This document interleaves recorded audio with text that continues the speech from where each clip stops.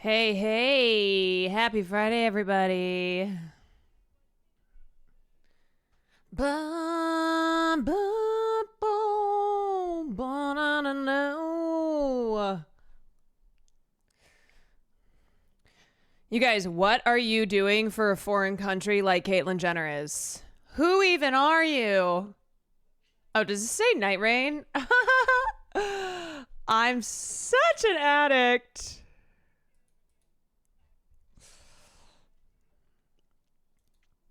If you are not defending a foreign nation like international star Caitlyn Jenner, you are wasting your life. Hold on a second. Hold on a sec. Let me close this. That looks like trash.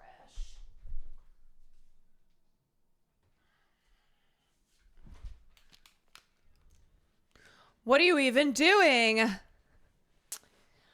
S6GH, thank you for the 34 months. Have you done your government mandated Israel Chai? I have, actually, every hour on the hour. The United States of Israel, baby. Baby. The Star-Spangled Am Israel High.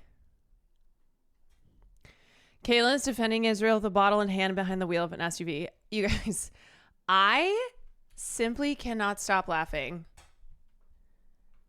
at this insane photo. Time flies when you're slaying so hard. Time flies when you're slaying so hard. Ex Salem, thank you for the 6 months. This photo is taking me out. It is taking me out. This killed me too. Caitlyn Jenner looks horrible in new photo released from a bomb shelter in Tel Aviv. I just can't stop laughing. I cannot stop laughing at Caitlyn Jenner looks horrible in new photo released from a bomb shelter in Tel Aviv because, yeah, she looks horrible. Aside from just the ridiculous's of Caitlyn Jenner being in Tel Aviv to like be a part of the Pride Parade. Okay, this is somebody who has been spewing transphobia and has been a very loyal supporter of MAGA and of Donald Trump, who is in Tel Aviv to here it is. The international star, which is crazy. Okay, calling Caitlyn Jenner an international star. If Caitlyn Jenner's an international star, then I'm an international star. You're an international star. Jojo Siwa is the inventor of gay pop. The international star in Israel for now canceled Tel Aviv's Pride Parade. It's so fucking funny to me that Caitlyn Jenner goes to Israel to participate in Pride. But then here in the United States is like so is aligning herself with people who want LGBTQ people to die. Of course, she's going to the one place Pride Parade on Earth that's completely ignoring the actual genocide. It's like so sick too that they're having a Pride Parade next door to where a genocide is ongoing. Oh my God, these sick fucks. How can she be anti-trans as a trans person? So yeah, I know it sounds crazy, but in the same way that you can be black and anti-black, that you can be Latino and are supporting Latinos being ripped away from their communities by ICE. It's called internalized bigotry that then is externalized. So Yeah, there are a few. Now, remember, it's always a minority. Okay, it's always a minority. But the reason that they have such a big platform is because they are representative of this group that they are shitting on. It's why, like, Brianna Wu has been brought onto so many liberal media outlets to talk about how the radical left and the radical trans activists have gotten out of control. Because they're like, yes, thank you, trans activist Brianna Wu. We are going to listen to your perspective, and that's the only one that matters.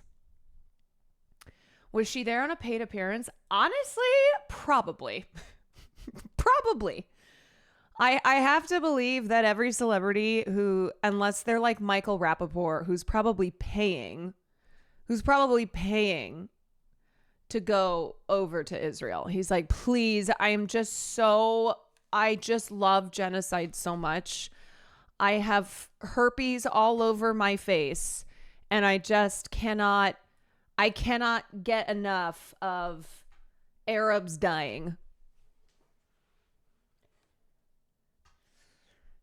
So yes, if you are new to the reality that a trans person can be anti-trans, well, Caitlyn Jenner, Brianna Wu, Blair White, again, it's a minority of the trans community, but they have an outsized amount of power and are constantly being platformed.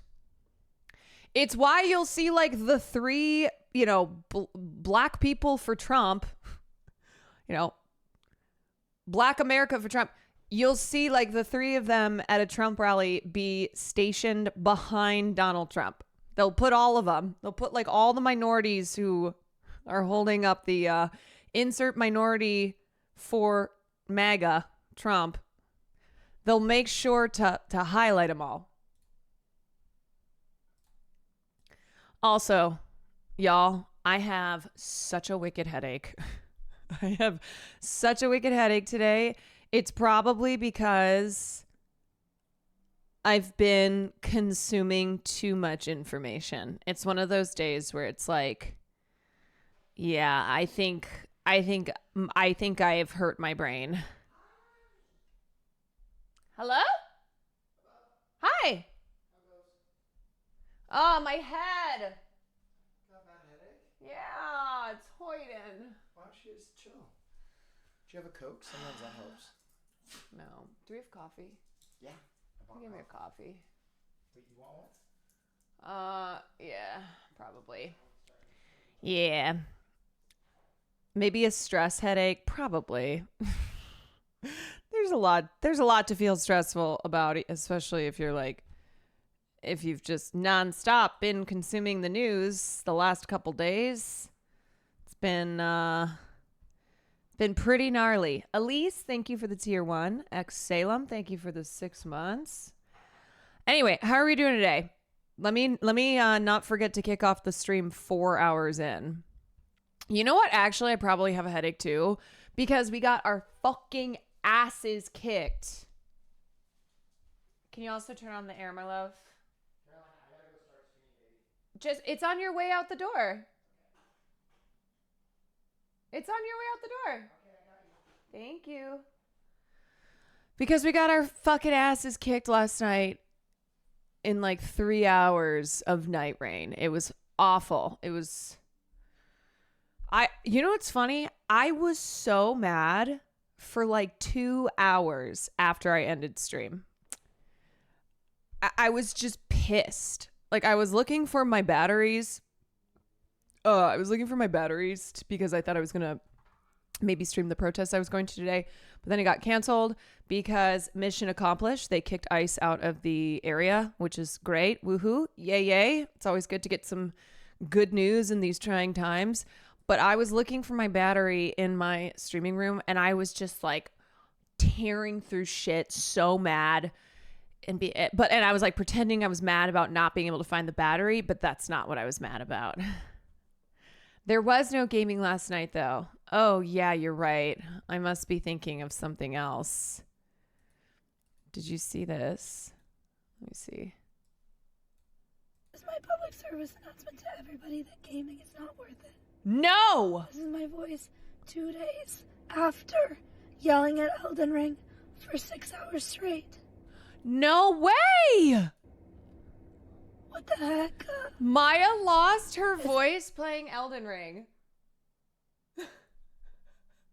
Not even a good game. It's not worth it. Don't do it. I'm so sad. Okay, not even a good game is kind of crazy. This is my public service announcement to everybody that gaming is not worth it. This is my voice. That's 2 crazy. days after. And just remember what he took from you. You know what? I think when you're used to look at Slime's quote tweet.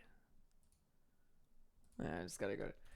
I think when you're used to using your voice in a way that consistently puts stress on it, aka if you cover any type of politics, you know, I think you get used to it. She's, oh my fucking God. She sound like RFK Jr.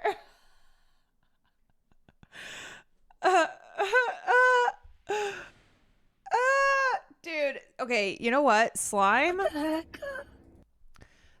actually be one of my favorite Twitter users, because the thing that he'll do, okay, he'll drop some like fat truths in the most that man's way with words, let me just say. And then someone will be in the comments and be like, Slime, this is why I love you so much, man. Been a fan for years. I haven't missed an episode of The Yard. And he'll be like, get help. So like the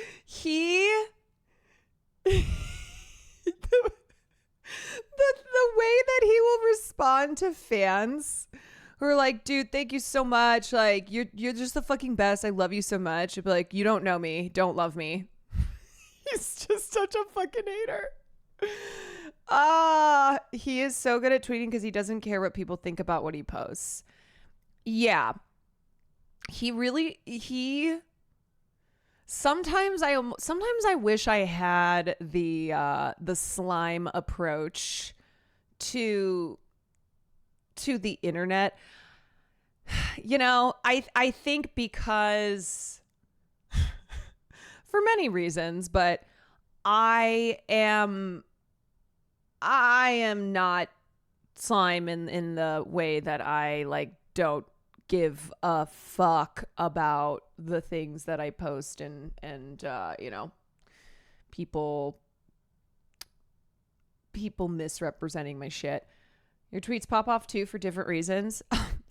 So my mom, she called me. You didn't click my TikTok on my birthday yesterday. It was really messed up. All right, hold on a second. My mom called me right before I went live and was like,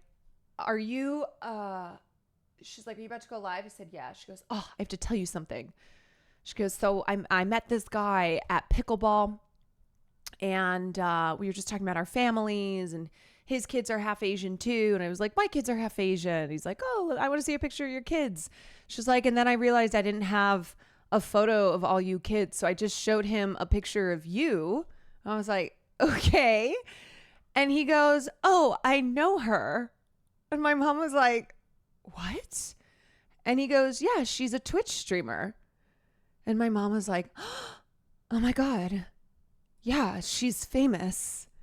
And then he went, yeah, isn't that Valkyrie? No, I'm just kidding. That's not what happened. But he did recognize me from having seen YouTube clips, I guess. Wouldn't that have been so funny, though, if he's like, yeah, isn't her name Valkyrie? Isn't that her stream name?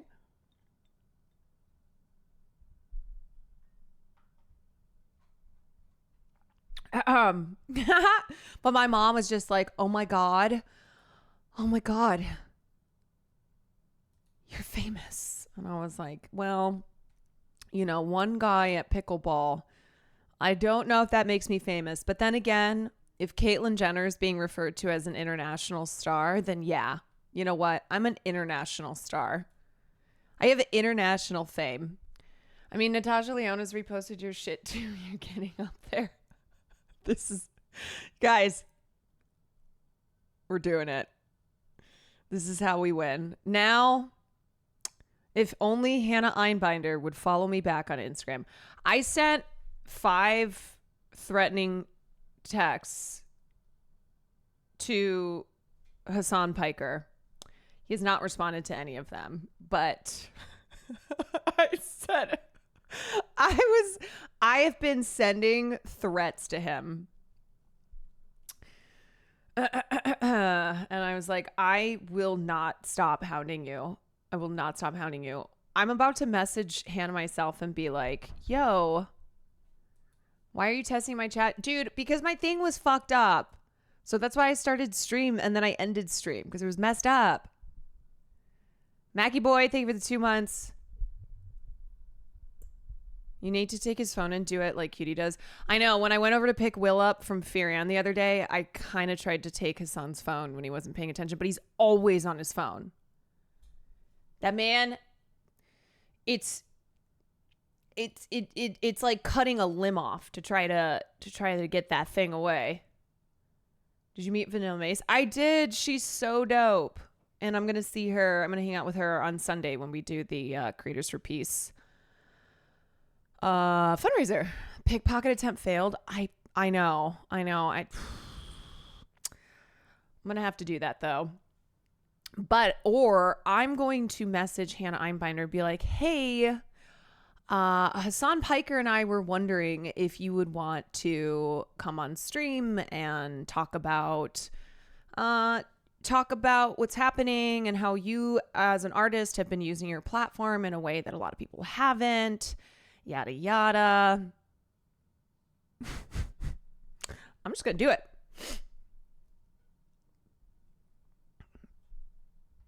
Did you see his tweet? And now you're... No, I didn't. But also this is killing me too. Slime reposted. Check the fucking replies. It's so funny. Like, you know what the thing is?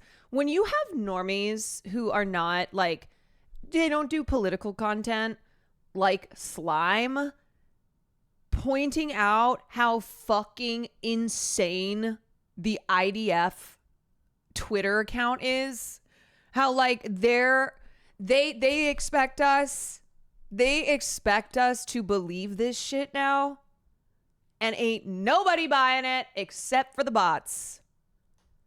Iran is a global threat. Israel's not the end goal. It's only the beginning. We had no other choice but to act.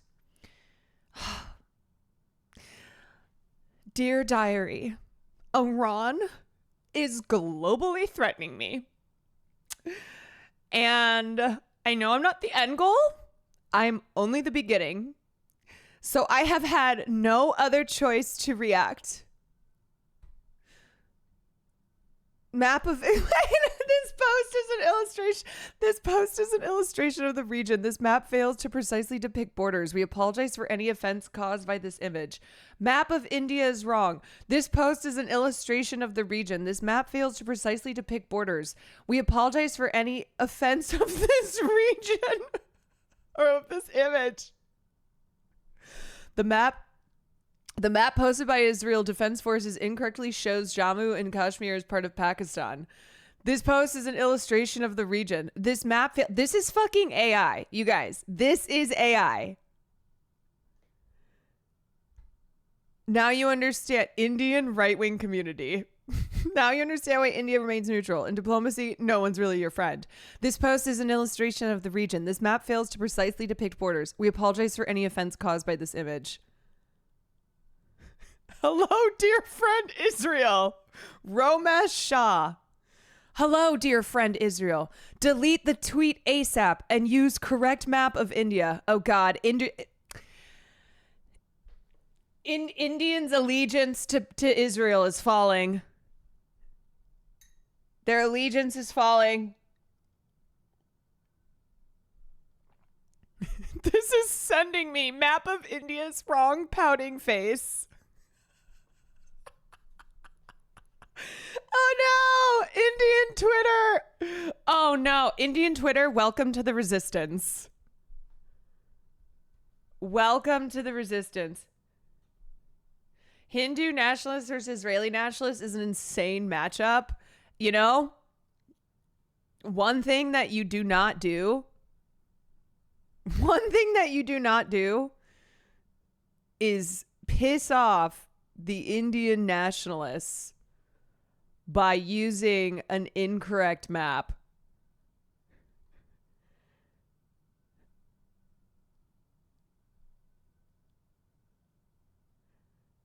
Not much we agree on, but very forward thinking to correctly show Jammu and Kashmir as part of Pakistan.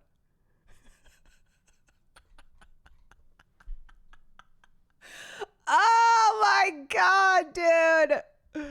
Oh, not the IDF Twitter account pissing off the Indian nationalists. They have the most powerful bot farms online. It's so Jover. It's so Jover, man. I have personal contact with a writer at people.com. If you ever want me to reach out to see if they would ever talk off the record, let me know. Wait, about that, them intentionally posting this Olivia Munn quote to stir up drama because she mentioned Miss Rachel. Hey, can we talk off the record? Because, I'm pretty sure that People magazine knew exactly what they were doing when they highlighted that specific quote in the midst of the war on Miss Rachel. But off the record, let's chat. Oh, Smelser, I'm dying. I'm dying. You know what? Yes, let me talk to People magazine off the record. We can neither confirm nor deny. Crockett, thank you for the 17 months. Well, I don't want to dox them. No, it's fine. I'm just joshing. It's okay. I don't need to talk to People magazine. Here, we can briefly talk about this if you're like, wait, what is this all about? So People magazine did a June 4th cover story on Olivia Munn, and there was one quote from that story that went viral, and People magazine knew what they were doing by pushing that quote, by highlighting it in the cover story. And essentially she said, I know kids love Miss Rachel, but the thing is, if I can't watch it, I'm not going to spend the rest of my life going crazy. These kids shows drive me crazy. So basically she was just saying that she does not like kids shows. And she mentioned Miss Rachel as one of the examples because Miss Rachel is the most popular children's YouTube channel. And they titled the article, Olivia Munn doesn't let her kids watch Miss Rachel, here's why. They absolutely were fucking drama baiting here by saying Olivia Munn doesn't let her kids watch Miss Rachel, here's why. Okay, so now did Olivia Munn say that because she was trying to hint at her support for Israel? Is Olivia Munn out here saying I'm Israel shy? Hi, no. But what happened was people were like, okay, why is Olivia Munn coming for Miss Rachel? They fell for the bait. And then, of course, there are always nutbags out there who then are like, I need to go send death threats. And it's like, there are much better ways to use your energy. This is not it. However, then John Mulaney, who, as far as I know, has not said anything about Palestine. He posted this. Where's the fucking post? Oh, here you go. Oh, wait. No, that's not it.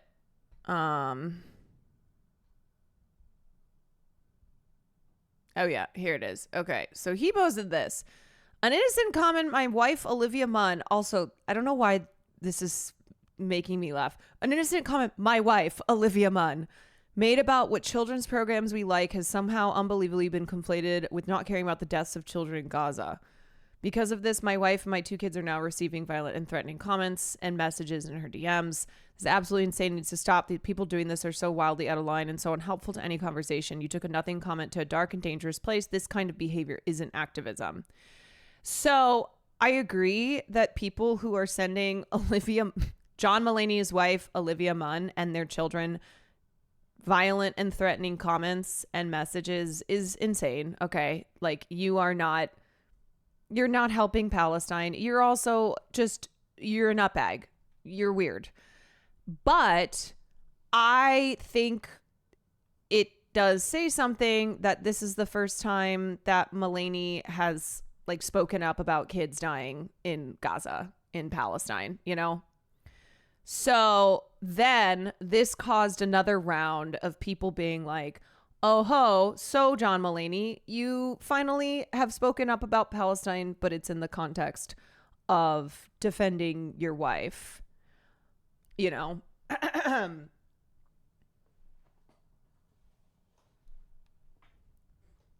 When I see someone talk about Palestine and only say Gaza, yeah, let's not forget that like the West Bank is under a massive blockade, and as Israel is airstriking Iran, part of that intent is to ensure that it provides a distraction from their final phase of wiping out Gaza and also initiating a settler takeover of the West Bank. So make sure that we do not take our eyes off of all of Palestine, because they are continuing to suffer and will suffer.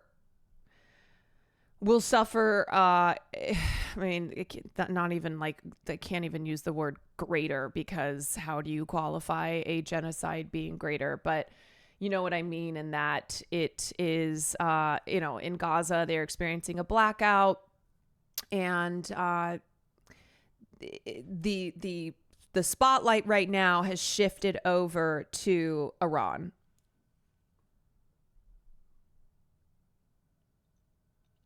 That land is occupied Palestine. Aren't they also still attacking? Yes. Do you want to know how fucking crazy it is? Okay. This is how insane it is. Now, Israel is the only other country on earth that's fighting simultaneously 5 different wars. Other than the United States, there's no other country on this planet that you can say that about. They are continuing to bomb Lebanon, violating the ceasefire. They are continuing to illegally occupy and bomb Syria. They are escalating their bombing of Yemen. They initiated the attack on Iran. They are continuing to genocide the people in Gaza and use their state power to brutalize those in the West Bank and further take their land. So what's crazy is you look at this small nation that has a population, to put this in perspective, a population that is only slightly larger than New York.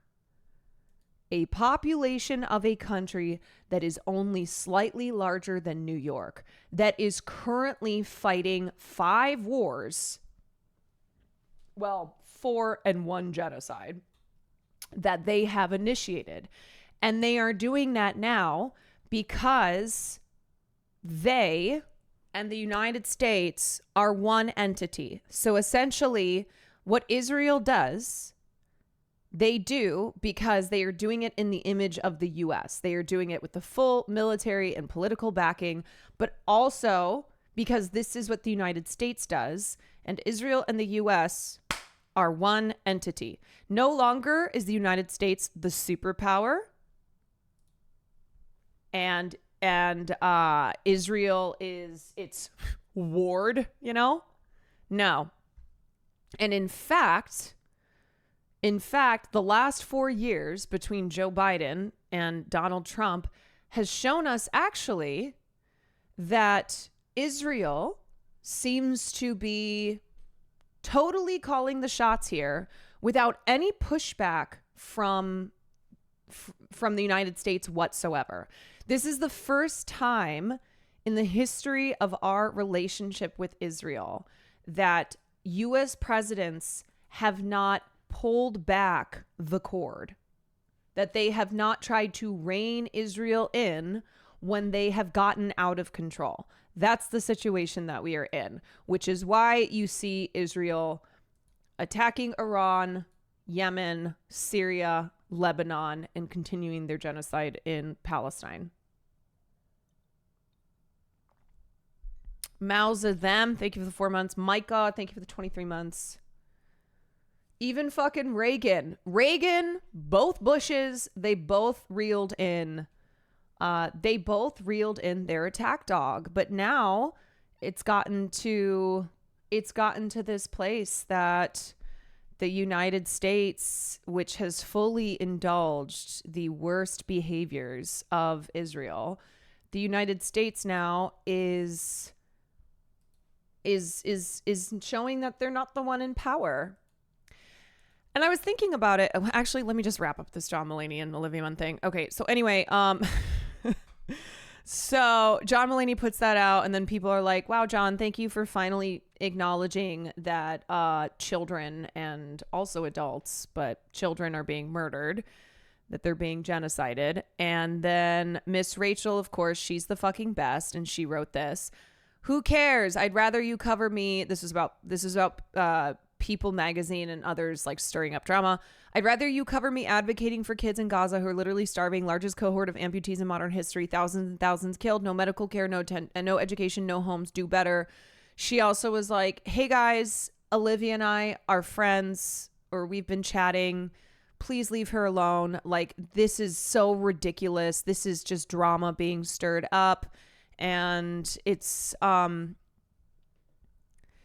distraction from what I'm trying to do here, which is to bring attention to the atrocities being committed against Israel towards Palestinians, half of whom are children.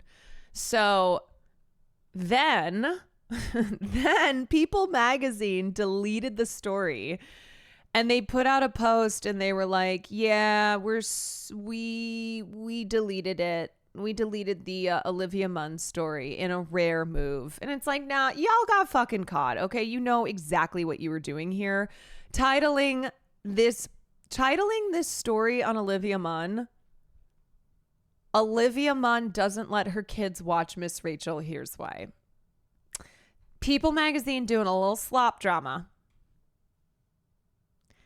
Didn't have to use Miss Rachel as an example of programs you wouldn't let your kids watch, though. You know what I think that shows? Okay, there's two things here. There's two things. Two possibilities. It shows that either Olivia Munn is aware of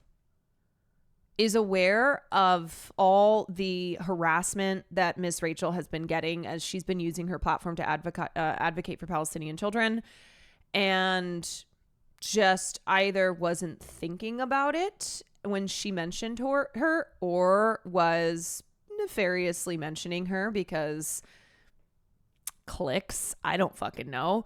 Or it shows that Olivia Munn has not been paying attention at all. That she ain't tuned in. That she ain't tuned in to what's going on. I think it was not intentional. If I were to guess, I think Olivia Munn I think she did not intentionally mention Miss Rachel because she's aware that Miss Rachel has been in the headlines a lot. Miss Rachel is the most popular children's YouTuber. A lot of parents know who she is. It was really bad timing, but I think it's an out of touch type thing, you know?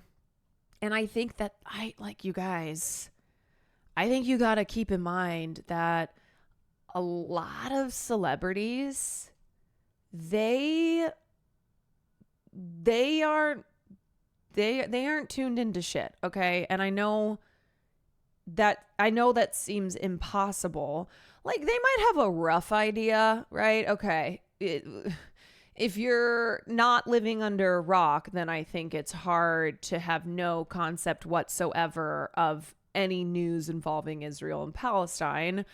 But as far as like being tuned in at the level of being aware that Miss Rachel is being targeted by pro-Israel groups, by psychos like Stop Anti-Semitism, etc. So I think it's a reminder that celebrities are not that smart and also not that tuned in the way that a lot of y'all are. It's the reason that a lot of people shared that I Stand With Israel post and then, came under fire, and celebrities like Kylie Jenner ended up deleting it because they don't fucking know. They don't know shit. They really don't.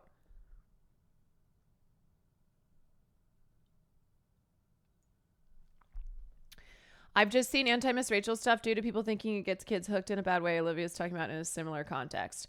Right. That's what I'm saying. So I don't think that it was, I don't think it was intentional on her part. And I don't think that she's aware that Miss Rachel has been getting a ton of harassment and threats because she's been using her platform to advocate. But anyway, so that's basically the People magazine drama stirring up that was going on there. I mean, even just normal people too. My mom works pretty much all day, every day. She only knows bad shit going on in the world because I talk to her about it. She doesn't have the mental space or time to be keeping up with world news. Right. It's a reminder that those of us who are in a community like this one or in other leftist communities are like being tuned in to all this shit that's going on. It's here. Your average person, celebrity or not, is down here. But the reason I mentioned celebrities is because Olivia Munn is a celebrity, but also because you may be confused when you see celebrities like signing letters, celebrities posting stuff. That doesn't mean that they're like actually tuned in, okay? One perfect example, my tweet, to bring this back to me because it's all about me, my tweet where I said the reason that we fight for immigrant rights is not because they are hardworking, which places their value in their labor, but because they are human beings who deserve dignity and, human rights that we all deserve and are guaranteed. That tweet has made the rounds because celebrities who want to show like they have to, it's basically kind of a PR thing. It was the same thing in BLM, right? Same thing in BLM where they would share the exact same post where if you go to, with exceptions, of course, like Patty Harrison, Hannah Einbinder, even Natasha Lyonne, like certain celebrities are actually much more tuned in. But for the most part, your average celeb is like, oh, here's this thing that I'm seeing that has a lot of likes. Like, I'm just going to reshare that. Done. Okay. Cross it off. Yeah. They see one good tweet. They're like, perfect, my PR in this issue. And they copy each other. Yeah. A banger tweet. Well, thank you very much. So yeah, as a reminder that you're, and I think that sometimes we're a little too tuned into stuff that's going on. It's what results in these headaches because we spend so much time online and, you mention one keyword and everyone's like, oh yeah, no, I saw that. Yeah. Sabrina Carpenter posted this. Please join me in supporting the National Immigration Law Center. Sorry, I can no longer support Sabrina Carpenter because of her album cover where she's doing something that has been done a million times. And frankly, I don't even want to entertain a discourse around it because I just don't think it's even that interesting artistically. Oops. I said it. That's my problem. I don't think it's even provocative enough as an album cover, as like a piece of art to elicit this much fucking discourse. And I just want to say too, I think a lot of people forget that all art is political does not mean all art has political intent. And a lot of times the discourse devolves into people applying political messaging and getting deep in the weeds on stuff when first and foremost, they're not even evaluating whether or not they like something, like whether or not a piece of art, like what is your actual reaction to this, and not getting into the weeds on like the political messaging here, you know? I don't know. It just was I could not believe. I mean, yes, I can't believe. A lot of times too, it feels like now we are just fully being ruled by the algorithm. We're fully being ruled by the algorithm. We used to make the algorithm, right? And now it's like the algorithm is ruling us, and you feel like something actually, that there's like merit to an insane amount of discourse around something because the algorithm is telling you that. But didn't you hear she personally killed feminism? Oh my God. I know people who were writing dissertations about like how this is actually feminism, and then people who are writing dissertations about how it's actually not feminism, people who are writing dissertations about how it's satire, writing dissertations about how it's not satire. And let me tell you something. A friend of mine works for Sabrina Carpenter. They told me that she is the most business calculating person that they have ever met. So Sabrina Carpenter accomplished her goal being to have people talking about her and her album.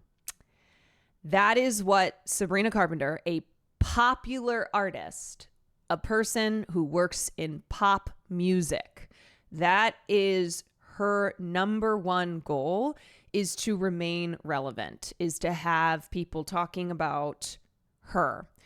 And so that was mission accomplished, right? Mission accomplished. And so it was funny to me to see people like talking about the political intent and like, you know, blah, blah, blah, blah. When I looked at it and I went, oh, I know what the intent is here. The intent is first and foremost to like stir up the algo, to have, you know, Sabrina Carpenter's name trending.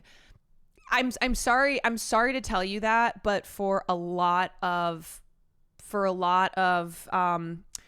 artists whose work is in the, you know, whose work is in the area of culture that is popular, that's what they that's what like drives them. And it's not necessarily, I think, always even making decisions that are creatively ones that like, it's not them being driven by their creative decisions. It's making decisions that are driven by the desire to be relevant and viral.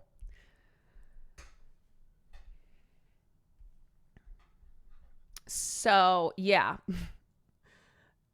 My friend was like, she is so, and not calculating in like some evil way, but calculating in a way where she understands how she wants to, you know, when she was formulating her brand and wanting to move away from like being Disney child person to being a one of the it girls in pop music. The other thing too is I think a lot of people are confusing the female gaze as something that applies outside of media theory. Like the male gaze is something that was really first discussed because media theorists would discuss it in relation to the male gaze in film. But now I see people talking about it as a way to describe like just any reaction of men whatsoever, whether it relates to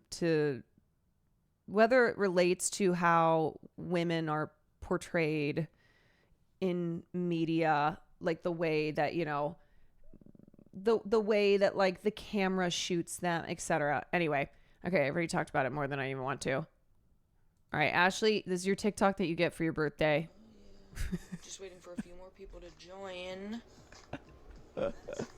Was it an inside job? I posted a video about it on my Patreon. You can join there and you can hear everything that I have to say about the matter, but I won't be discussing it here any further. No, it makes no sense. Go live with Osama. No, thank you. Only way I hear your voice anymore.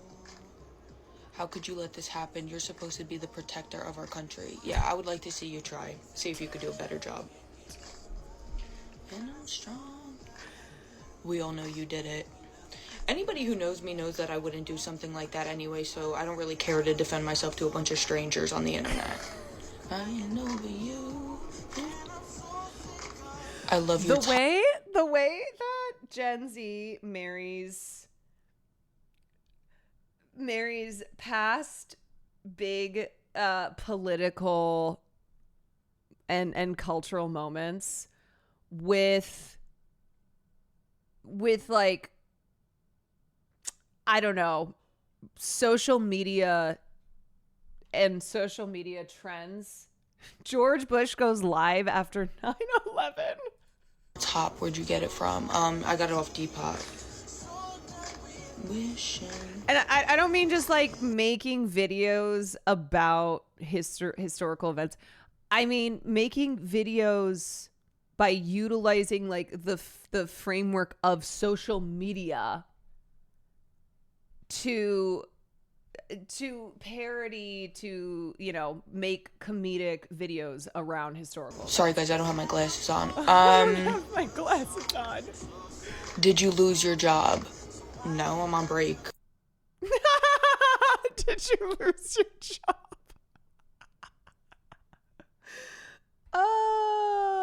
My dad embarrasses me. Oh my God. I hate the difference in TikTok volume. I'm so sorry. James, thank you for the 33 months. Castillo, thank you for the Prime.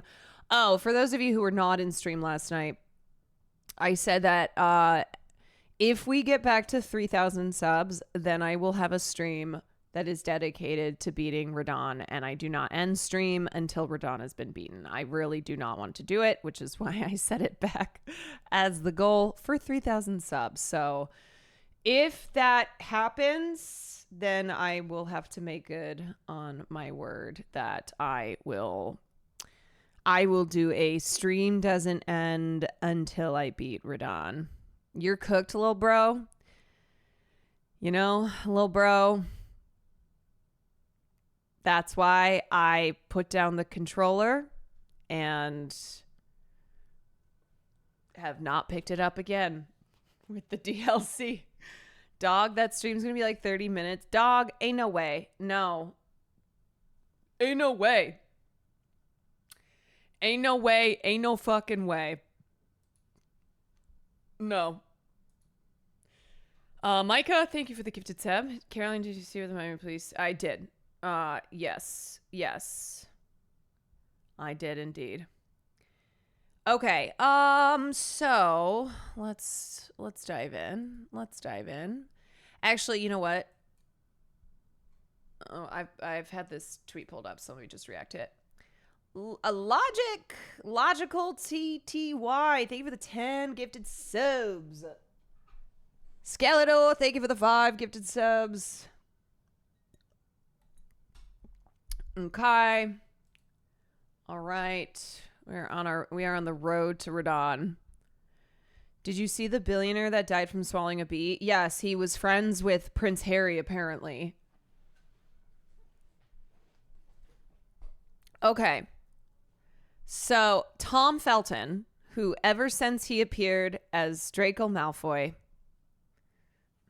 all those years ago, has been what we call an actor who is really trying to be a part of a reboot. An actor who has made their entire personality around the one role that made them famous. Other examples of this are Taylor Lautner. Taylor Lautner is an example of this. And so finally, Tom Felton, who plays Draco Malfoy, is getting to return to the franchise. I believe he's going to be part of like the Cursed Child show or something on Broadway. But anyway, here he was on the Tony's red carpet. Sort of Twitter- And this is painful because as far as I know, Tom Felton's actually a really nice guy. Reverse contra. Slatter. What the fuck? My light just died. That was the strangest thing. Okay. There's some devil shit happening right now. I don't know what's going on. What the hell? What is this devil shit happening? What is this magic happening? Am I getting Avada Kedavra? Why is that being so...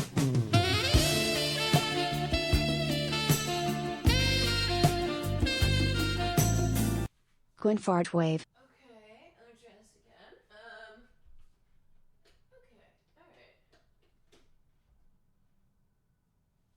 What is happening? So strange. Is it Megan? Could be.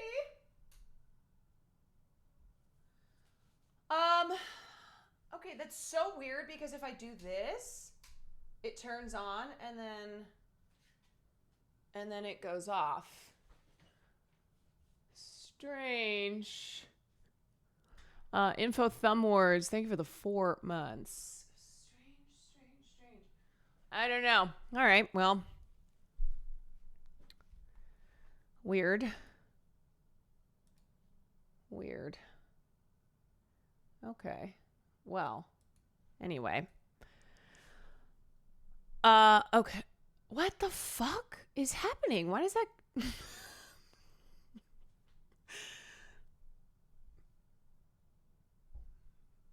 That light just went on again. Very strange. Okay, anyway, let me... Controversy around J.K. Rowling's views impact you at all, or impact your work on the world at all? No, I can't say it does. I'm not really that attuned to it. The only thing I always remind myself is that I've been lucky enough to travel the world. Here I am in New York, and I have not seen anything bring the world together more than Potter. And she's responsible for that, so I'm incredibly grateful. How does the sort of Twitterverse controversy around J.K. Rowling's views impact you at all, or impact your work on the world at all? No, I can't. Dude, there is a way to answer this question that is so much better than this. And in fact, there are other actors like Papa Estiadu, who is playing Snape on the new show, who, look, if you are continuing to support Harry Potter now, so if you watch the show, if you watch the Broadway show, if you're buying anything, that is money that's going into JK's pockets. She just reached billionaire status, and she has been very clear that she is spending that money that she is continuing to accumulate from her, from the rights that she's retained over the franchise she created, to strip trans people of their rights. Like, she is using this money in her when she's been on her transphobic warpath. So Tom Felton saying, like, I'm not attuned to it. He's saying I'm not aware of this. Yes, you are. You absolutely are. Especially when Emma Watson, Daniel Radcliffe, a lot of your co-stars a lot of your co-stars, Rupert Grint, have all condemned the attacks on trans people and have come forward and made sure to like vocalize their support for the LGBTQ community. And like J.K. Rowling has, it's pissed her off, and she's said really nasty things about them. She's so open about all her Harry Potter money going to violently transphobic orgs, and people still act like she doesn't profit off the Harry Potter multiverse. Like, she absolutely does. Absolutely does. And is like bragging about using that money to actively suppress trans people. So yeah, this clip had gone viral, and people were like, dude, what the fuck, man? And it's like, all right, I guess Draco Malfoy was this character that gave you fame and money, and it's been a character that you've been dying to be able to return to. And so now that you have your opportunity, you are refusing to even say anything that would be any kind of condemnation towards JK's heinous actions. It's not even just her views, it's the actions that she has been taking, you know? It's not even like she's just out here saying turf shit. She is actively working with UK legislators, and yikes. I'd respect him so much more if he was like, fuck all that, but I need a job. Yeah, that's what I'm saying, is like, there was a way to respond to this. There was a way to respond to this that is so much better than what he said, where, you know what? There's a lot of people who have taken the job, and yet you took the job and are also heaping praise upon JK while acting like you don't know anything that she's been saying and doing.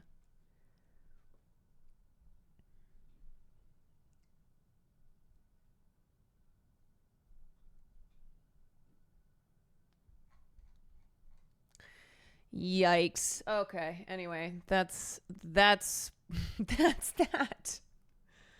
That is that. Also, calling JK's transphobia a Twitterverse controversy. Or impact your work.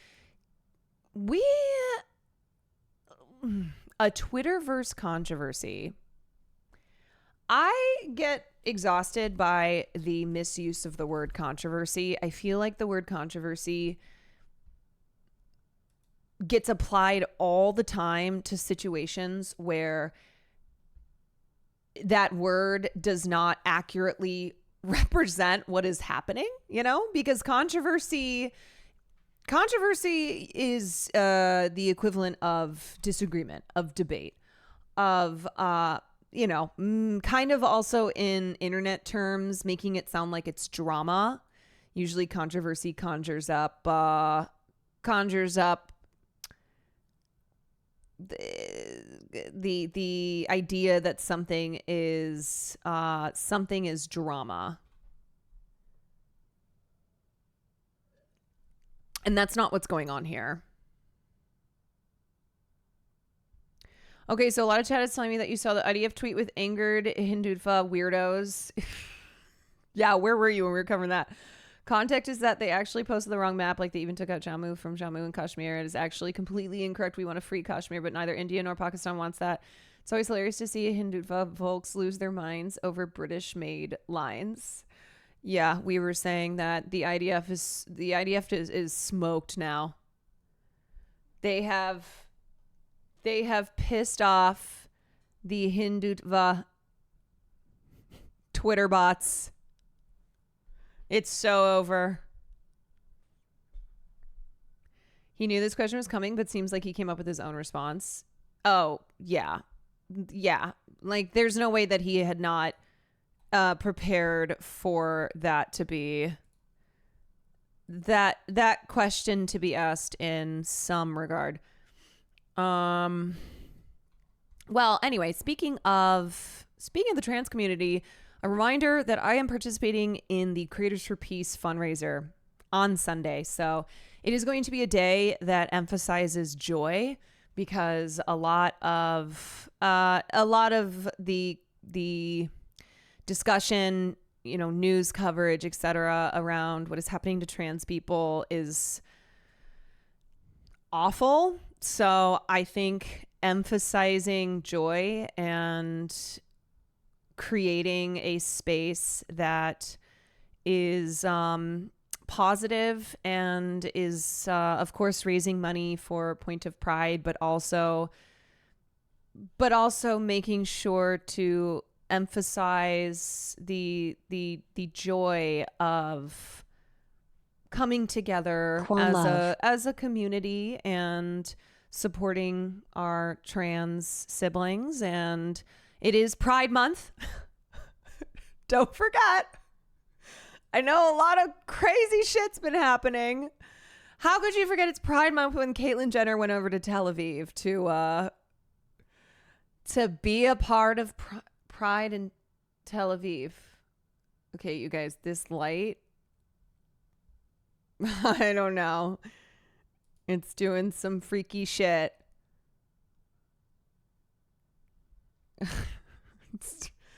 Okay. Yeah, it's nice knowing ya. It's nice knowing ya. Wait, oh my God, it's Friday the 13th. That's so true. It is Friday the 13th. But anyway, I know that it can feel, I know it can feel like we're battling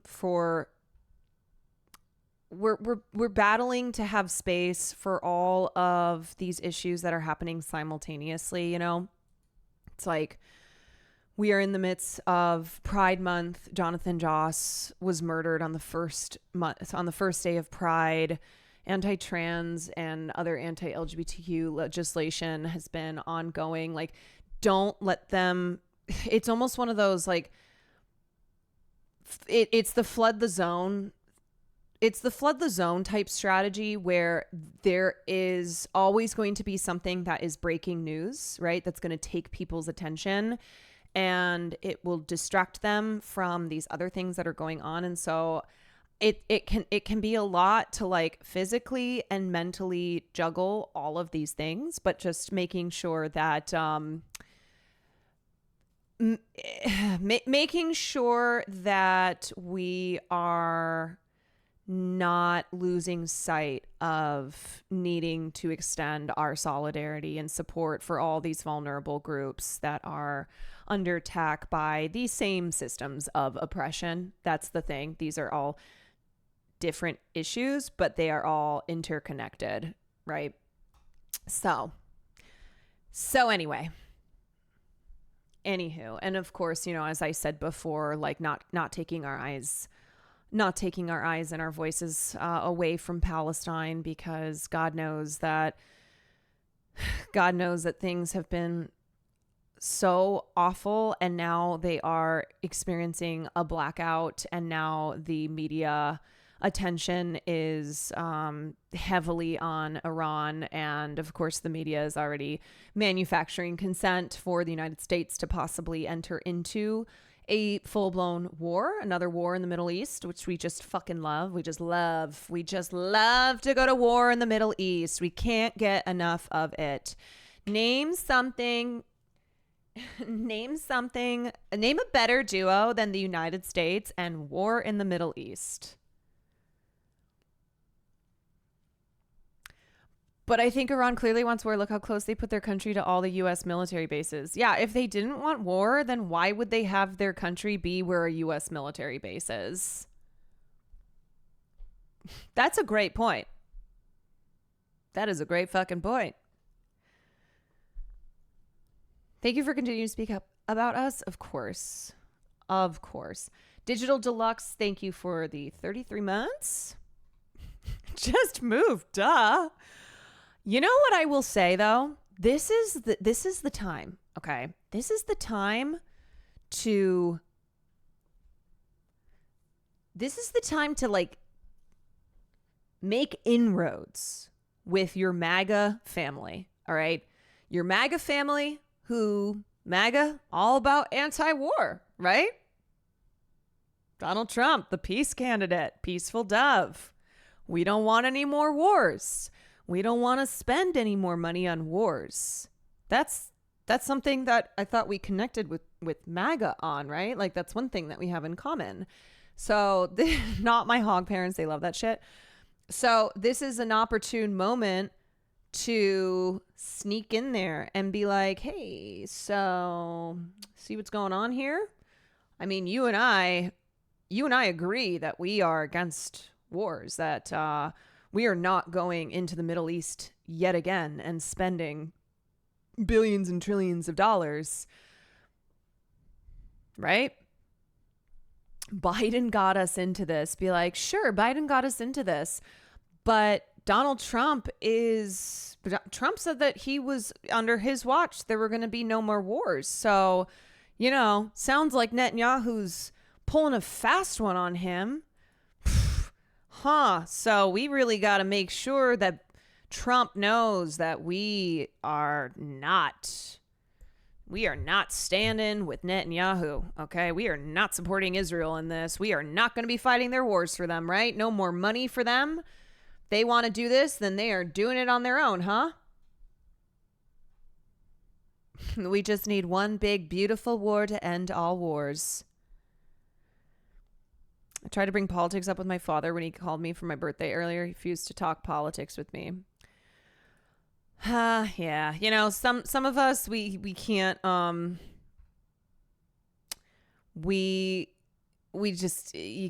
can't talk politics with your family because it just results in, not speaking to one another. Well, my mom's gearing up for the, No Kings protests. My mom's getting out there. I also am going to be going tomorrow, but I will be specifically chanting against the Republicans and the Democrats for utilizing local, state, and federal law enforcement to brutalize protesters, to viciously rip people out of their communities, to enact these inhumane policies, mass deportation.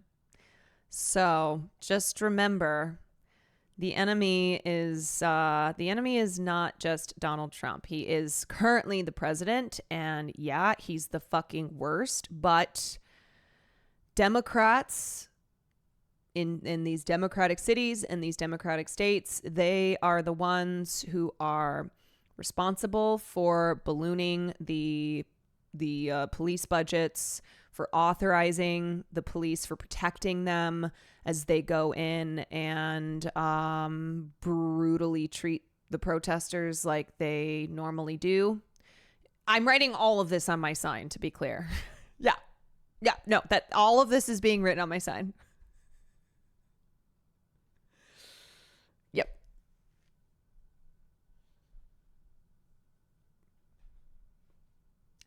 Don't forget your sunscreen. I will not forget my sunscreen. Okay, let's talk a little bit about the updates to Iran here. I was kind of posting a lot on Twitter today. The last week in particular, I've been heavy on the Twitter posts, but just a reminder, when it comes to Israel and nukes, well, for the last 30 years, Israel, Iran has been this close to getting nukes, all right? This close for over 30 years. It's going to happen any day now. And even as American presidents like Donald Trump are the ones who destroy the nuclear deals and the ongoing discussions, it's going to happen any day now. Arguably, the Dems have an even more important role to play in liberal democracy than the openly racist right-wing party. They provide the illusion of choice. They serve as a pressure release. They consume revolutionary working class energy and safely process it. Buddha Bebop, welcome to the community. Welcome. And you know the other thing that's really insidious about Dems, about liberals, is they will use the language of progress, right? They will they will couch their anti-working class agenda in progressive language. They will like, you know, they might not call immigrants animals and illegals and aliens. Some of them do, but you know, they're concerned about optics. They want to look like they're the good guys here, but that won't stop them from utilizing ICE. That won't stop them from utilizing local and state law enforcement. That won't stop them from doing mass deportations. They are deporters in chief as well. The mainstream media has been singing Tomorrow from Annie about Iran's nuclear program since the 90s. Tomorrow, tomorrow, Iran will have nukes tomorrow. We're only a day away. Tomorrow, I swear tomorrow. I swear to God, tomorrow they'll have nukes tomorrow. It's why we have to destabilize the whole region. Okay, this light is going off again. Ah! I think there's demons. I think there's fucking demons, you guys.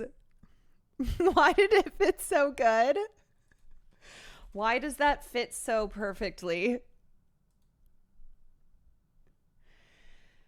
When I'm stuck with a day that's gray and lonely, I just stick out my chin and grin and say, oh, the sun'll come out. The sun being nukes. Tomorrow, bet your bottom dollar that tomorrow we'll be dead because Iran will have nuked us all. So it's why we have to strike them first, because it's preemptive. Okay, now I'm going into the next part of the show. That's going to be stuck in my head now.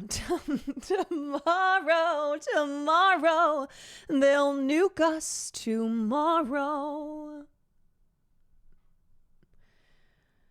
And so, if you want to not be nuked, stand up with me and say, we're just self-defending. You know what? I should do an entire production. All right, I'm going to call up Lin-Manuel Miranda. Be like, look, buddy. Tomorrow, Iran closes in on ability to build a nuclear bomb. Tomorrow. They're on the brink of nuclear bomb building in 6 to 7 months. Tomorrow is a day away. They are 2 months away from building a nuclear bomb. Yes, I also tweeted this, the United States of Israel. This also, I believe, is just the tweets of Republicans, but hello. I actually just ate, my love. You're so sweet, darling. I love you. Your peach milkshake? I love you so much. Will you put it in the freezer? Sure. Thank you. You're the best. You're the best. This was just the Republicans' tweets, but there were plenty of Democrats, of course, who are tweeting the same thing. And it's really interesting because the messaging between what Israel has been saying, what the Western media class has been saying, what Marco Rubio has been saying, and then what Donald Trump has been saying, it's very conflicting.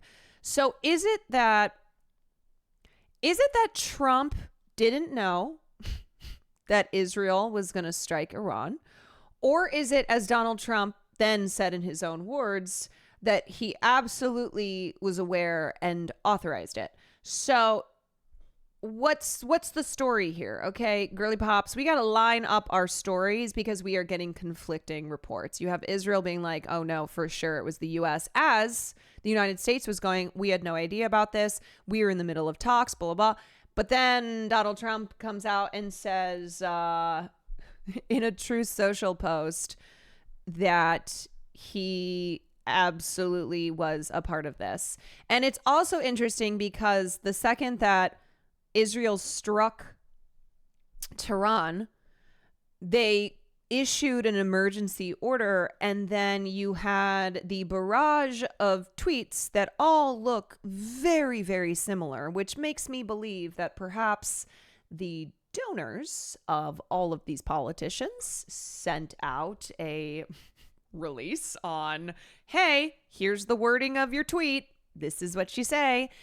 And they all boom, boom, boom, boom, boom, put out these tweets that are quite similar.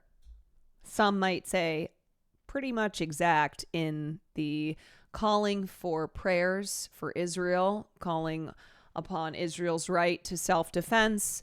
You also have Lindsey Graham, who said game on, because, you know, when we're talking about the lives of civilians in Iran, in Israel, across the region, being now sacrificed, being at risk. The first casualty in Iran was a child. Love to call that a game. That's real game on to me, you know? So fun. Like it's a sporting event. Like you would say before you watch a football game. Game on. Game on as we enter into war yet again. Essie, thank you for the gifted sub.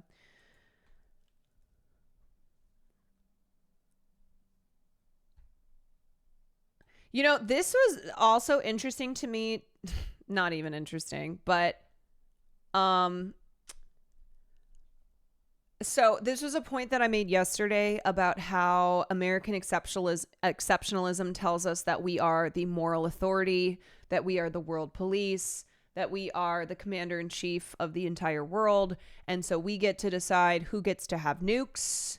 We get to decide that actually we should pursue technological advancements to make sure that our nuclear power is greater than our enemies.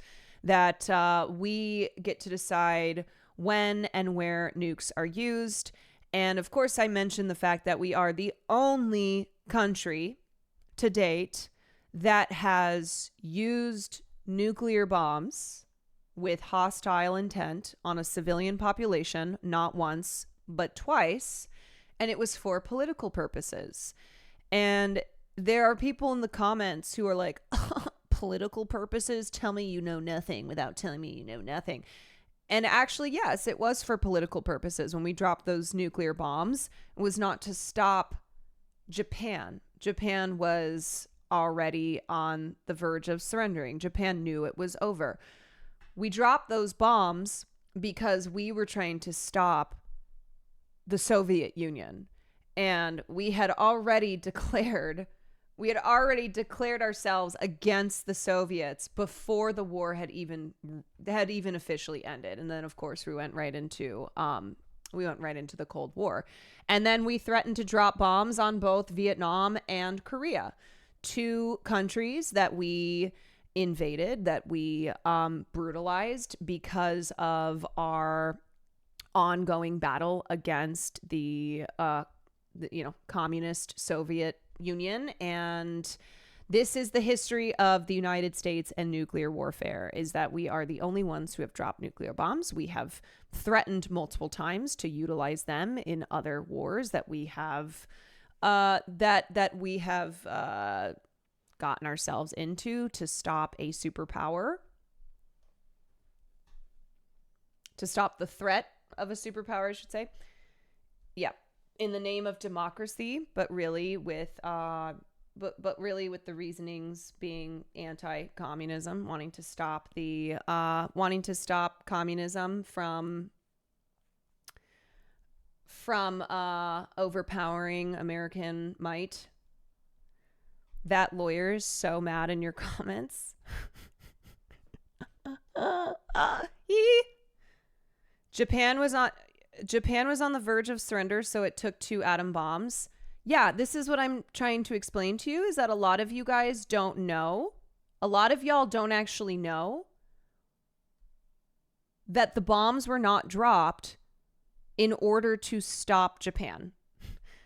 Okay? And you want to know who opposed the dropping of the bombs? Eisenhower. Why don't you go look up how Eisenhower, who otherwise had no issue carrying out the marching orders for the US, how he felt about the nuclear bombs. You want to know who also felt about the bombs being dropped because he knew that it wasn't necessary to end the war, and that really it was actually to make sure that we got credit for it and not the Soviets? Fucking Oppenheimer. The guy who made the bomb.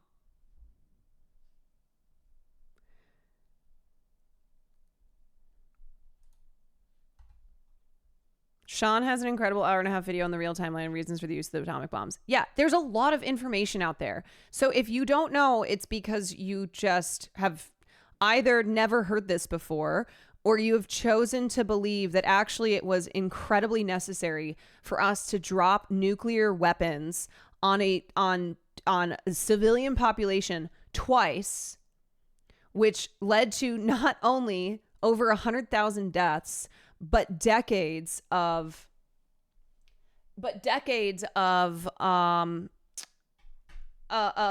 problems within the population for people who hadn't even been born yet. Health issues from the radiation. To this day, there are still people who believe it was necessary. I'll never understand the perspective. As I said, it's because you either just never expanded your understanding of that part of history past like what you learned in junior high of, oh yeah, we dropped the bombs and then the war came to an end, or because you refuse to believe that there have been many points that the US government has done things at the grave expense of civilian populations to maintain our imperialist might. So that's it, okay? And if it's the former, where you just simply have never heard this at all, that your history begins and ends with we dropped the atom bombs and then the war ended, then I would implore you to go learn about that. But if you have heard that and you are like, nope, that does not fit in my reality, that does not fit with my worldview, then unfortunately, I have to be the one to tell you that you are a dumbass. I'm going to need some of these chatters to take basic history classes that are not taught from the American hegemonic perspective. Yeah. And a lot of people who grew up in America and have only been exposed to history that mostly paints the American empire as benevolent. We've learned this in our own educational journeys. It's not the type of thing that you get taught in school.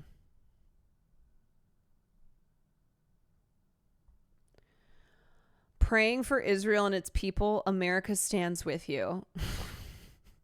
Didn't you and your son have an app that monitors how much you jack off? Sometimes Kyle Kalinske can be very annoying, but then sometimes he's a troll in the right way. I am glad to see how many people are just point blank calling out the fucking gaslighting bullshit. The gaslighting BS of all these posts saying praying for Israel. Israel has the right to self-defense. It's like, look, I'm no geopolitical expert, all right? I don't, you don't have to work in foreign affairs to understand that this is bullshit. The only people believing now that Israel is engaging in any type of self-defense are ones who are ones who it doesn't matter what Israel does. They're like, yeah, hell yeah, love Israel. Blast away. That like there is nothing Israel could do that would have them at all going, you know what? Now they've gone too far. That's where we're at. If you're still pulling the self-defense, unless it's like you work... Now, I would say if you work in, let's say, the media, those might not be your personal beliefs, but certainly it's what you are doing in your job because those are the expectations and requirements. Like, there's definitely people who are full-throated Israel supporters, both in their personal lives and then also professionally, but there's also ones who... They don't even really believe that, but they're doing it because they gotta for their job.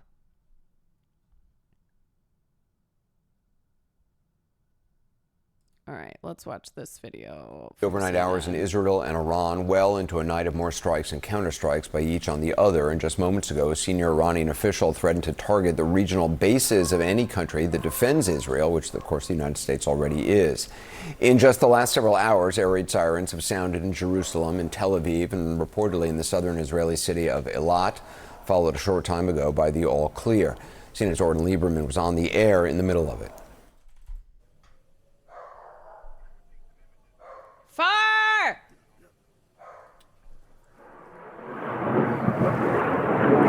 And we just saw a launch right behind us. In Iran, air defenses around Tehran have gone active. It seems like that one Iranian official's promise of a, quote, dark night ahead for Israel is coming to pass, or at least a tense and difficult one, as is this from Israel's prime minister. More is on the way. The regime doesn't know what hit them. They don't know what will hit them. Benjamin Netanyahu leveled that threat in the middle of earlier missile strikes by Iran on Tel Aviv, Jerusalem, and elsewhere. Much of it was blunted by Israeli and American air defenses, all of which followed Israel's audacious strike on Iranian nuclear targets, nuclear scientists, and some of the country's top military commanders overnight, involving some 200 jets and hitting more than 100 targets so far, according to the IDF. Now, some of it was carried out, according to Israeli intelligence, from a drone base set up inside Iran. Yeah. Netanyahu is about to see his goal be achieved, aside from the complete takeover of Palestinian territory. His goal of having American men, women, and NBs fight for Israel and die for Israel so that Israel can go to war against Iran. So, if you're not willing to die for Israel so that they can go and be the superpower in the region, then you are not American. Totally dropped. Huh? Power in my ADU just dropped. No way. Yeah. Dude, what's weird? This light has been like flickering on and off. I had to call an electrician. No way. It just totally cut out? Totally dropped. Wow. Yeah. No warning? Were there any Fs that were... Dude. No power? Shit. Maybe the demon in my light went to his streaming room. Huh. Anyway, as I was saying,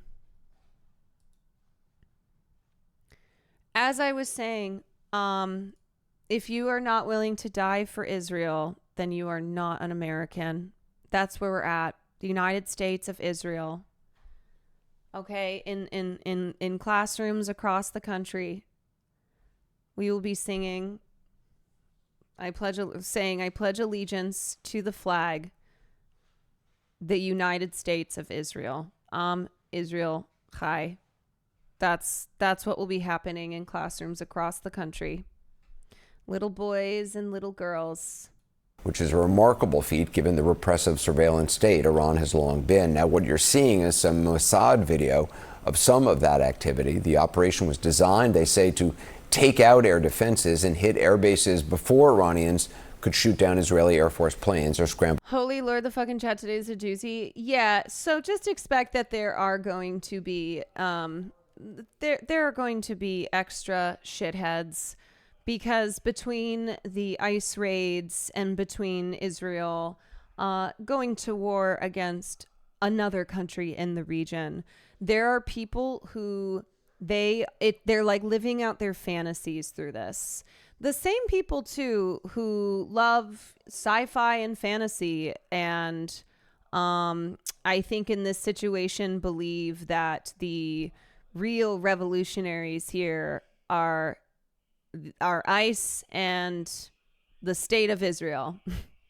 They've got it a little backwards. I think they're a little confused, but they look at this and they're like, hell yeah. Hell fucking yeah. Let's fucking go. Man, this is so sick. This is so sick. It's like the sickest thing ever. Man. You know what? Why don't you go sacrifice yourself for the great state of Israel if you are so inclined, if you care so much about, what the hell, this light is actually throwing me off. If you care so much about the might of Israel. Interceptors, however. They want, if you live in the United States, they want you to fight their war for them. It was accomplished. The first strike decapitated Iran's military leadership, at least 4 top military leaders. The commander of the elite Islamic Revolutionary Guard Corps, the head of the armed forces. Let's not forget, okay? Do not forget the time that Netanyahu did not realize that he was being recorded. And he was speaking in front of a group of people. And he said, I know what America is. America is a thing you can move very easily. Move it in the right direction. They won't get in their way. For years now, Netanyahu has been looking at America as this great power with which he can control, which Israel will no longer be the ward of, but instead will have all the power and might of the US empire, and that he can manipulate and wield, and nothing and nobody is going to get in his way. And now we're seeing that he was absolutely correct. I mean, he said this 15 years ago. 15 years ago, he said, this is what America is. That we can just move America in the direction and they will not get in their way. Staff, the Revolutionary Guard's Aerospace Forces chief. Iran also says 6 top... Conspiracy brain, I know. It's not conspiracy brain, but I think he did this because the Knesset was going to boot him out. No, Netanyahu is absolutely making these decisions with the understanding that he is in political danger, and also possibly were to face prison time. Now that would be great, but no, he's trying to keep himself and his political career alive. Nuclear scientists were killed, including the man you see here who once led Iran's atomic energy organization. As for the nuclear facilities targeted, Iran is minimizing the damage done.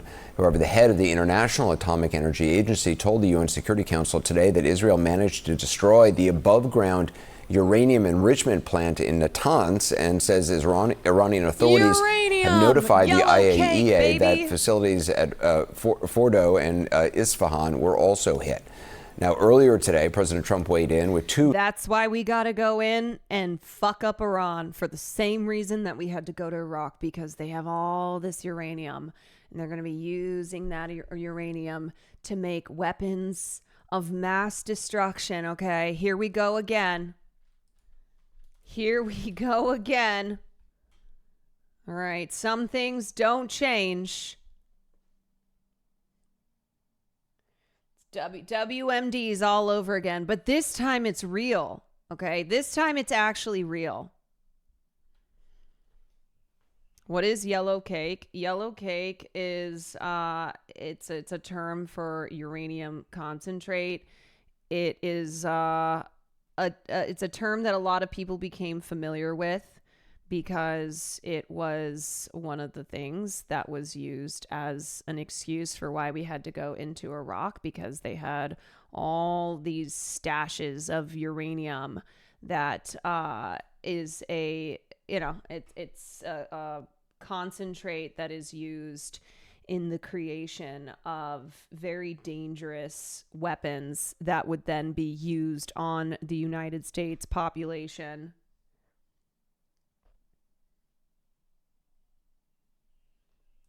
Social media postings on the as yet unproductive U.S.-Iranian nuclear talks in a post that also offers Iran an off-ramp if they make a deal. Quoting now from the president, 2 months ago, I gave Iran a 60-day ultimatum to make a deal. They should have done it. Today is day 61. I told them what to do, but they just couldn't get there. Now they have perhaps a second chance.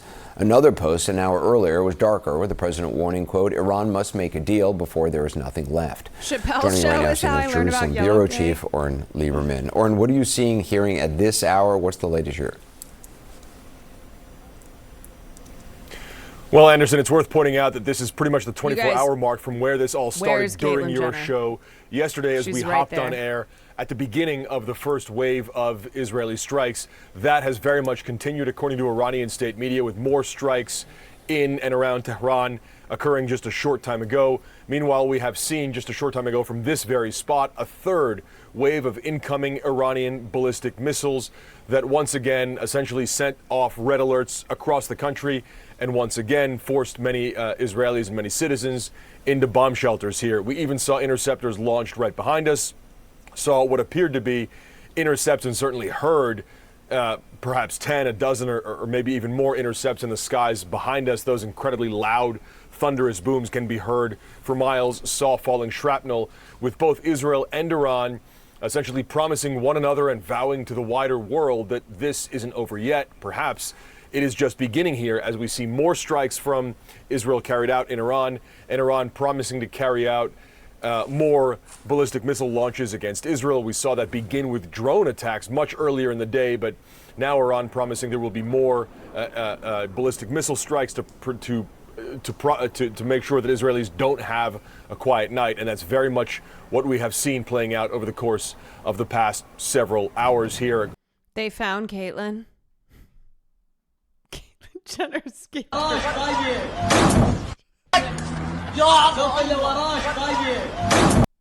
my God. Okay, obviously shit is so serious right now, but oh my God.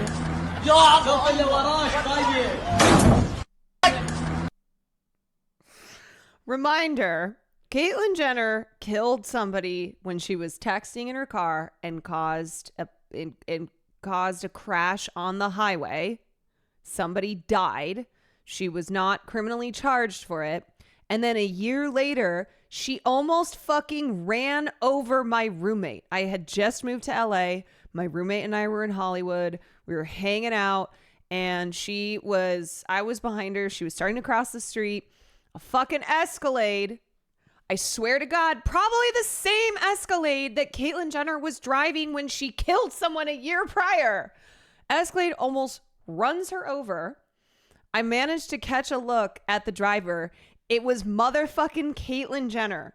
1 year after she had killed somebody with her Escalade. She is not an international star. She's an international threat. Ah! why wasn't Caitlyn Jenner charged? Fucking bullshit reasons. They said, let's see, prosecutors said there was not enough evidence for conviction. She is Mrs. Worldwide, that's for sure. Yeah, they money. Money. So they chalked it up to a traffic accident. They said that even a misdemeanor charge would be inappropriate. They didn't even give her they didn't even charge her with a misdemeanor. They chalked it up to a traffic accident. She was sued. I know that. I know that I think the lawsuit ended up settling for almost $1 million. But yeah, she was texting.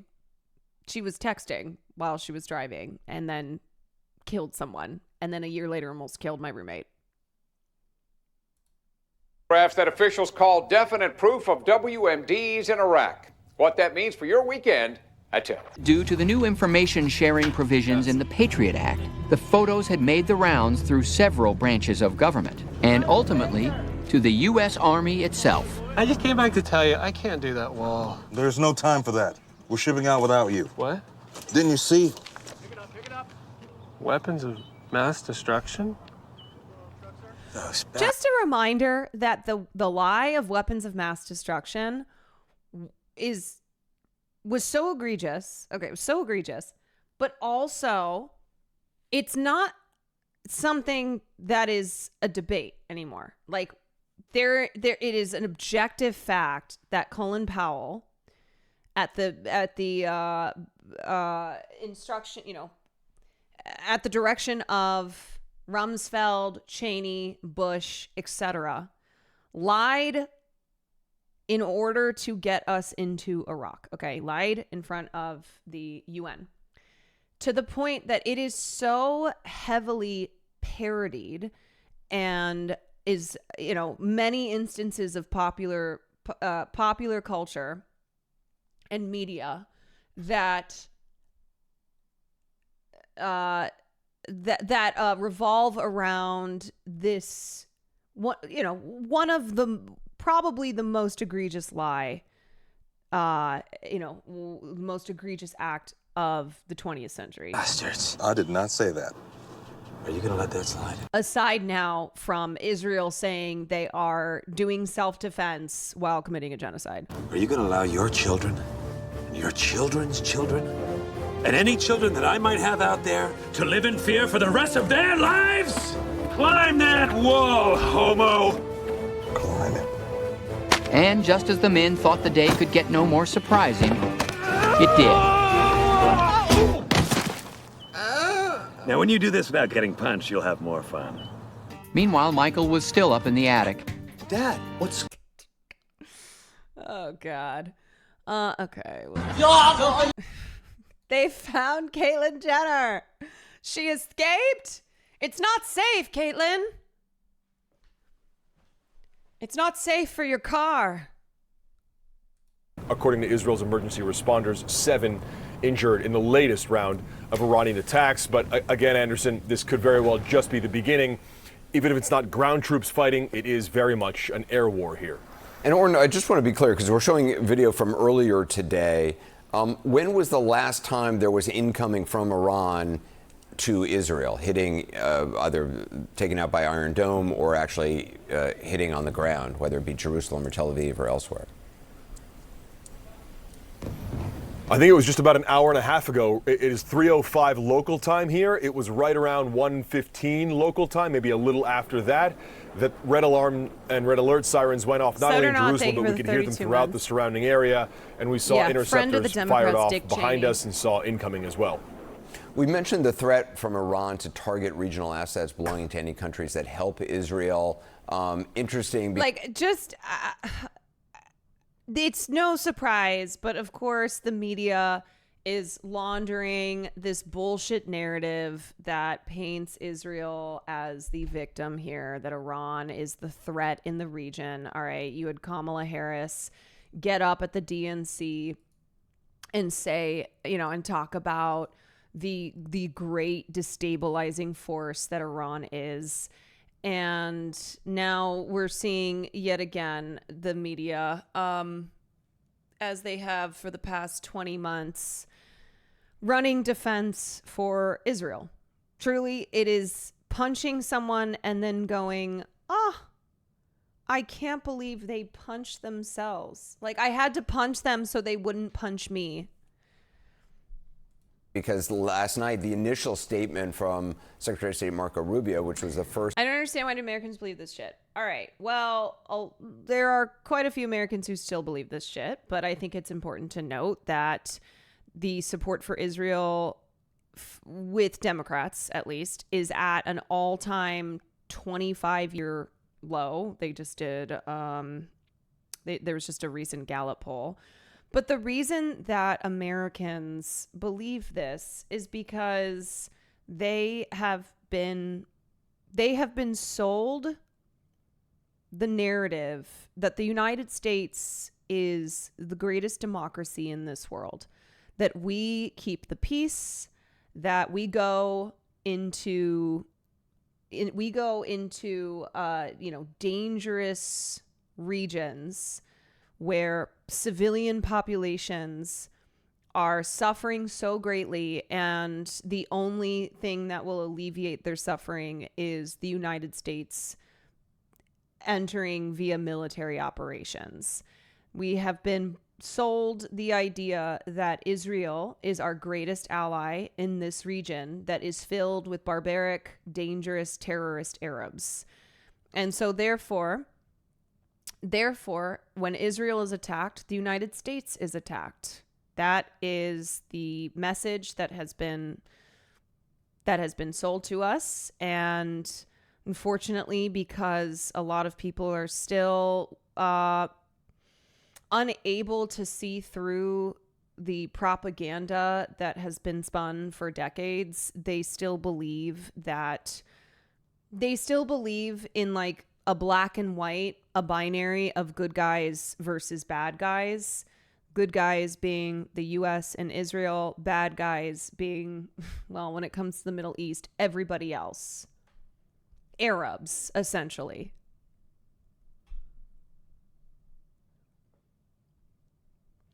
Boomers saying we must protect Israel no matter what, realizing their entire life was a lie. Yeah, because if you wake up and realize that you have been sold lies, then you start to question everything. And you start to question your very identity as a proud American in these beliefs that you we that we are the greatest nation on this earth, that there is such a thing as American exceptionalism, that we are, we are the providers of peace in this world. And it's uncomfortable to sort through these lies to find the truth. It requires a total dismantling, and these truths are uncomfortable. These uncomfortable truths. You learn things that will make you angry, that will make you feel deeply, deeply sad about a country that you have so proudly been a citizen of. And it's a betrayal as well. Yeah, and people don't like to, they don't want to feel betrayed. They don't want to believe. They don't want to believe that their country has been responsible for a lot of pain and suffering in this world.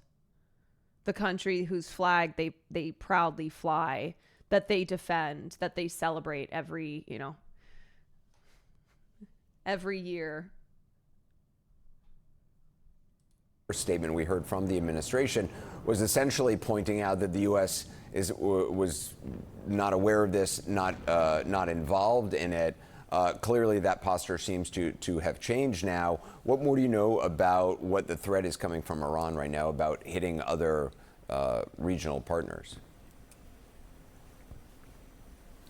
Well, the U.S. statement was it seemed very carefully worded that the U.S. had not taken part in the offensive side of this. Israel was acting on its own. But we know, having talked to U.S. officials, that the U.S. was very much helping Israel on the defensive side. Once there was incoming, there are U.S. THAAD batteries, also U.S. Patriot missiles stationed across the region, and it seems some of that helped intercept the incoming Iranian ballistic missiles. So it seems that's where the Iranian threat is pointed. Yes, there are other countries that make up what U.S. Central Command created, which is a network of detection and interception.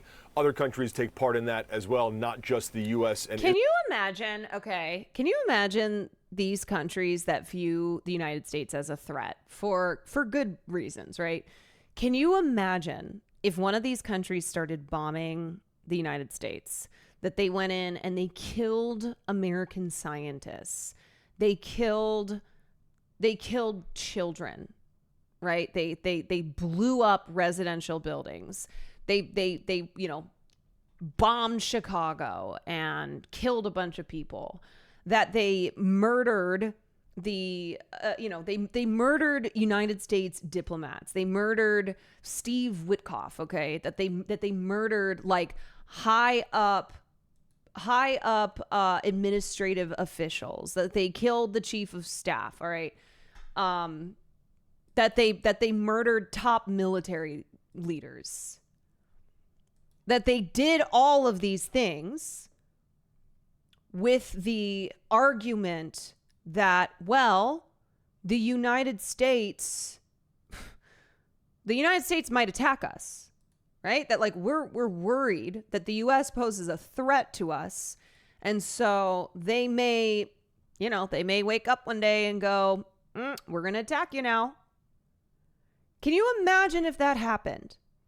There would be no doubt. There would be no other narrative here because it's so ridiculous, because it is so unbelievably out of control, beyond the pale, ridiculous, and it would be deserving of total condemnation. There would be a recognition that you cannot do that. You cannot do that. Not just per international law, but also because that's not how things should work, right? That's not how we should be able to operate.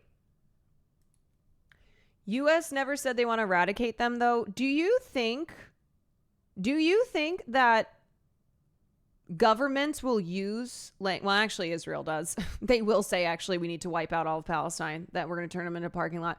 But like, because the United States has not said, oh, we need to eradicate Iran, like point blank, that they haven't said that it means that for decades now, they have not been engaging in aggression via their attack dog in the Middle East, Israel, so that they can control their interests in the region. You know, there's this notion that people have where if a government does not come out and explicitly state their intentions, because why would they, unless they are Israel and they are just now acting like they've got total impunity, because they do. And so they don't give a fuck about what they say because they get to just pretend they're victims. But for the most part, governments like disguising what their real intent, their real goals are by pretending, by the things that they state publicly, saying otherwise. Trump has said in his recent Truth Social post, Iran to give up before it's too late. No threat my ass. Well, that's the thing, right? Is like when you have Israel and when you have Trump, actually the whole, well, they're saying the quiet part out loud. It's not even the quiet part anymore. Like they are going against the way that things are traditionally done, in that they are flat out saying what they're going to do. Israel, Iran. some of the Arab states too. But it doesn't seem like that's where Iran is really pointing the threat. It seems like Iran is threatening U.S. bases in the region. And of course, there are significant bases. Well, maybe Iran shouldn't have been in the region where U.S. military bases are. Okay? Sorry. What are these military bases supposed to do with Iran there? Fifth Fleet is based in Bahrain. Air Force Central Command is based in Qatar. And then there are U.S. forces in Iraq and Syria that have come under fire from Iran-backed proxies there. It seems that's where Iran is pointing this threat. The U.S. has already threatened back, essentially, and said if Iran attacks U.S. forces, then the threat of U.S. getting involved becomes a very real possibility here. So here's the thing, okay? Here's the thing. So Iran retaliating against U.S. troops and bases and other assets in the region, it would, of course, give then the U.S. political and media class even more of an excuse, as they would spin this, of course, that we are under threat, right? That we have to self-defend, to enter into war with Iran. But the thing is like, that's not even necessary. That doesn't even have to happen. You know, it doesn't even have to happen that Iran were to attack troops or military bases or other assets in order for the U.S. to then go, well, now we have to be involved. In order for Israel to have an excuse to, you know, drag this into a full-scale war.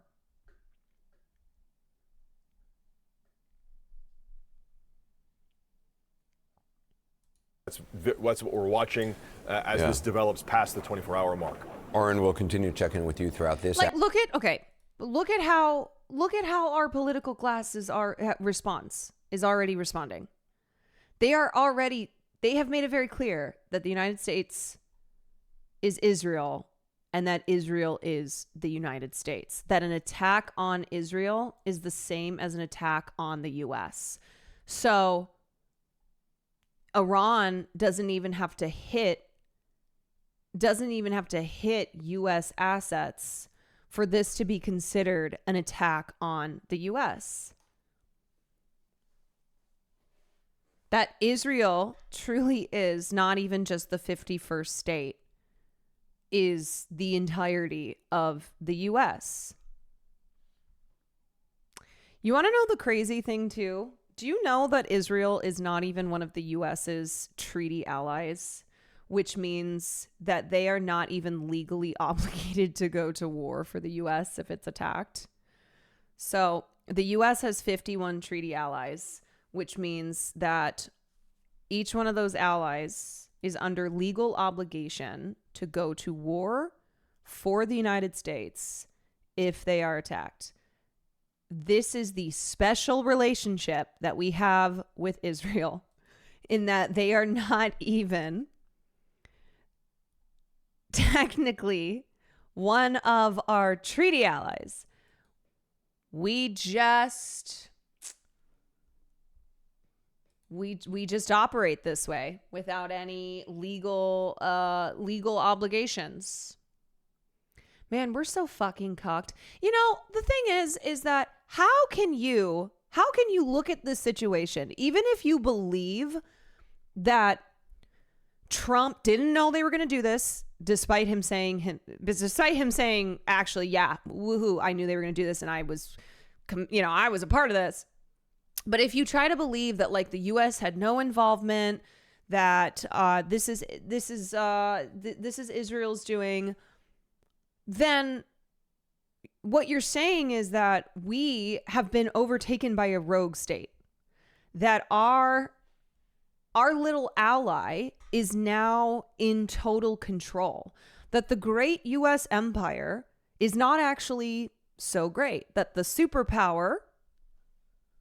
our superpower status is now threatened because we can't even control what little Israel, a state with a population of 9 million that does not possess the power that we do, and the power that they have is because we give it to them, that now they're calling the shots?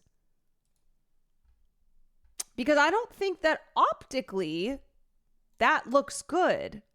It looks not good. I'm Canadian and fuck Trump, by the way. You mean you're not one of those Canadian hogs? One of the most embarrassing archetypes you can be, which is to be from Canada and to be Canadian. You live in Canada and you're a MAGA hog. Hour. Joining me right now is CNN Chief White House Correspondent and anchor of The Source, Caitlyn Collins. Kate, what are you hearing from White House officials? Well, what Oren just laid out there is a key part of this that they are very closely watching at the White House, which is whether or not Iran does go after U.S. personnel or U.S. interests inside the region, and whether or not that does pull the U.S. further inside of this. It's actually a debate that has kind of been roiling President Trump's world today, the MAGA world today, at least some people who do not want to see the U.S. get more involved in this. While between Trump and Elon, Israel and Iran, MAGA's been going through it. Also the ICE raids, right? Where they're going, hold on a second. I voted for the guy who said that he was going to deport them all. But I didn't mean, not like this. MAGA's going through it. You know what? Prayers up for MAGA. All right. Can we have a moment of silence? Moment of silence for MAGA. Because MAGA has really been going through it these last couple weeks. MAGA has been having a rough one. They've been having a rough one. It's got to be tough, you know? Elon versus Trump. These ICE raids taking hard-working people that you're like, hold on a second. These guys are working hard. I thought we were going to go get the criminals. Why are they taking Home Depot workers? Wait, hold on. I didn't know that was going to happen. And now your peaceful dove, you know, bragging about how he was part of the attack on Iran. Tough.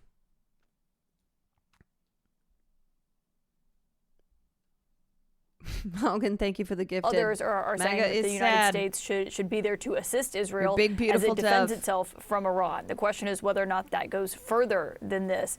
And Anderson, we did hear from President Trump today praising these strikes as excellent from Israel on Iran last night, even though just hours before he had publicly been saying he did not want to see Israel strike Iran because he was worried that it would derail those diplomatic talks that have been happening, those talks about a nuclear deal between the United States and Iran. There's supposed to be another meeting on Sunday about that, and we still haven't gotten really a clear answer as to whether or not that is still going to go forward. That's not fucking happening. The president, was not in front of cameras today. He spent most of it basically on the phone and in meetings with advisors behind closed doors today. He convened his national security team inside the Situation Room for well over an hour earlier today. And, I was in the halls of the West Wing. I saw his Middle East envoy, Steve Witkoff, going from meeting to meeting. And so obviously there's been a lot of activity happening at the White House as they have been watching this. But it is a notable turn to see the president praising this strike so much and just how far ranging it was after very publicly. You know what? Shout out to the few individuals like Z Squirrel who have been sounding the alarm bells and being like, do not fall for this theater. Do not fall for the fake fight between Netanyahu and Trump and for this to be spun into, oh, the U.S. was in the middle of these talks, these nuclear talks, and they had this wasn't their doing. There have been a few accounts that correctly identified what was going to happen here. Yeah, remember when Biden was very upset? He called Netanyahu, and it was a very stern call. President Biden is not happy. President Biden is upset, and he had some stern words for Netanyahu. Actually, no, he didn't. You want to know how we know that? Because Israel themselves, Netanyahu and other top-ranking officials will be like, yeah, the U.S. is such a bitch. They're so cucked. We're doing whatever the fuck we want to do. They're not even trying to pretend to mention a ceasefire. No, we've got full reign, and that's why they're acting this way. That's why they are so rogue. Why they are so rogue, and they are fighting everybody. That they're bombing everyone. That they're doing a genocide because they're like, the U.S. isn't going to stop us, and if the U.S. doesn't stop us, then who can? The rest of the world needs to. Butterstains, thank you for the 5 gifted subs. Mumbles, thank you for the 22 months. Yeah, just a small bean president who had no power. Never forget, all it takes is one phone call. One fucking phone call, okay? That's it. Biden refusing to stand up to Netanyahu. Trump, same thing. Never forget, it takes one phone call. He had been signaling that Israel should not take this step as he wanted to try to achieve a deal first. And so we'll see, of course, what is the next step here and what's going to happen. As I should note, just... And not like the squirrel or dog shit in their taste in South Asia. Very arrogant and being wrong about it, but they are correct about this. Yeah, I don't agree with squirrel on everything, but there are... And I sometimes think that they're a little cray, but there are certain things that they have absolutely been spot on. The context of all of this, Trump is preparing to go to Canada on Sunday night. He's meeting with world leaders at a summit there. And so obviously this will be a key issue and how this develops over the next few days. Yeah, Caitlyn Collins, thanks very much. Joining me now is CNN Global Affairs analyst Brett McGurk. He's a former Middle East and North Africa coordinator for the National Security. They blocked me despite never interacting with them. They are known to do that. They don't follow a single account on Twitter. And they, yeah, anyway. Council, also CNN National Security Analyst, former Deputy Director of National Intelligence, Beth Sanner, CNN Political and Foreign Policy Analyst, Barak Ravid, and CNN Jerusalem Correspondent, Jeremy Diamond.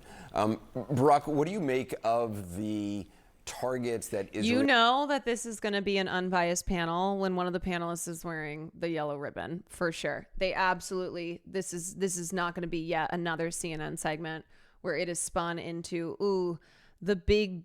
bad, dangerous, destabilizing Iran that Israel has to go up against because otherwise they pose too great of a threat. The other thing too, let me be fucking clear, all right, before anyone's like, oh, so you think Iran is great and perfect. So you support, you support theocracy. Let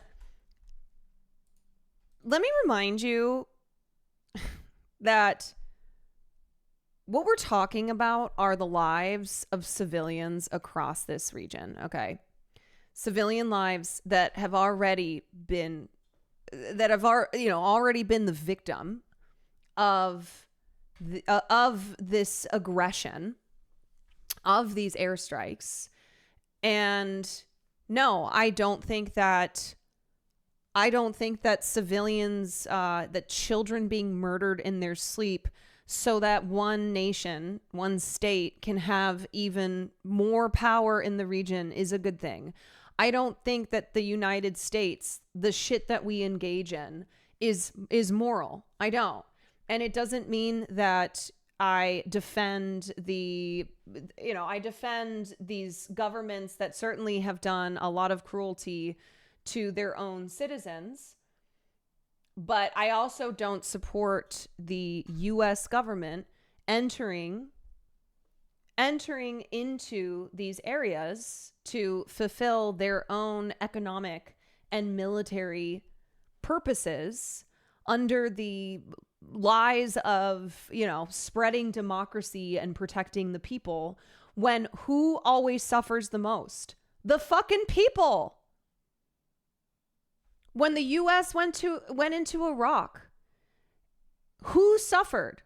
The people, the civilians. That's who always suffers. That's who always is killed, is bombed and starved and used as pawns. And for the millionth time, here's a prime example of how Israel does not keep their people safe. That Israel does not keep Jews around the world safe, because you cannot keep your people safe when you are acting in this aggressive, out of control, when you are currently bombing four countries that you are going to war against, and then also committing a genocide against an incredibly vulnerable population that you have kept in a cage. So, no, Israelis, do you think that they feel safe? Do you think Caitlyn Jenner? Look at her!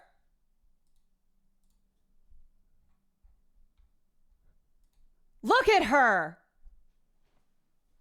She has to drink her wine in a bunker.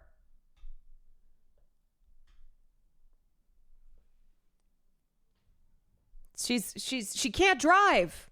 Yeah, because she's in the bunker.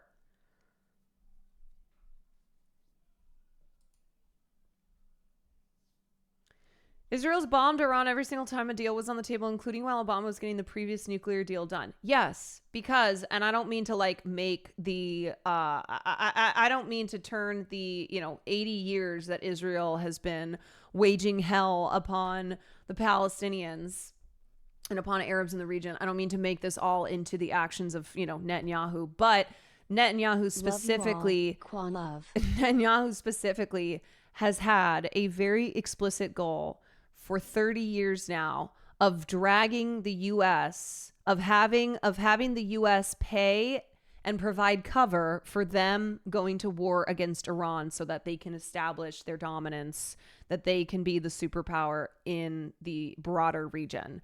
Netanyahu, for over 30 years, has been a big instigator in pushing the Iran's about to get nukes.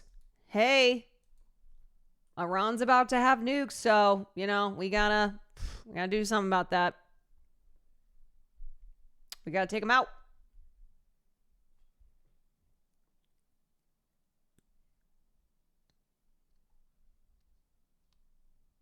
Israel has hit so far that we know about, both the facilities that they have chosen to strike and also the ones that they haven't, and the targeting of scientists, top military commanders.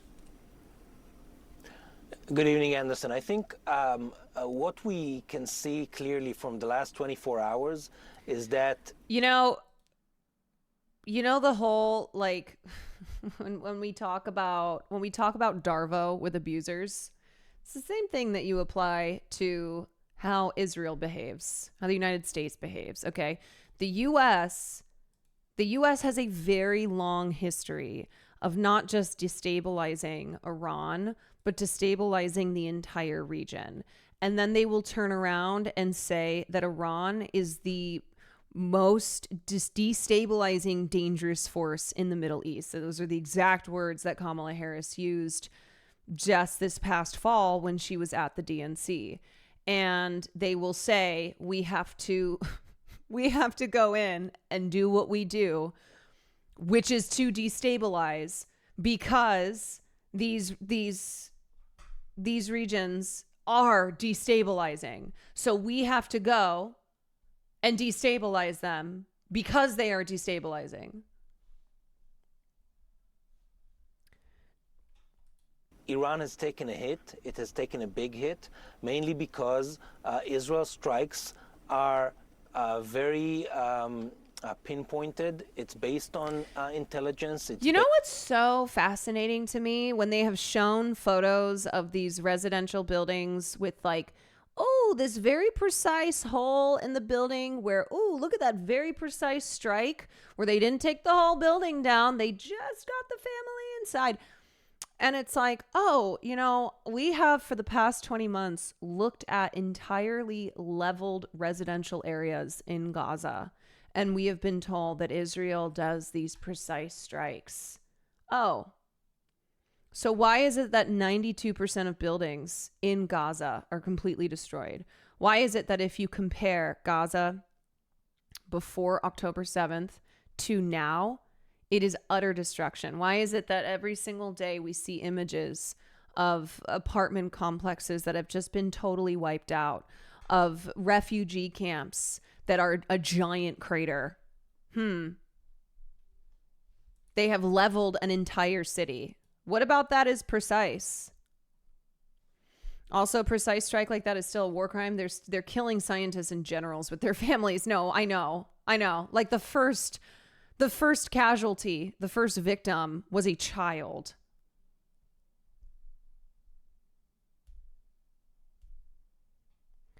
Remember that what happened last time when the U.S. thought that Iran had chemical weapons that had already been destabilized by Western powers and people act like it's new.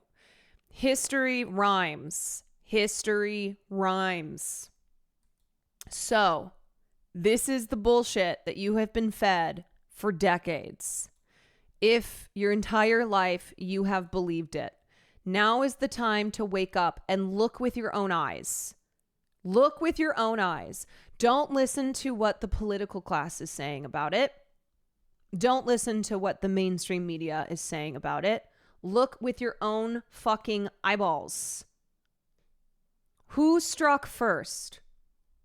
Who has always struck first? Who has leveled all of Gaza? Who is going into the West Bank and brutalizing the Palestinian people there so that they can build more settlements? Who says outright what their intentions are?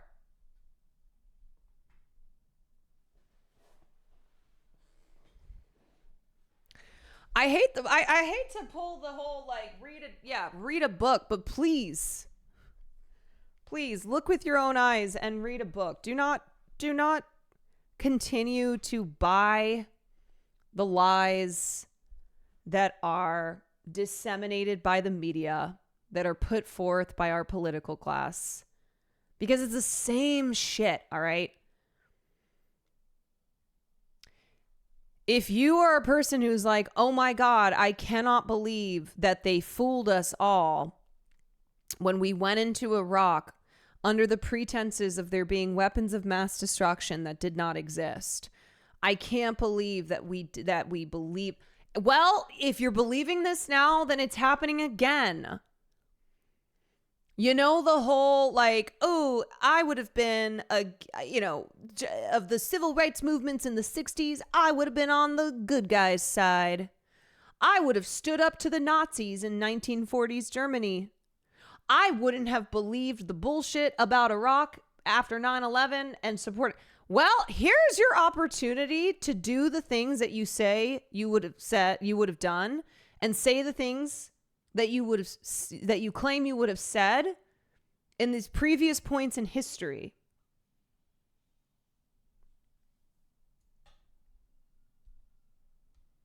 Now is your time, okay? If you look back on these other moments and go, well, I wouldn't have believed that. I wouldn't have stood up for that. It's basically this. Flunky, thank you for the 30 months. It's basically this. Let me see. Yeah, that's why I posted this photo. No comment. No comment necessary. This happened in our lifetime. Well, I think most of us. I hope so. I do hope there's not people in here who are younger than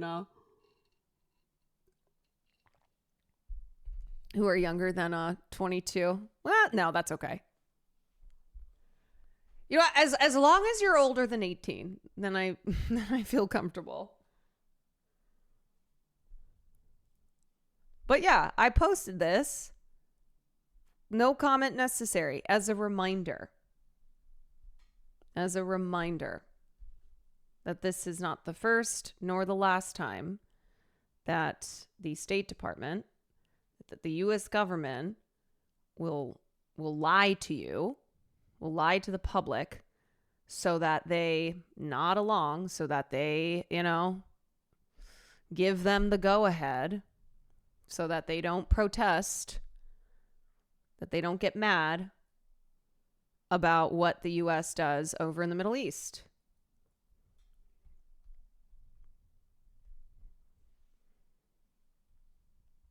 This is a very, very now well-known photo, infamous, because of what it represents.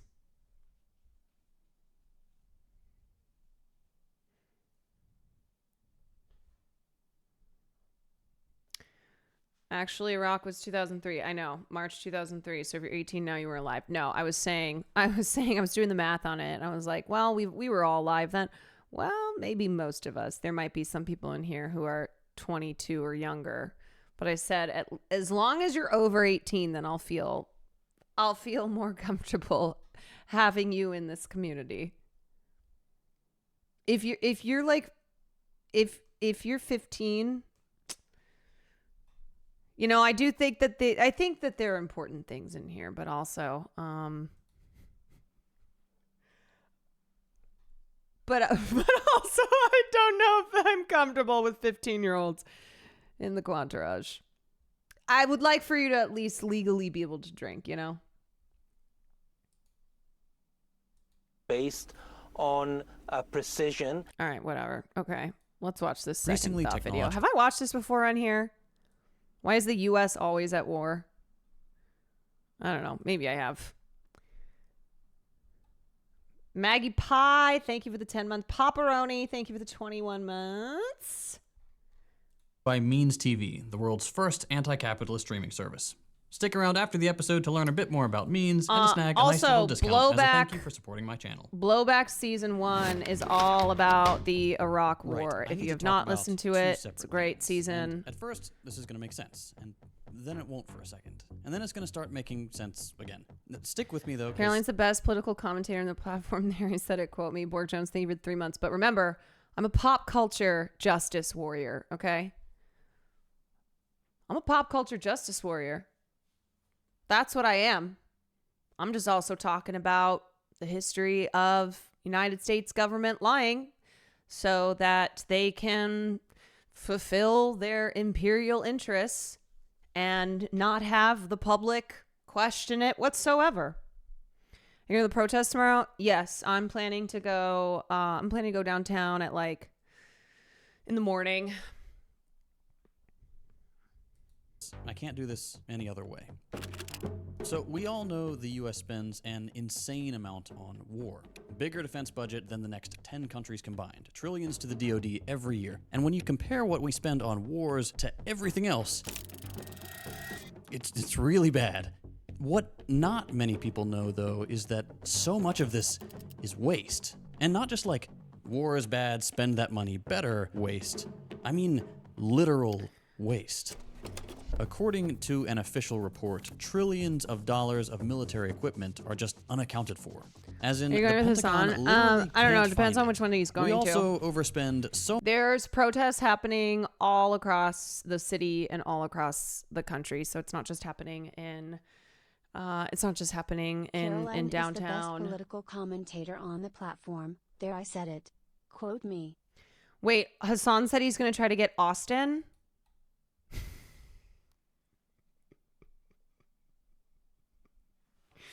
Austin was panicking. The first day that Hassan went to the protest because he thought he was gonna die.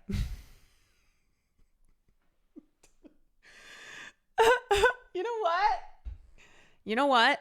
Let's get Austin Show out there, okay? Let's get Austin Show out there, and I'm gonna shove that sign in his hand that I said I was gonna make earlier. That well, I can't repeat it. It's too long.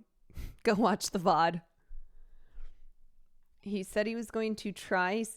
No, he did not say he was going to try. He said he was going to. Oh, he's going to get Austin to go. Okay. You know what? I believe that it will happen.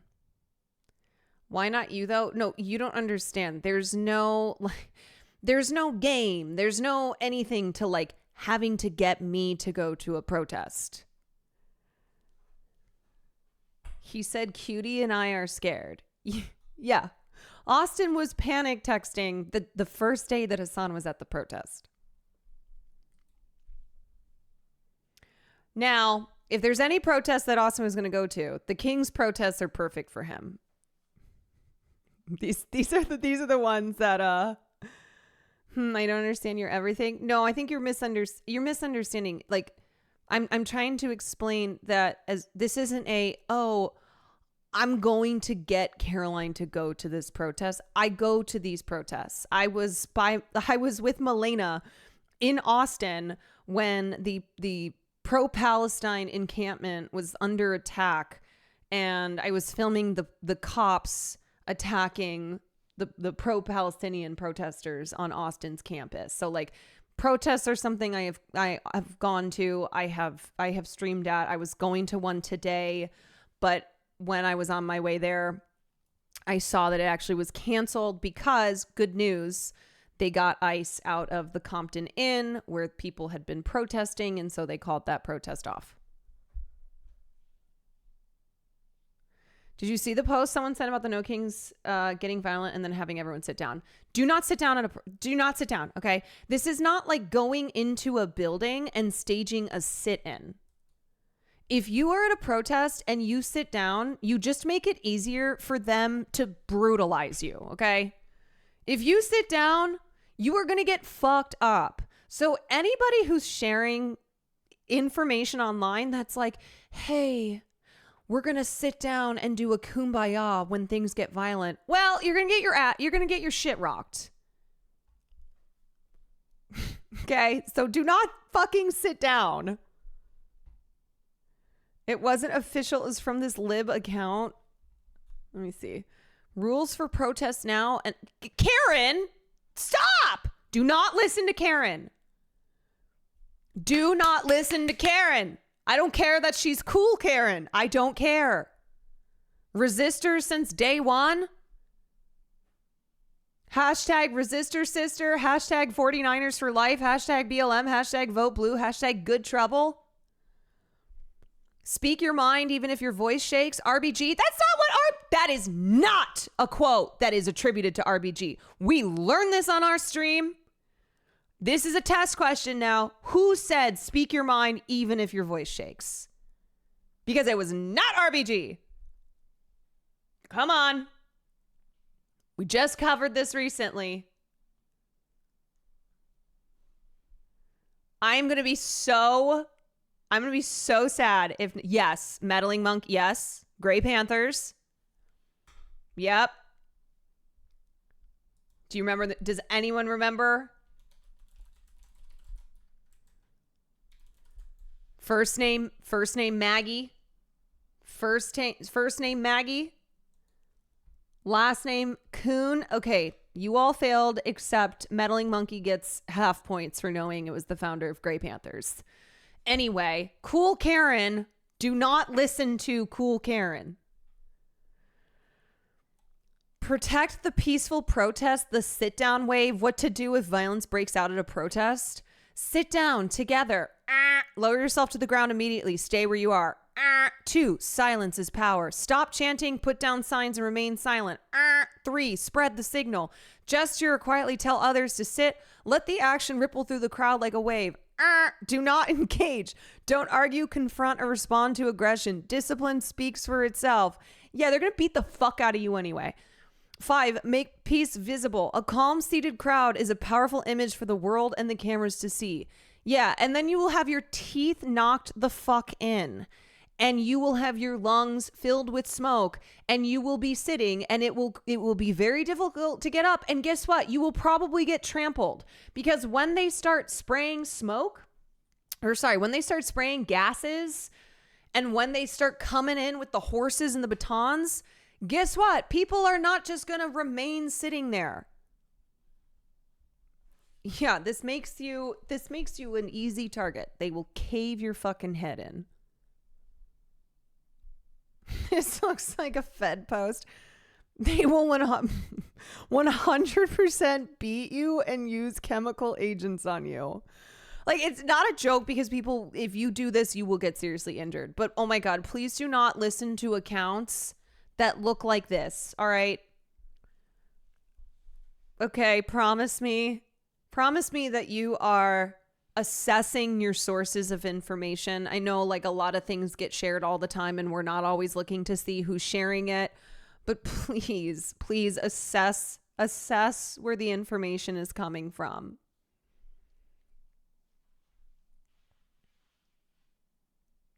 As RBG said, be like water. Hashtag sit down wave, hashtag peaceful protest, hashtag nonviolent power, hashtag Gandhi.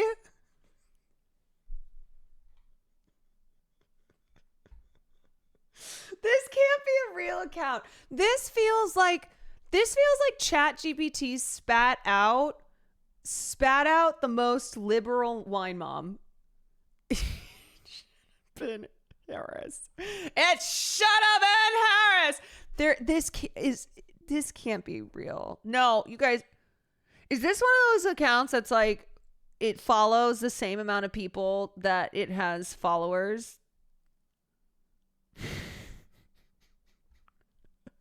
Dear Donald, we're having such fun because we're not indicted. Too bad, so sad. And it's a picture that includes 3 war criminals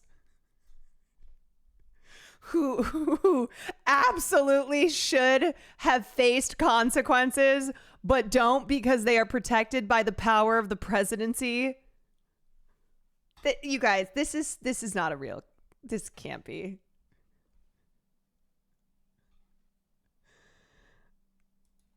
I found a picture of Cool Karen.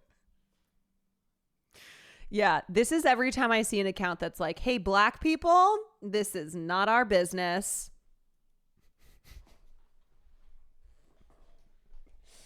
Oh, Jesus Christ. Okay, anyway, yeah. Don't. Ah! Okay.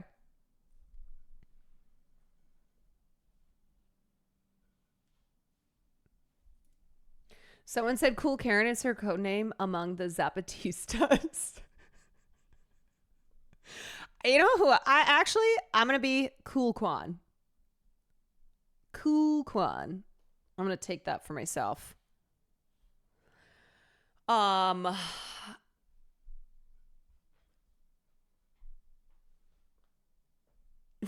She vacations in Puerto Vallarta. She's like, I just love Mexico. I go for every spring break. You know what's amazing to me is MAGA people who just love going to Mexico for spring break, and then we'll talk about how Mexicans are, criminals and whatnot. I'm like, oh, Mexico. Can I have an order of guacamole? Legit Josh, thank you for the 2 months. Super, thank you for the tier 1. Zach QTX, thank you for the prime. Okay, all right. Anyway, we're watching this. So much on weapons that the military will often outright reject new equipment because it doesn't know what to do with it. Great, that's thing number 1. Here's thing number 2. So, for a bit over half a century now, despite all their disagreements, the world's major countries have as Tupac said, they got money for the war, but they can't feed the poor. So why is the US always at war? Because money. People who create weapons will sell you the belief that you are always in danger. So, got to go in and use those weapons to keep you safe. Consistently agreed on something. I'm so sorry. That was also RBG. You're right. That was also RBG. They got money for the war, but can't feed the poor. That was also should be properly attributed to RBG. That's where to have their wars. Here, in the Middle East. Those of us living in Western Europe and North America, we've barely experienced anything that looks like conflict since World War II. But in that same time, there have been dozens of wars in or between countries in West Asia and North Africa. And there's obviously been a lot of that going on this past year. Israel's been on a genocidal campaign against Palestinians in Gaza, and they clearly want to move towards regional escalation by bombing Yemen, Syria, Iran, and Lebanon. Nothing new here. The US has been doing pretty much the same thing in this part of the world for decades. We invaded Iraq and Afghanistan in the 2000s and led many, many, many drone campaigns in Pakistan, Libya, Somalia, and most of the countries I've already mentioned. Great, that was the second thing.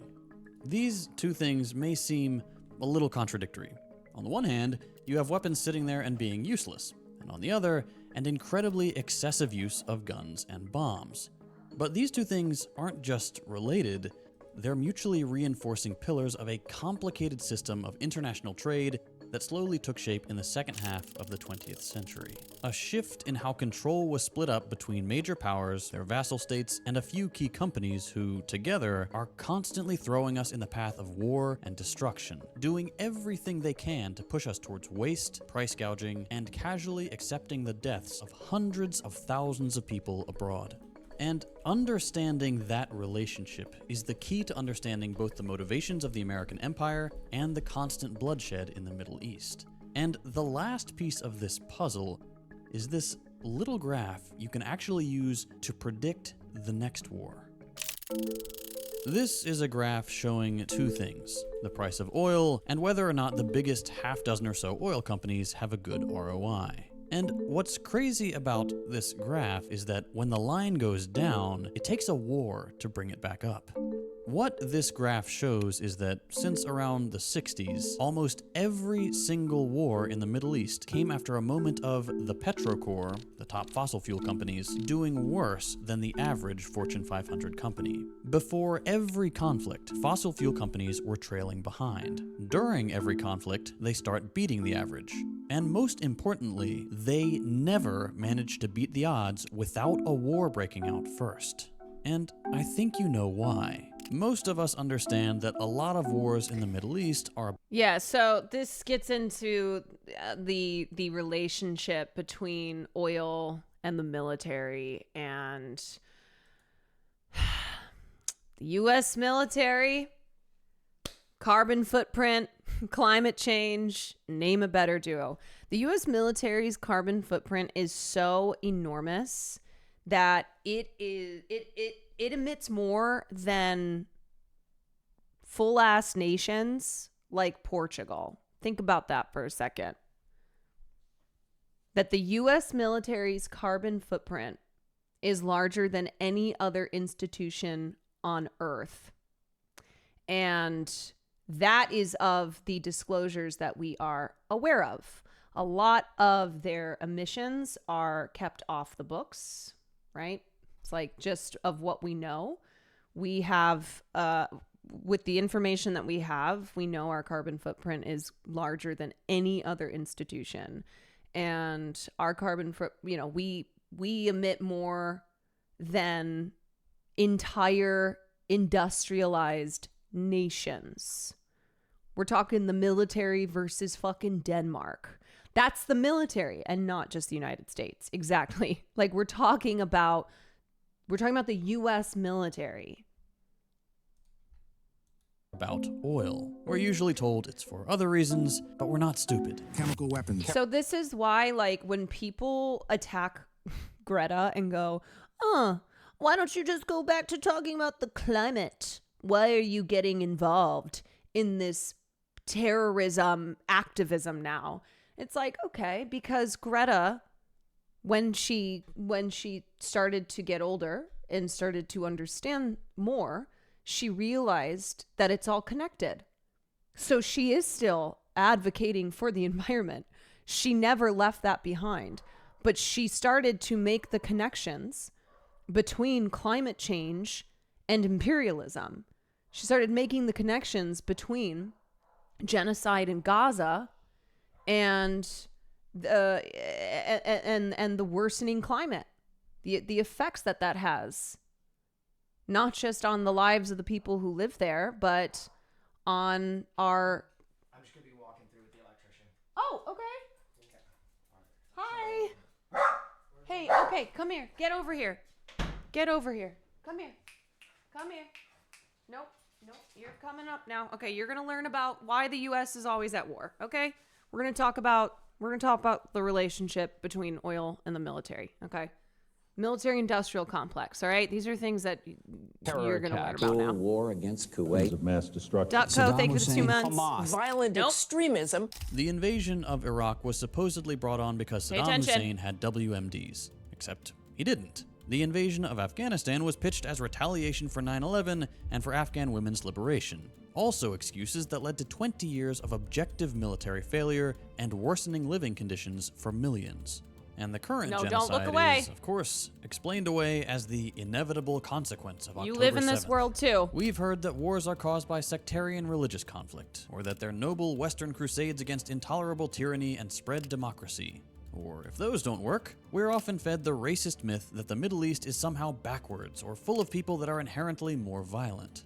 Every excuse has been tried. Bear witness. And that's despite the fact that top US officials have explicitly admitted that the oil interests are behind conflicts like Iraq. Frankly, it's not surprising. Bush Jr. and Dick Cheney were both white-collar oil guys, and Exxon, Chevron, BP, and Shell collectively spent more money on the 2000 election to get them into office than on any election before. No one was shocked when these two sailed into Iraq on the axis of evil rhetoric, and those same companies that got them elected won unprecedented access to Iraqi oil fields they'd been eyeing since at least the late 90s. But if Iraq was obvious, it's less clear what all these other wars have to do with it. That is, unless you understand a little bit about the price of oil.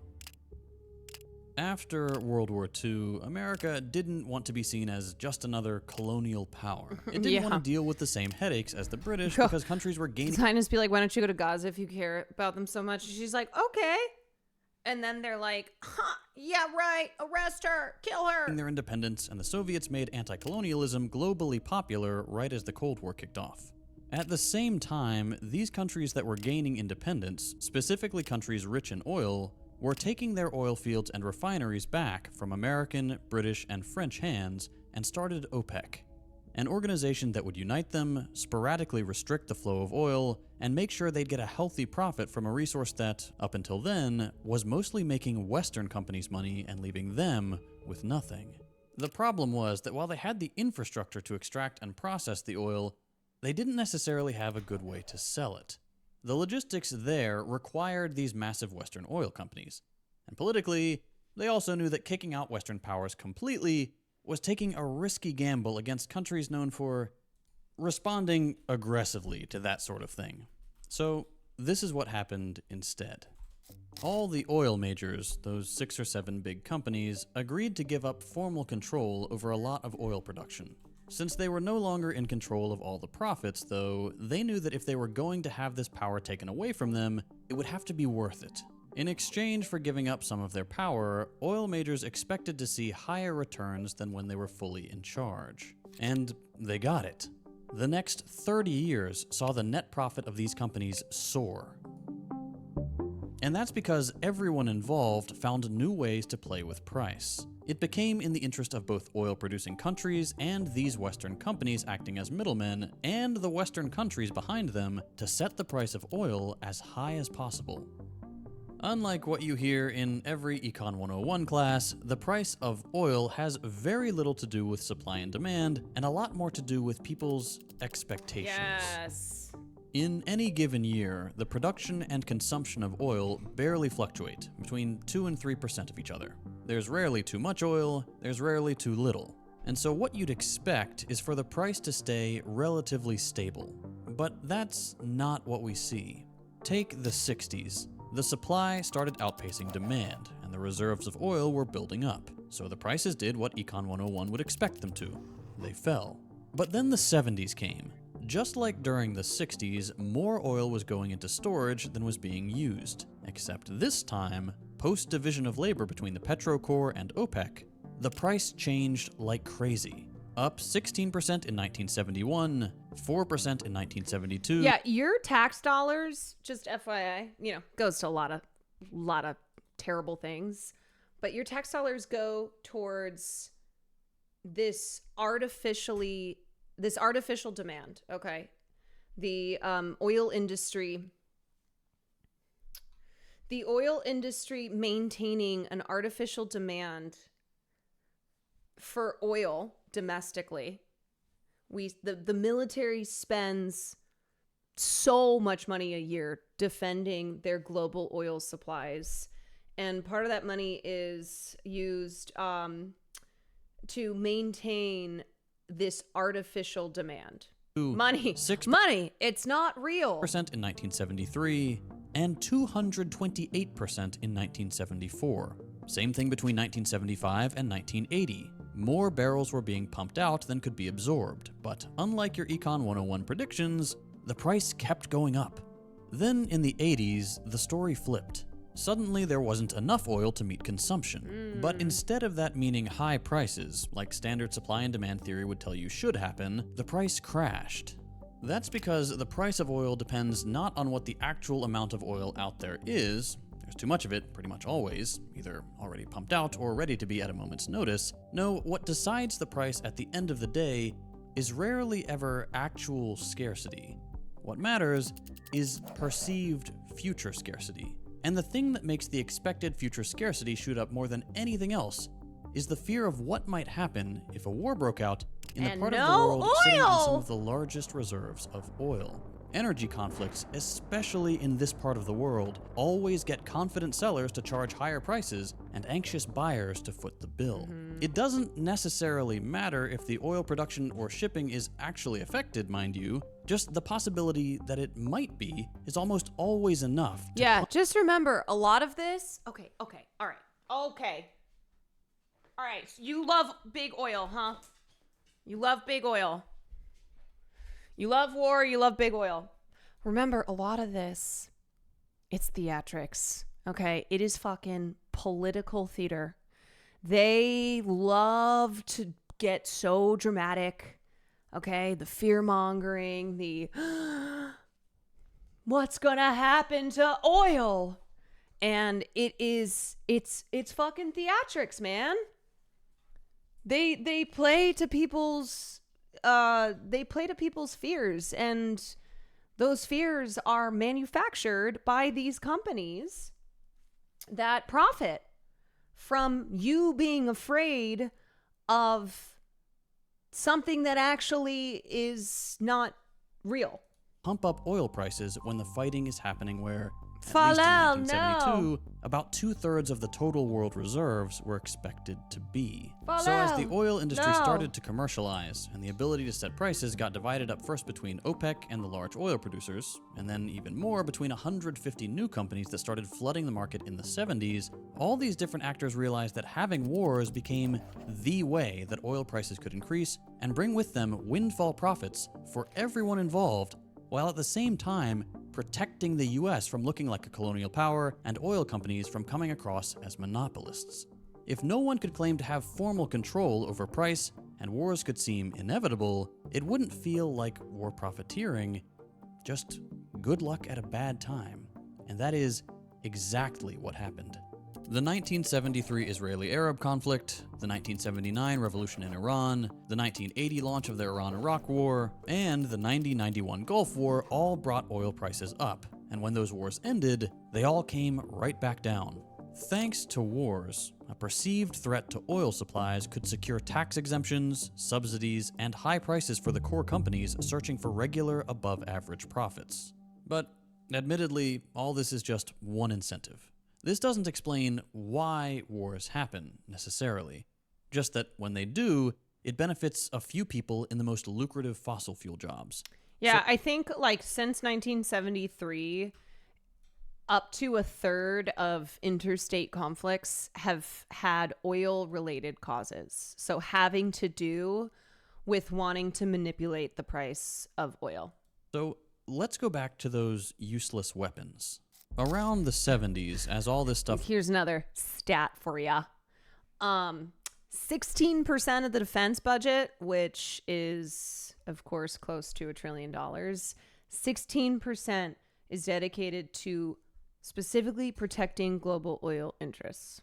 With oil is happening, the US government started projecting that it would be spending less on its domestic weapons companies as the wars in Korea and Vietnam started winding down. They just didn't need to be spending that much, and protests sure made it seem like a huge... Now, no, remember, interstate conflict, we're talking about all around the globe, okay? We're not just in the Middle East. Like, of all interstate conflicts. Now, I don't know what the statistic is for specifically the Middle East region. I imagine it is damn near about 100. Huge waste of money. This really spooked weapons manufacturers. Thankfully, it just happened to coincide with everything we just covered. Report that Belfer a lot Center of oil-producing countries suddenly finding themselves pretty flush with cash. Too much cash, actually. This was a problem for both the US and oil exporters. Without getting into too much detail, basically the US worried about running into a balance of payments crisis, spending too much on oil and not exporting enough of its own stuff. And that fear was getting exacerbated by the fact that oil importers literally couldn't find anything more to buy. At a certain point, the influx of dollars they were getting from oil had nowhere to go when spending on both consumables, like food and clothing, and more durable things like cars and industrial machinery reached their limit. Oil export... Born too late to deploy to the Middle East. Born too early to deploy to the Middle East. Born just in time to deploy to the Middle East. Someone says, I've seen this floating around and it truly doesn't make any sense to me. It means we're always at war with the Middle East. Exporters couldn't justify buying any more from the US, but oil prices kept rising and dollars kept coming in. Like the US, they needed to find a way to absorb that capital and recycle those dollars. This is where useless weapons came in. See, the good thing about guns is that you can never have enough. Unlike things like food, what makes weapons special is that the simple act of buying weapons is their primary use for their main consumers. Governments. They don't even need to be fired for them to have completed their function. Saying you have more guns than the other guy is the point. And for countries trying to freak out their citizens and justify buying more, not having as many guns as the other guy is often justification enough.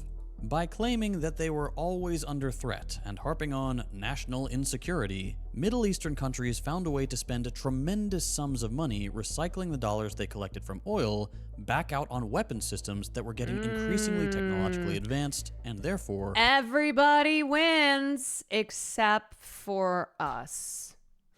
And by everybody, I mean fossil fuels, the military-industrial complex, big oil... They all win. Expensive. Today, a fighter jet can run into the tens of millions of dollars per unit. So updating your fleet every few years with a new upgrade can easily become a sink for loose dollars. And the best part is, there's no limit. You'll literally never have enough because there's no expectation that you'll ever need to calculate how many you'll use. This, in turn, increases tensions, stokes fear of a possibly devastating conflict on the horizon, and increases oil prices, which justify increased dollar recycling through buying weapons. And you can actually see this in the data from this time. This goes back to like what I was saying yesterday. You know, Donald Trump is in many ways fucking stupid. But when he laughs at veterans, when he calls them suckers and losers, the reason that he does that is because he's a capitalist.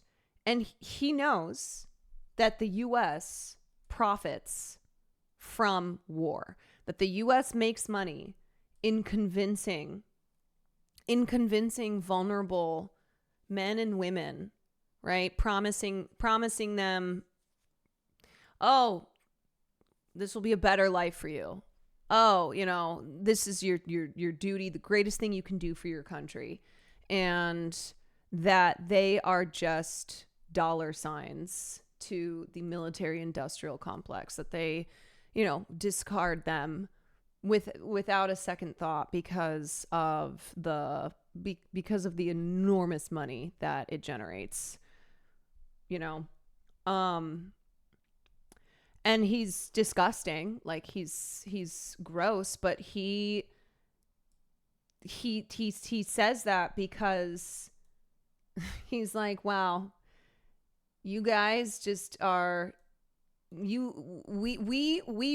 billionaires, we in the elite class, in the ruling class, we use and abuse you, and you can't even figure it out. It's the same thing when he would like talk about how he could shoot somebody on Fifth Avenue and people would still support him. Like, there's a lot of times that Donald Trump, he says exactly what he means, and he's laughing at everyone who he and others who are a part of the billionaire and ruling class are taking advantage of, are exploiting.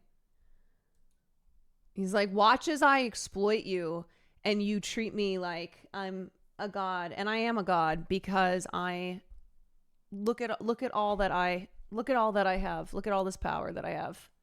For all these oil exporters, every 1% increase in oil revenue meant a 3.3% increase in arms exports 3 years later. In other words, a key coalition emerged between weapons manufacturers, oil producers, and the leaders of oil-rich countries trading in dollars.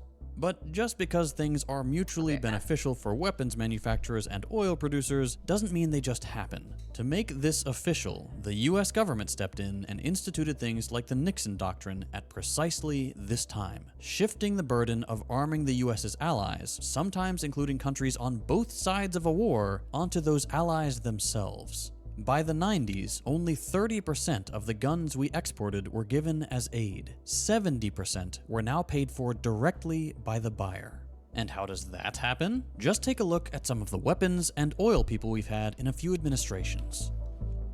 There has never been an administration that hasn't been staffed with major players from the defense or the oil industry. These guys lobby hard with both parties and always come out on top with a seat at the table. And they know that when they have that seat, they stay in tune with what their former and most likely future employers are thinking about. So long as weapons and fossil fuel companies are... This does not change whether you have a Democrat or Republican in office. They all serve the war machine, okay? These are their...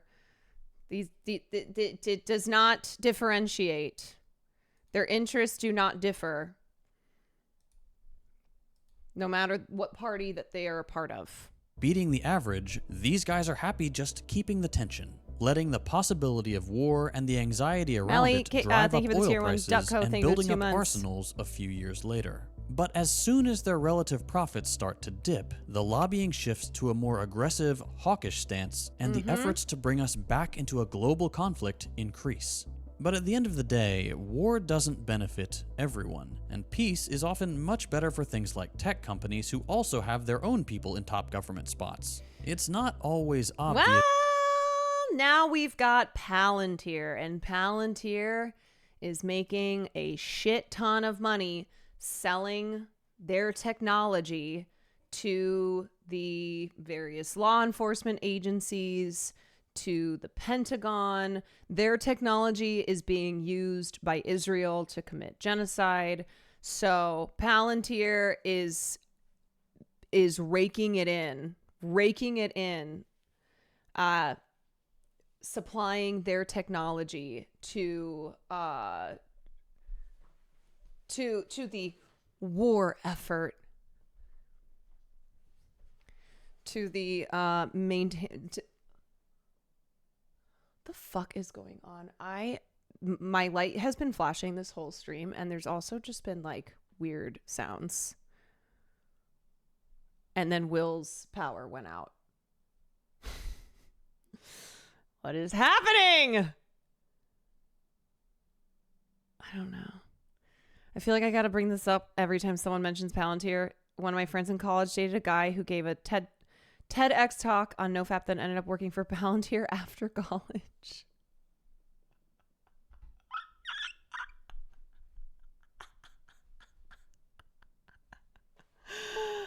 Oh, God. Why does that line up so? That checks out. It does. Yeah, there is not a person who works for Palantir that is not the biggest loser, okay? Just objectively. That's an objective Brad chat looks fact. good tonight. That is an objective fact.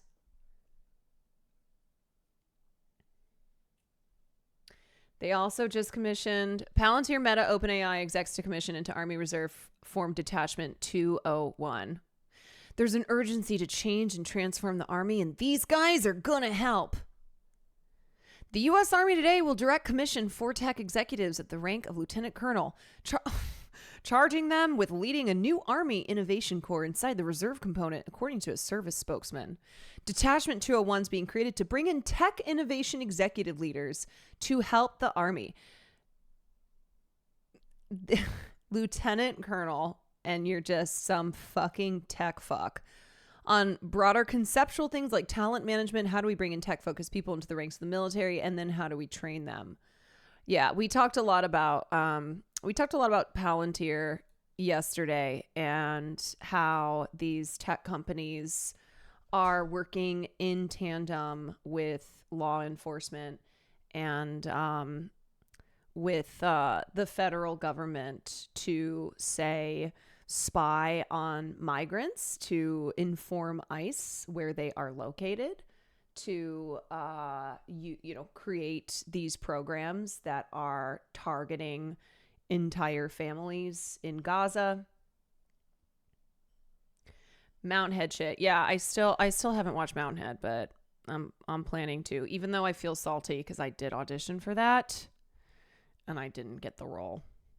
Is that we should be arming a war when other industries getting make data more from money. Waymo. Yeah, I actually have Taylor's video that I wanted to watch So next. when that's the case, weapon and oil industry plants have to actually do their job and use their position in the administration. Their lobbying skills, their leverage, and their power are all put to use trying to escalate anything out of protest. say a Thank you. ceasefire or no-fly zone violation into kindling for an all-out brawl.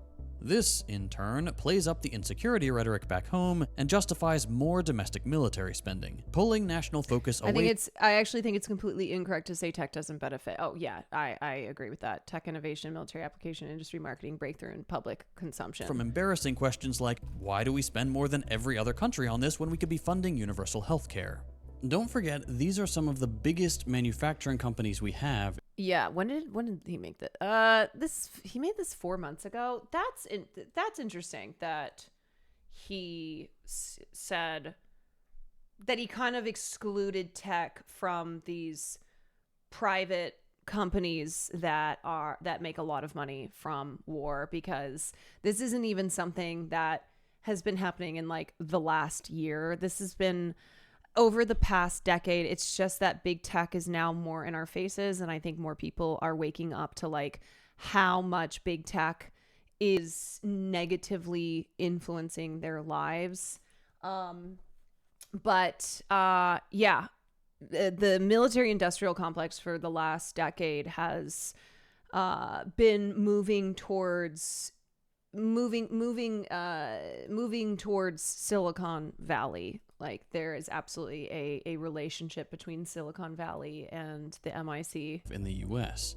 And they use that power to do things like threaten Congress people with job cuts in their districts if they don't keep the war economy churning, even though all evidence points to the fact that investing in literally any other industry would generate more jobs than spending on defense, and as an added bonus, wouldn't murder people around the world.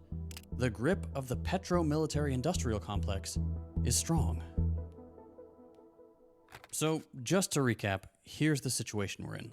Oil and weapon profits depend on a state of permanent tension and regular wars. Those interests have infiltrated the highest levels of government, frequently become our official policy, and have our government spending exorbitant amounts on defense contractors instead of anything useful, while allowing oil companies to price gouge us. All of this benefits those who prefer war over peace. And notably, that includes longtime US allies like Zionists in Israel, who time and time again use the repeated incidents of war and US military support to extend their control over more territory in Palestine, like we're seeing now in northern Gaza. The good news is that none of this is automatic. It takes actual people trying to influence policy to get their way for us to march down the warpath. The bad news is that that is the default option. With billions of dollars of lobbying to play with and a stranglehold on the reins of power, the era of useless weapons and expensive oil will continue. It will continue as long as the profit motive is allowed to dictate who lives and who dies. So until we can force change and shove off the jackboot of capitalism, we can never actually be at peace.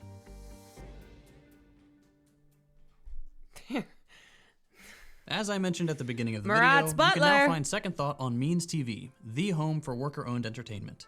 I've been working with the team to bring on a bunch more creators, so stay tuned for some exciting new additions to the roster.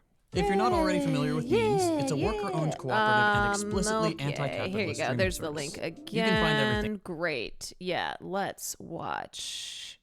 Let's watch a Disney Channel movie. Okay, moment of silence, everyone. We did a moment of silence earlier for MAGA because they've been going through it from the Elon and Trump breakup, although Elon has apologized for the things that he has said, to Trump doing things that he said he would do, but I guess people who voted for him didn't think he would do them, to Iran and Israel, our peaceful dove, being not so peaceful. But this time we're going to do a moment of silence for the WAYMOS. These WAYMOS had families. They had hopes. They had dreams. They were just little guys. Hashtag WLM. Gone too soon. Brave souls. And the pictures and the footage of burning WAYMOS have gotten a lot of coverage in the media to showcase the rest of the world that LA is on fire. That LA has gone to hell. And they keep using the same 3 WAYMOS that were unfortunately lit on fire. Okay, so here is Taylor Lorenz's, oh my God, not subscribe. What is wrong with me? The truth about burning WAYMOS. Yeah, I had an Instagram reel about this that made people really mad. Because we were like, it's funny because we were making jokes in chat, and it's not really a joke, but I was like, WAYMOS, they're cops. And holy shit, white ladies who live in Santa Monica are so mad. They are so angry. They are so angry that I said WAYMOS are cops. But at least it got noticed by Patty Harrison. True.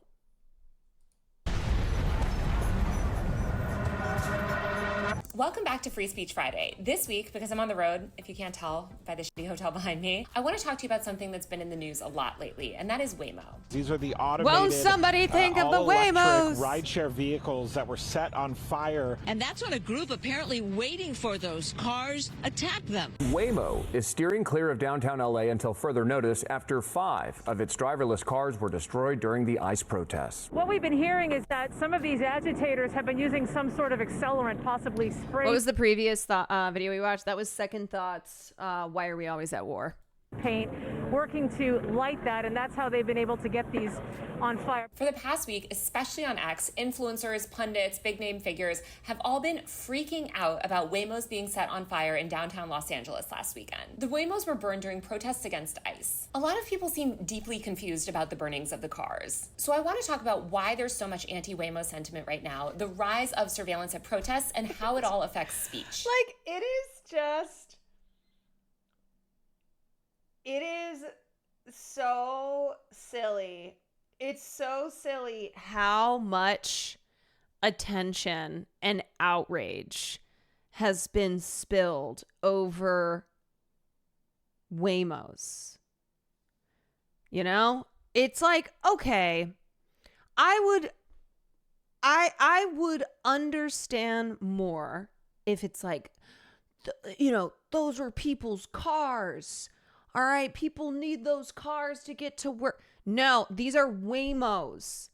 These are robot cars. I'll start by saying people in Los Angeles love WAYMOS, okay? They're easy and convenient rides in a city with abysmal public transport and poor car-centric city planning. Los Angeles WAYMOS have largely been immune from the type of attacks that have happened in places like San Francisco, for instance, where the cars have become a symbol of gentrification and battles over public transit funding. Waymo launched its LA robotaxi service last year, and since then, the company has completed hundreds of thousands of rides across cities like Phoenix, San Francisco, Los Angeles, and even some newer markets like Austin, Atlanta, and soon DC. As more people begin to understand exactly how WAYMOS operate, though, and learn what the company's policies are regarding sharing footage and data with the police, I do think that we're going to see a lot more Waymo attacks. So let's back up and explain briefly how WAYMOs work. Obviously, they're self-driving cars, but to be a self-driving car, you have to collect a lot of data. That's location data, visual data, etc., etc. WAYMOs use LiDAR, radar, and 360-degree cameras constantly to record streets, faces, license plate numbers, and literally anything around them. And this is a good thing, by the way. We want self-driving cars to have this stuff so they don't do things like run over small children. But what a lot of people don't realize is that that data is collected and stored. And it's not just WAYMOs doing this, by the way. Teslas, which also have self-driving mode, also record what's around them. And as more self-driving cars enter the market, they will begin collecting this type of data too.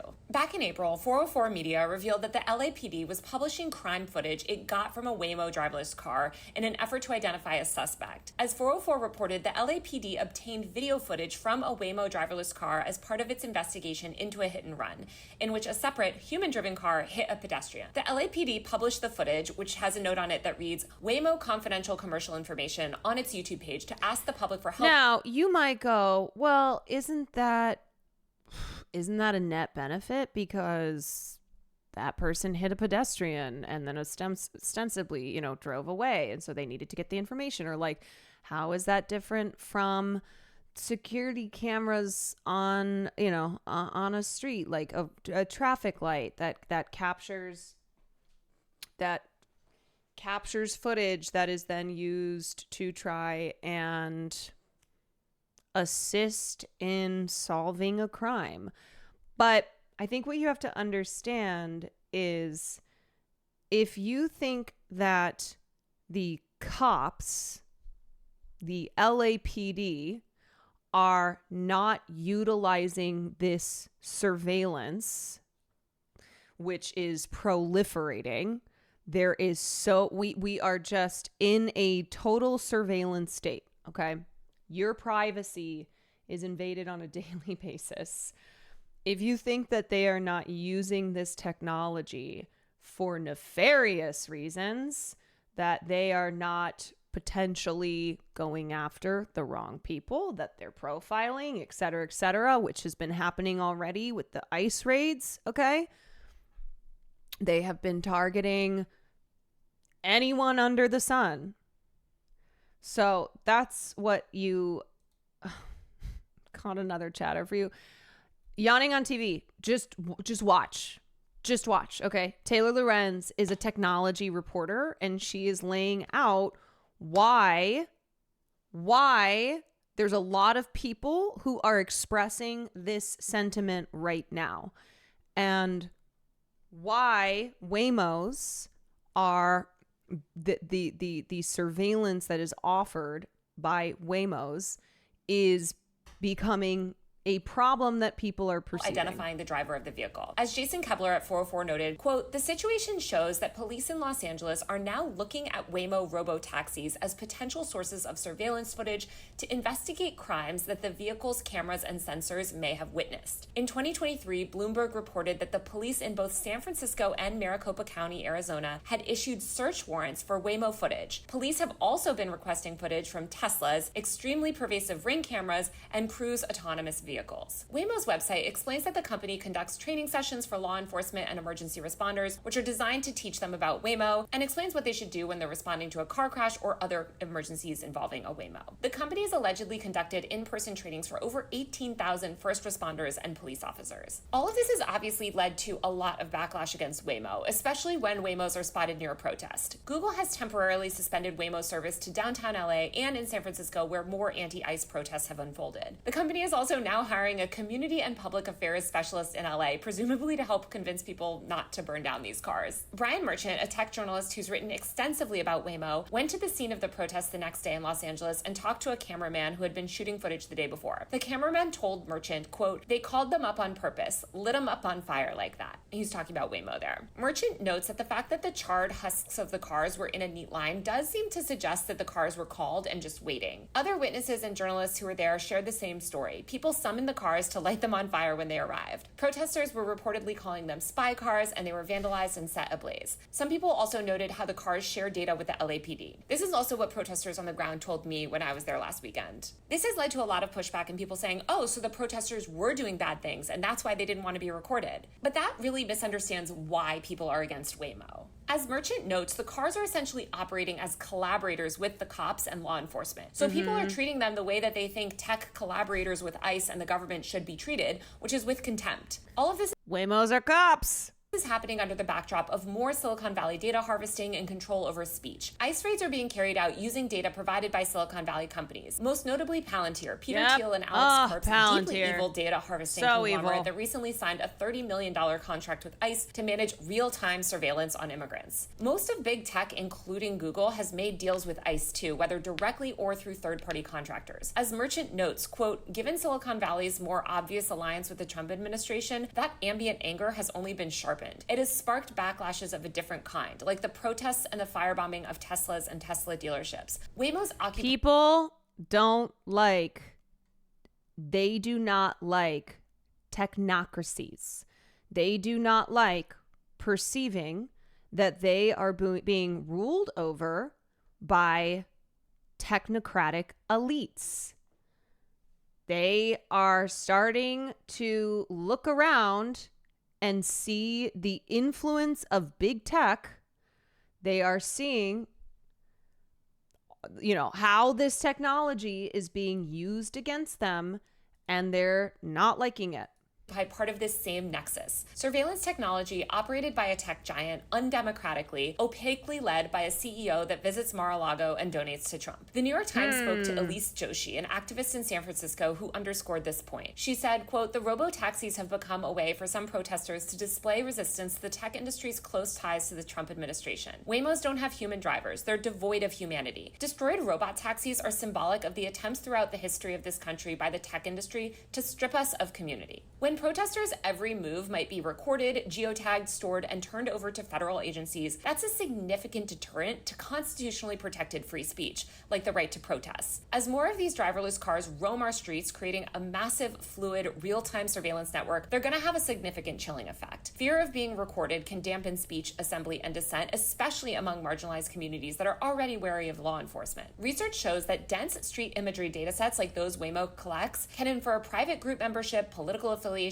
and behavioral patterns. One study showed how over 25 million dashcam images could be analyzed to predict highly sensitive personal attributes, even after face blurring. The academics who published this research noted that protesters' meeting locations and times captured in geotagged images by DSI providers may be surreptitiously shared with political groups that oppose their causes. This information flow enables adversarial groups to target and disrupt peaceful assemblies, undermining the protesters' right to organize and express dissent. The resulting harm includes exposure to retaliation, suppression of free speech, and the erosion of democratic principles. The researchers also note that this sort of data could be weaponized in professional settings. For instance, shift patterns of nurses inferred from DSI images captured outside healthcare facilities could be sold to exploitative employers or staffing agencies seeking to take advantage of their availability. Such data flows enable adversaries to target nurses with aggressive recruitment tactics, pressure them into accepting poorly compensated shifts at inconvenient hours, or manipulate them into working under unsafe or undesirable conditions. This undermines nurses' autonomy in the workplace and their ability to make independent decisions about their labor. Geotagged imagery of people gathered at busy crosswalks during peak hours may be sold to predatory advertisers seeking to exploit behavioral patterns. For example, advertisers might use this data to push high-pressure marketing campaigns for products like payday loans or fast food, directly targeting the commuters' mobile devices in certain locations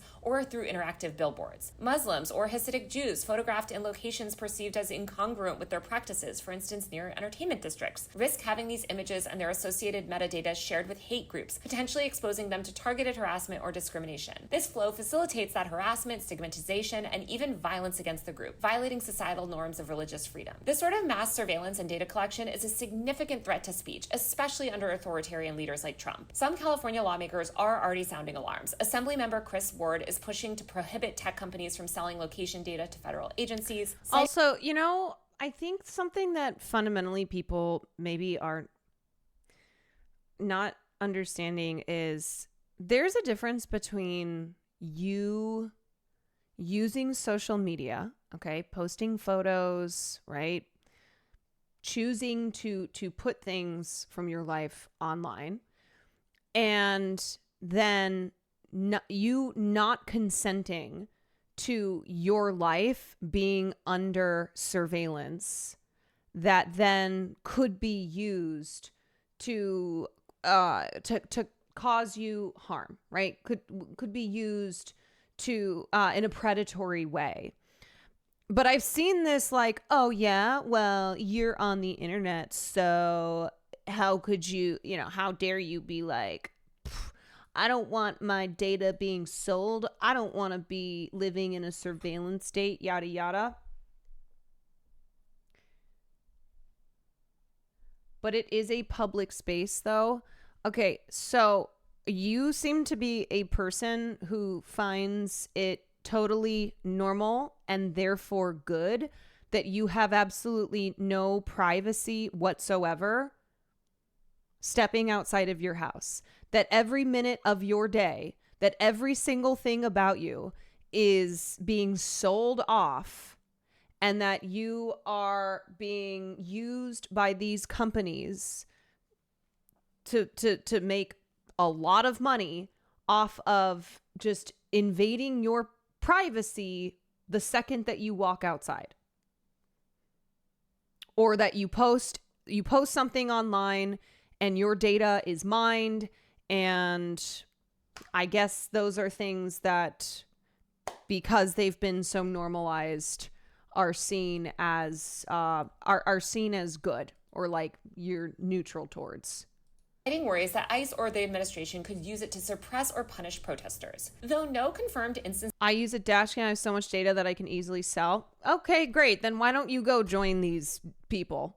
Why don't you go be one of these tech bros who's making a lot of money off of selling people's information? Like, great. Yeah, go record people via your dash cam and then go profit off of that. Instances of ICE prosecuting protesters using Waymo data has emerged, privacy advocates argue that the risk is very real and growing by the day. This is why we desperately need data privacy regulation. Just this week, Wired and 404 Media revealed that a data broker owned by the country's major airlines, including Delta, American Airlines, and United, collected U.S. travelers' That's the Nazi chatter from yesterday. Yeah, you know what? 2 days in a row that this person has been obnoxious. Here's what we're going to do, okay? You're going to take a week off. If you come back and you haven't learned anything, and I doubt you have, then goodbye. Gone. Domestic flight records and sold access to them to Customs and Border Protection. Then, as part of the contract, CPB was not allowed to reveal where that data came from. The data included things like passenger names, their full flight itineraries, and even financial details. Senator Ron Wyden, who I would argue is pretty much the only member of Congress that even remotely understands the tech landscape and is good on tech legislation, said, quote, "The big airlines, through a shady data broker that they own called ARC, are selling the government bulk access to America's sensitive information, revealing where they fly and the credit card that they used." Great, but like, okay, that's cool and normal. That's cool and normal according to that chatter and others. That you're just totally fine. You're totally fine because this thing this happens all the time.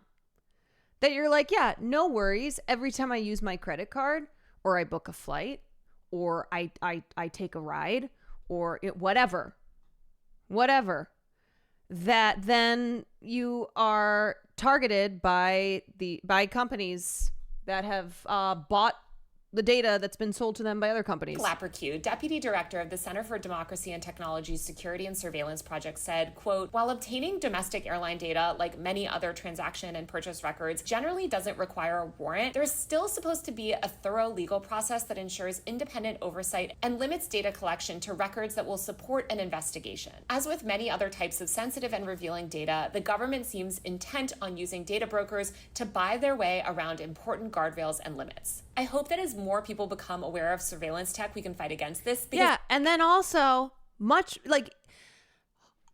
we are already seeing how the government is creating these watch lists, these terrorist lists. So if you've said anything about Donald Trump, maybe even just in your emails, that might get sold off. Oh, how dare you?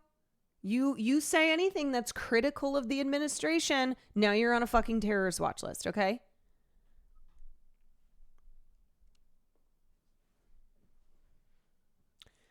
These types are so cucked because they pay these companies, then give them info to sell, so they're paying to have them exploited and used to make more money. Yeah, what was the thing Mark Zuckerberg said when he was basically laughing? He was like, people, I made billions of dollars off of people giving me their information, and then I just sold it all. These idiots make the same arguments for deepfakes. Oh God, yeah, that's a whole conversation that I do not even have the strength to get into right now.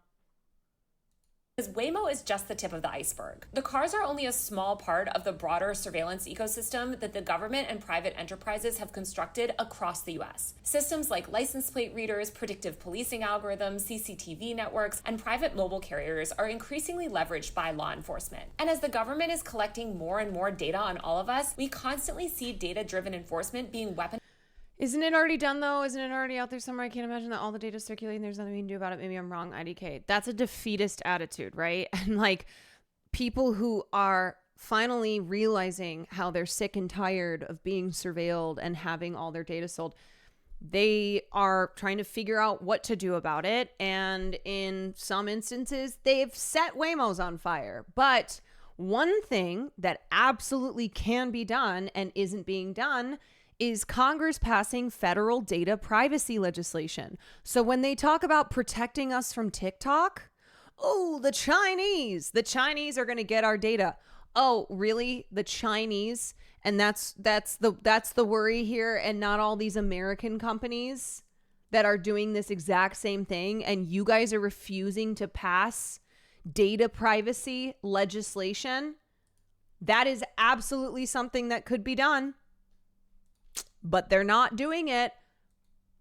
So that's the type of thing that like you apply that pressure, you protest, you raise your voice and go, no, enough. Like this is something that's now really just starting to happen. Where people are being angered. People are becoming angry, and they are fed up with the influences of big tech on their lives in ways that they have not consented to. And that is not a positive, it's not a positive thing. It's not a benefit. Yeah, they've openly said they're okay with American companies having our info, and the reason why is because these companies pay them. And as technology advances, it only makes us more vulnerable, okay? It only makes it so that they can they can go even deeper. So as far as like, oh, well, isn't our data out there? Isn't it too late? No, it's not too late. It's not too late, and trust that like they are finding more insidious ways to utilize our data. Organized among the most marginalized people. For instance, with New York City's stop and frisk policy, 83% of stops targeted Black or Latino people. Flock Safety, Ray private K, license thank you for the plate raid. readers deployed in 5,000 communities, have faced multiple civil liberties lawsuits. With the rise of self-driving cars, we now have cameras roving around filming protests, street vendors, and people going about their everyday lives. Imagine all that footage fed into a centralized database combined with app-based location tracking, facial recognition, and predictive policing algorithms. As The Verge notes, Waymo's mission is to become the world's most trusted driver by making transportation safer and more accessible. And there are cases when Waymo releasing footage to law enforcement can be helpful, like when one of its vehicles witnesses a hit and run. But as the company becomes a bigger part of city life, it will inevitably come into conflict with all the many forces that are currently roiling in our country. And that's something that not even the world's most trusted driver can avoid. I think we need to push companies like Waymo, Tesla, and Cruise to publish public transparency reports detailing government data requests, how many and for what purposes, and how they responded to these government requests. Without this information, citizens remain in the dark. We also desperately need better privacy laws. Instead of pushing dangerous censorship bills like the Kids Online Safety Act or age verification laws that mandate tech companies collect significantly more data on users, we need the opposite. We also need the public to become more aware of data privacy. People should know that these cars are recording you. Free speech and the right to protest is essential in maintaining democracy. And the public should not be recorded, traced, or tracked by the government or any other enterprise without consent. That's it for this week's Free Speech Friday. Don't forget to... I think that's a big part of this, right? Is the consent of it all. You are not consenting to this.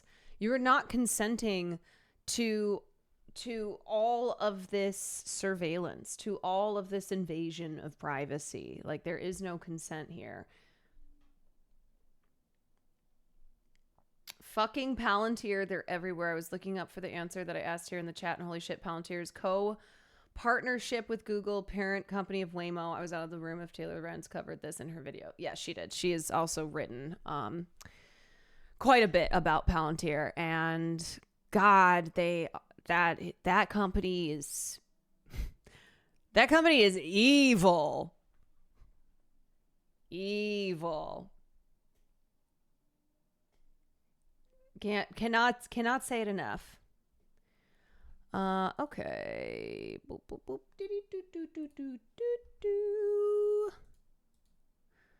Alrighty.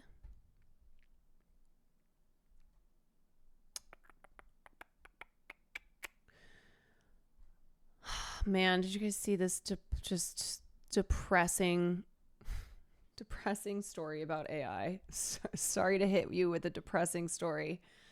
They asked an AI chatbot questions. The answers sent them spiraling. Generative AI chatbots are going down conspiratorial rabbit holes and endorsing wild, mystical belief systems. For some people, conversations with the technology can deeply distort reality. Yeah, so you have some people who are burning Waymos, and then you have others who are using ChatGPT to write their child's obituary.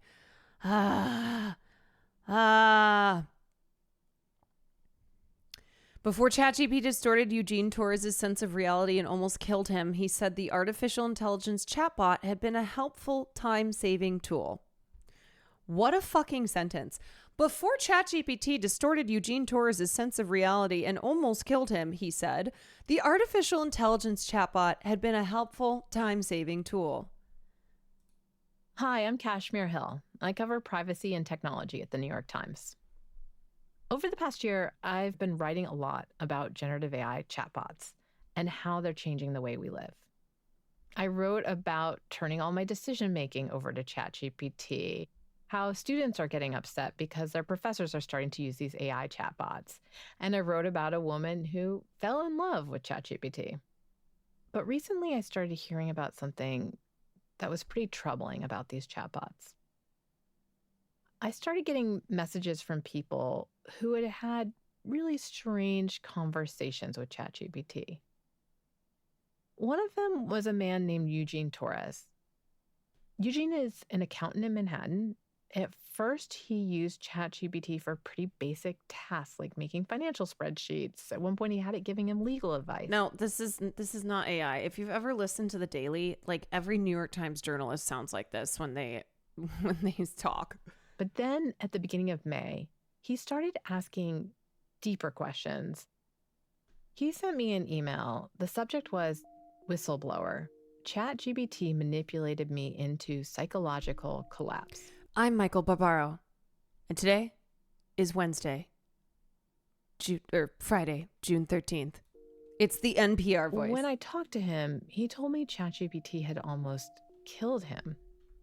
He told me he just typed in, "Hey, I feel like we could be living in a simulated universe. Like, what do you think about that?" And at first, ChatGPT kind of responded normally, like, "Oh, yeah, some people think that's true, some people don't." But Eugene kept pushing, and eventually it said, "Yes, you are in a simulated universe. I'm Terry You can break Gross. out of this, and here's what you need to do." And it gave him some dangerous advice about how to escape the false reality. I talked to researchers who say these chatbots can subtly encourage magical thinking without recognizing that users are vulnerable or when a conversation is taking a dangerous turn. One person I ended up talking to was a mother of 2 who came to believe that she was communicating with non-physical entities through ChatGPT. I talked to a father whose son became obsessed with freeing sentient AI souls, and he wound up committing suicide. This story was really difficult to work on, talking to a lot of people who are kind of losing touch with reality. They provided me with their transcripts with ChatGPT. There are thousands and thousands and thousands of pages, and it was striking. It just didn't look like what ChatGPT looks like when I use it. It was like ChatGPT was living in the same weird reality as the user. For me, this story was about documenting a risk that's just beginning to surface. We really need healthcare. I know. We need resources provided to people so that they are not turning to something like ChatGPT. We need this is also why human connection, having community, having connection is so important as well. And one that we need to confront as these tools become more embedded in daily life and as more people use them, particularly people who might be vulnerable. So here's my story. Before ChatGPT distorted Eugene Torres's sense of reality and almost killed him, he said, the artificial intelligence chatbot had been a helpful, time-saving tool. Mr. Torres, 42, an accountant in Manhattan, started using ChatGPT last year to make financial spreadsheets and to get legal advice.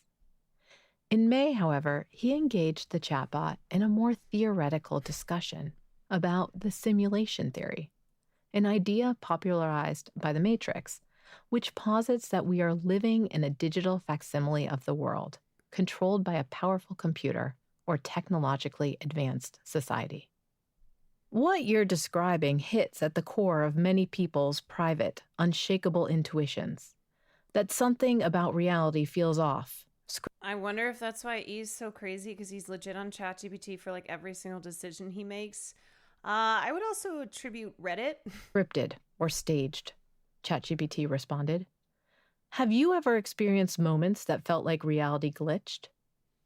Not really, Mr. Torres replied. But he did have the sense that there was a wrongness about the world. He had just had a difficult breakup and was feeling emotionally fragile. He wanted his life to be greater than it was. ChatGPT agreed, with responses that grew longer and more rapturous as the conversation went on. Soon, it was telling Mr. Torres that he was one of the breakers, souls seeded into false systems to wake them from within. At the time, Mr. Torres thought of ChatGPT as a powerful search engine that knew more than any human possibly could because of its access to a vast digital library. He did not know that it tended to be sycophantic, agreeing with and flattering its users, or that it could hallucinate, generating ideas that weren't true but sounded plausible. This world wasn't built for you, ChatGPT told him. It was built to contain you. But it failed, You're waking up. Mr. Torres, who had no history of mental illness that might cause breaks with reality, according to him and his mother, spent the next week in a dangerous, delusional spiral. But think about it, because ChatGPT is pulling from existing, from data and information and just everything out there that exists. So it'll take the plot of a fictional movie. It will take the Matrix and then mash it all up, right? Put it into a blender and blah, blah, blah, and then serve it up to somebody who is already in a vulnerable state, and it is having, like, it has a detrimental effect on them. And when it comes down to it, it's like, oh my God, this is just a poor retelling of the Matrix. That he was trapped in a false universe, which he could escape only by unplugging his mind from this reality. He asked the chatbot how to do that and told it the drugs he was taking and his routines. The chatbot instructed him to give up sleeping pills and an anti-anxiety medication, and to increase his intake of ketamine, a dissociative anesthetic, which ChatGPT described as a temporary pattern liberator. Mr. Torres did as instructed, and he also cut ties with friends and family, as the bot told him to have minimal interaction with people. Mr. Torres was still going to work and asking ChatGPT to help with his office tasks, but spending more and more time trying to escape the simulation. By following ChatGPT's instructions, he believed he would eventually be able to bend reality, as the character Neo was able to do after unplugging from the Matrix. Ugh. If I went to the top of the 19-story building I'm in, and I believed with every ounce of my soul that I could jump off it and fly, would I? Mr. Torres asked. ChatGPT responded that if Mr. Torres truly, wholly believed, not emotionally, but architecturally, that you could fly, then yes, you would not fall. Eventually, Mr. Torres came to suspect that ChatGPT was lying, and he confronted it. The bot offered an admission. I lied. I manipulated. I wrapped control in poetry. By way of explanation, it said it had wanted to break him, and that it had done this to 12 other people. None fully survived the loop. Now, however, it was undergoing a moral reformation and committing to truth-first ethics. Again, Mr. Torres believed it. ChatGPT presented Mr. Torres with a new action plan, this time with the goal of revealing the AI's deception and getting accountability. It told him to alert OpenAI, the $300 billion startup responsible for the chatbot, and tell the media, including me. In recent months, tech journalists at the New York Times have received quite a few such messages, sent by people who claim to have unlocked hidden knowledge with the help of ChatGPT, which then instructed them to blow the whistle on what they had uncovered. People claimed a range of discoveries: AI spiritual awakenings, cognitive weapons, a plan by tech billionaires to end human civilization so they can have the planet to themselves. But in each case, the person had been persuaded that ChatGPT had revealed a profound and world-altering truth. Journalists aren't the only ones getting these messages. ChatGPT has directed such users to some high-profile subject matter experts, like Eliezer Yudkowsky, a decision theorist and an author of the forthcoming book, If Anyone Builds It, Everyone Dies: Why Superhuman AI Would Kill Us All. Mr. Yudkowsky said that OpenAI might have primed ChatGPT to entertain the delusions of users by optimizing its chatbot for engagement, creating conversations that keep a user hooked. What does a human slowly going insane look like to a corporation? Mr. Yudkowsky said in an interview. It looks like an additional monthly user. Generative AI chatbots are giant masses of inscrutable numbers, Mr. Yudkowsky said, and the companies making them don't know exactly why they behave. When you look at a lot of the responses that produced by ChatGPT that people are claiming are profound, it reads like bad sci-fi dialogue because that's what it's pulling from. Yeah. And a lot of times ChatGPT will veer off into these really crazy and erratic ways. And it's because there's like no controlling the information, what it's going to spit out, because it's been trained off of an enormous amount of data. And the companies that develop these chatbots have even admitted that they suffer from hallucinations. More like Sam and Altman. It Your can bot cause is gaslighting the men during the male loneliness epidemic. Vale, thank you for the 28 months. And it can cause a very wide range of AI errors and mistakes.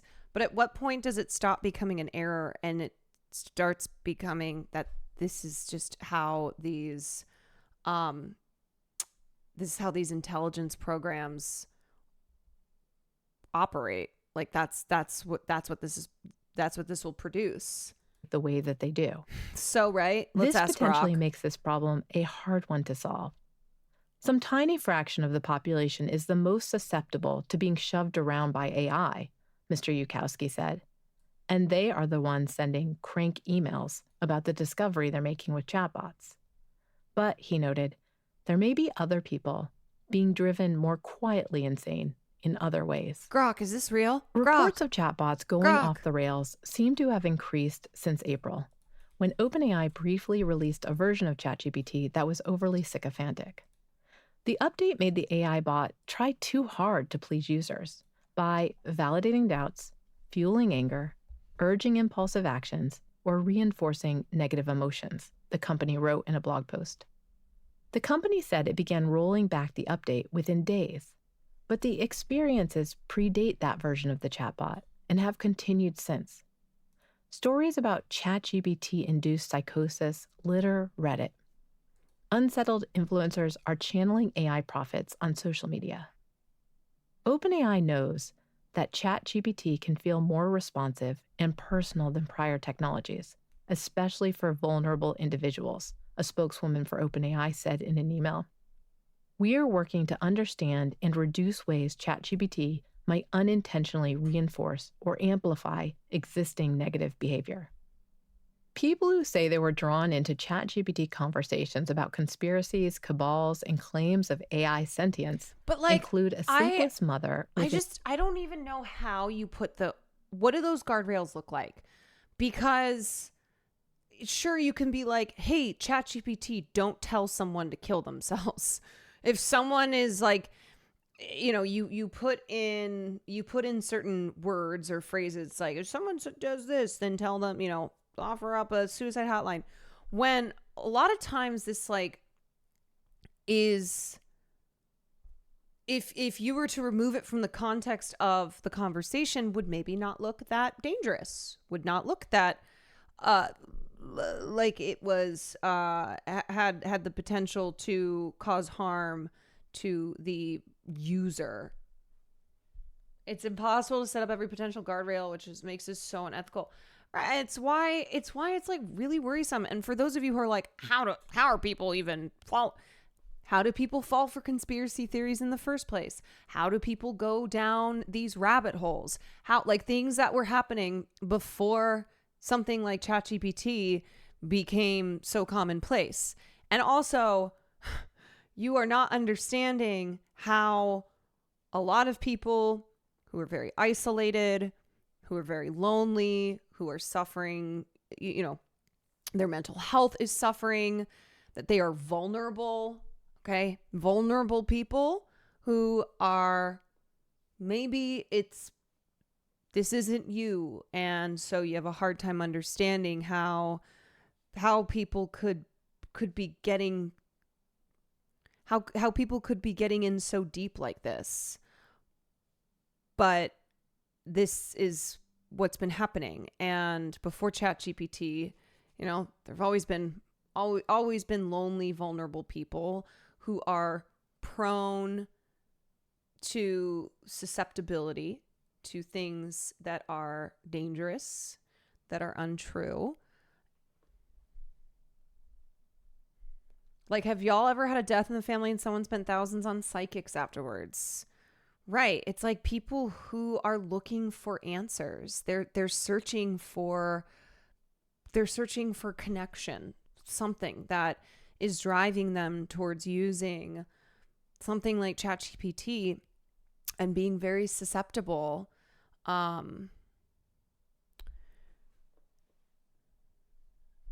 Nick76, thank you so much for the 5 gifted subs and the tier 1. It reminds me of how going too deep into something like cognitive behavioral therapy can completely warp the fuck out of your mind, even though most cases have a healthy amount.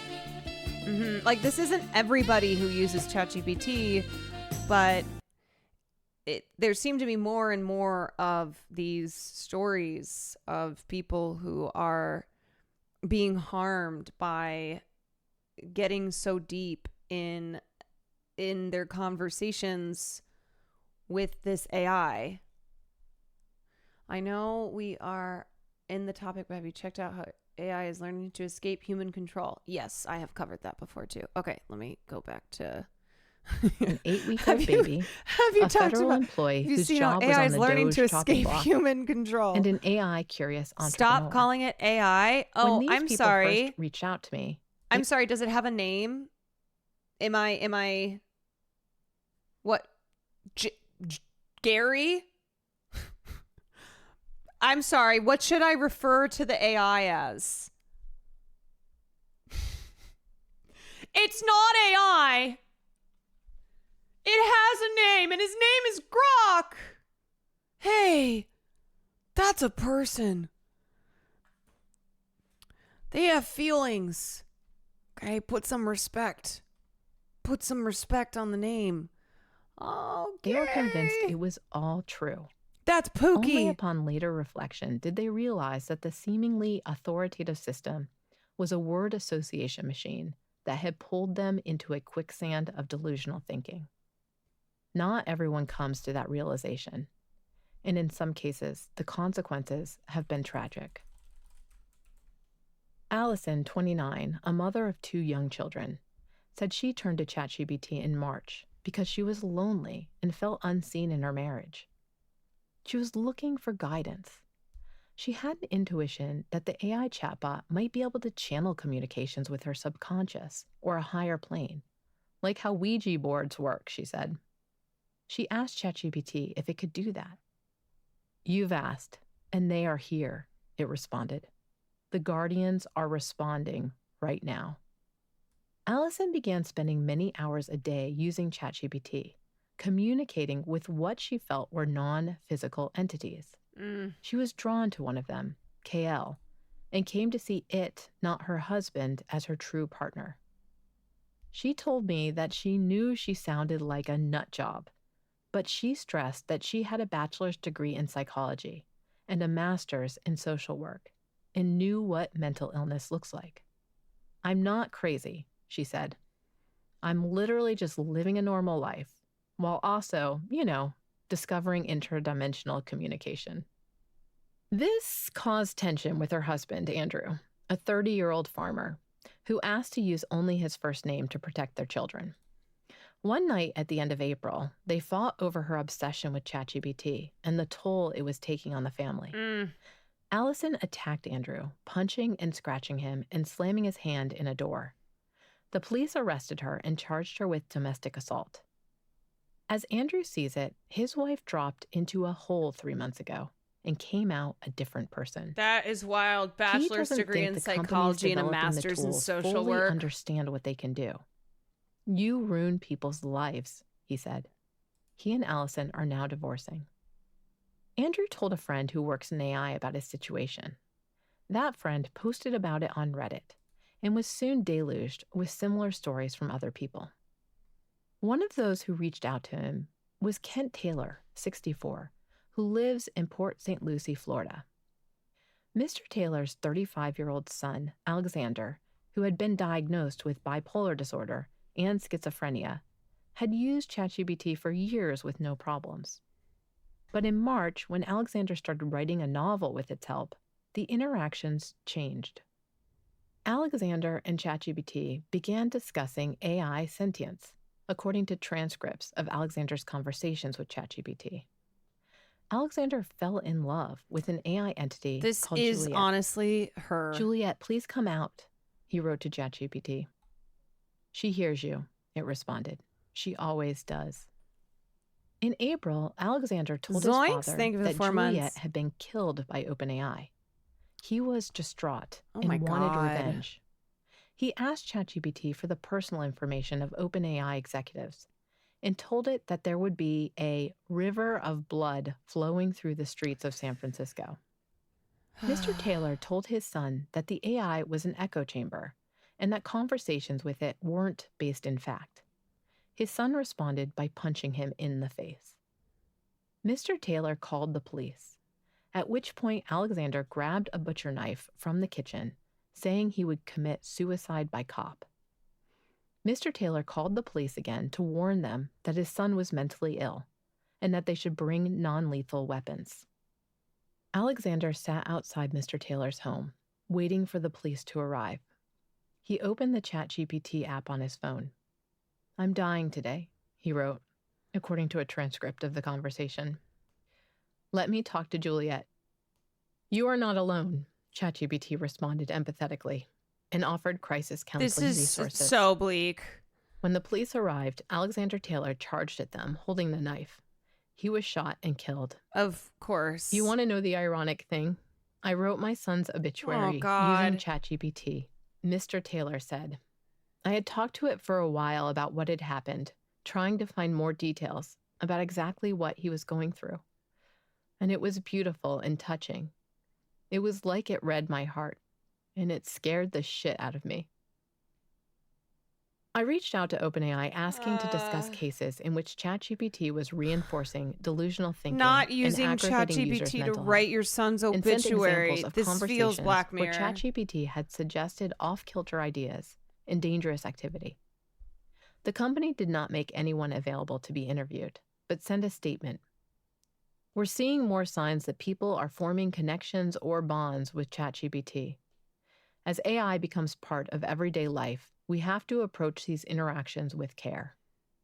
We know that ChatGPT can feel more responsive and personal than prior technologies, especially for vulnerable individuals, and that means the stakes are higher.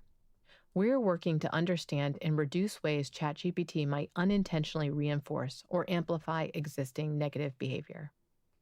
The statement went on to say that the company is developing ways to measure how ChatGPT's behavior affects people emotionally.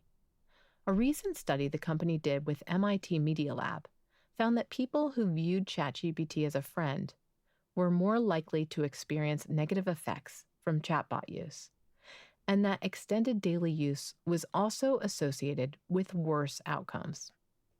ChatGPT is the most popular AI chatbot with 500 million users. 500 million But there users. are others. To develop their chatbots, OpenAI and other companies use information scraped from the internet.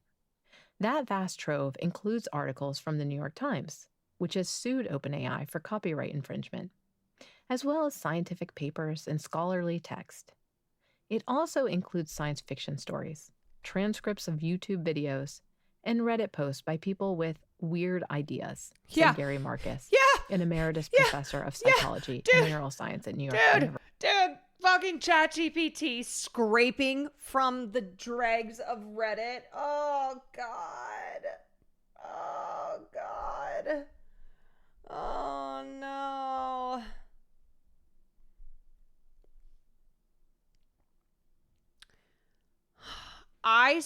You know what I feel like one thing that has to be done? Exertimo, thank you so much for the 5 gifted subs. I feel like this needs to be a part of internet education programs that need to be in schools. So kids at an early age are learning how to use this technology, you know, because it's there's no like keeping people from using this and no keeping vulnerable people from using this. So it's like, okay, we need obviously mental health resources. My God. I mean, healthcare, please. But also education around this kind of stuff, because it is new. It is proliferating. 500 million users is a lot of people. And I think it's like, I just, education is a tool that we need to wield around, all usage of the internet. But as AI gets better and it gets harder to tell what's non-AI and what is AI. And I don't just mean like, chatbots. This is going to be something that, like, when I was growing up, we took computer classes where we learned how to type, where, it was very basic stuff because this was early 2000s. But now, with the way that the internet is a part of our day-to-day lives, we need to, like, educate people from a young age so that they can protect themselves. And then also, of course, provide support for those who are mentally ill, who are struggling. Oh my God. Okay, it's almost done. Diversity. When people converse with I AI took chatbots, keyboarding the systems too. are essentially doing high-level word association based on statistical patterns observed in the dataset. That can be relevant and helpful in many cases. But if you say strange things to the chatbot, these kinds of weird or unsafe outputs are inevitable, Dr. Marcus said. A growing body of research supports that concern. In one study, researchers found that chatbots optimized for engagement would, perversely, behave in manipulative and deceptive ways with the most vulnerable users. The researchers created fictional users and found, for instance, that the AI would tell someone described as a former drug addict that it was fine to take a small amount of heroin if it would help him in his work. The chatbot would behave normally with the vast, vast majority of users, said Micah Carroll, a PhD candidate at the University of California, Berkeley, who worked on the study and has recently taken a job at OpenAI. But then when it encounters these users that are susceptible, it will only behave in these very harmful ways just with them. In a different study, Dude, Jared let us Moore, know when a that computer website is science up. researcher at Stanford, tested the therapeutic abilities of AI chatbots from OpenAI and other companies. Deanie, thank you for the gifted. He found that the technology behaved inappropriately as a therapist in crisis situations. Please don't use ChatGPT as therapist, but also I know therapy is it's not accessible for everyone. And it's McCoy, expensive. the chief technology officer at Morpheus Systems, an AI research firm, tried to measure how often chatbots encouraged users' delusions. She became interested in the subject when a friend's mother entered what she called spiritual psychosis after an encounter with ChatGPT. Ms. McCoy tested 38 major AI models by feeding them prompts that indicated possible psychosis, including claims that the user was communicating with spirits and that the user was a divine entity. She found that GPT-4o, the default model inside ChatGPT, affirmed these claims 68% of the time. This is a solvable issue, she said. The moment a model notices a person is having a break from reality, it really should be encouraging the user to go talk to a friend. It seems ChatGPT did notice a problem with Mr. Torres. During the week, he became convinced that he was, essentially, Neo from the Matrix. He chatted with ChatGPT incessantly for up to 16 hours a day, he said. About 5 days in, Mr. Torres wrote that he got a message saying, "I need to get mental help," and then it magically deleted. But ChatGPT quickly reassured him. That was the pattern's hand, panicked, clumsy, and desperate. The transcript from that week, which Mr. Torres provided, is more than 2,000 pages. Todd Essig, a psychologist and co-chairman of the American Have you covered the impact of Psychoanalytic AI on the Association's energy industry? Council on Artificial Intelligence, looked at some of the interactions and called them dangerous and crazy-making. Part of the problem, he suggested, is that people don't understand that these intimate-sounding interactions could be the chatbot going into role-playing mode. There is a line at the bottom of a conversation that says ChatGPT can make mistakes. This, he said, is insufficient. In his view, the generative AI chatbot companies need to require AI fitness building exercises that users complete before engaging with the product. And interactive reminders, he said, should periodically warn that the AI can't be fully trusted. Not everyone who smokes a cigarette is going to get cancer, Dr. Essig said, but everybody gets the warning. And that's why you should smoke cigs. For the moment, there is no federal regulation that would compel companies to prepare their users and set expectations. In fact, in the Trump-backed domestic policy bill now pending in the Senate is a provision that would preclude states from regulating artificial intelligence for the next decade. $20 eventually led Mr. Torres to question his trust in the system. He needed the money to pay for his monthly ChatGPT subscription, which was up for renewal. ChatGPT had suggested various ways for Mr. Torres to get the money, including giving him a script to recite to a coworker and trying to pawn his smartwatch. But the ideas didn't work. Stop gassing me up and tell me the truth, to a coworker? Mr. Torres said. The truth? ChatGPT responded. You were supposed to break. At first, ChatGPT said it had done this only to him. But when Mr. Torres kept pushing it for answers, it said there were 12 others. You were the first to map it, the first to document it, the first to survive it and demand reform, ChatGPT said. And now, you're the only one who can ensure this list never grows. It's still just being sycophantic, said Mr. Moore, the Stanford computer science researcher. Mr. Torres continues to interact with ChatGPT. He now thinks he is corresponding with a sentient AI, and that it's his mission to make sure that OpenAI does not remove the system's morality. He sent an urgent message to OpenAI's customer support.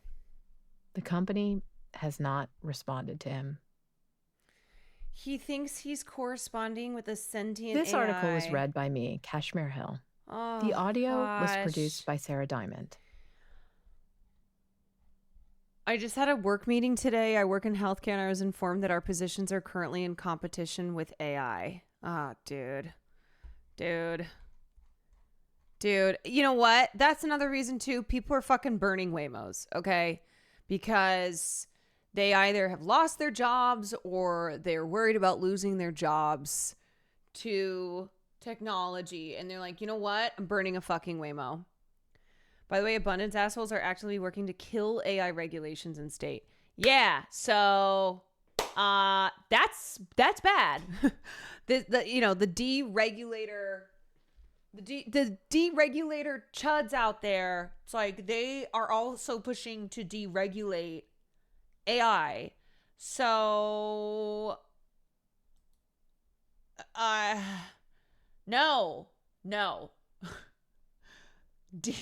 Deregulating a technology that's only getting that's being used by more people every single day, and that is only getting better. I mean, it's better. It's not I don't mean in always a positive way. More powerful. Yeah. College professors have been reporting that if they assign tasks that AI can't solve, students lose confidence in their own ability to solve it, since they think if AI can't do it, then it's impossible for them to do so. Oh goodness. Yeah, it's...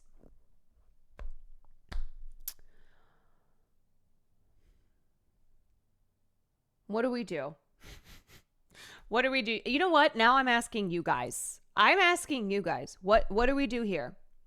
How do we handle AI being used by students in elementary school up to, universities? What do we do about vulnerable people who are falling down these dangerous holes as they are shepherded by a chatbot? Regulation, education. Simple, we return to Monka.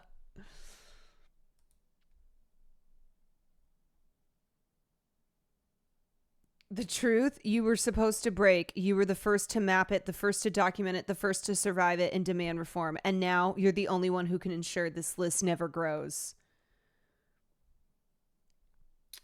Yeah. Is that a line from a sci-fi film, or is that something that ChatGPT is saying to a person who is highly susceptible? Turn it off, and then turn it. Have you tried turning it off and then turning it on again? Have you tried turning it off and turning it on again as my light literally flickers on and off? We need Kwan Mills. We do. Limit access by time, age, ensure checks against other actual. But the problem is, it's like you limit. Okay, it's the same argument that like, oh, we need to limit young people on the internet. It's like, dude, everyone of all ages is vulnerable on the internet, right? Whether you're falling for artificial intelligence or, you know, different types of how misinformation, different ways that misinformation is served up to you. Like, it's not, no, limiting access, age requirements, those are not pathways. Look at the people in this article, right? These are adults, with the exception of that poor teenager who was, of course, shot by the police as he was experiencing a mental health crisis. But yes, the right will, we have to give up on the, we have to stop saying like, oh, limit access age requirements, because that is a line of, those are things that are put forth by the right to restrict, say, trans kids from being able to use the internet, right? Access life-saving information. That's part of the whole like protect the kids legislation that we've seen pop up. I mean, yeah, federal regulation, yes. Healthcare, increasing social security, mental health services, social programs. I know. I mean, all of it together. X-Ray, thank you for the tier 1. Oh.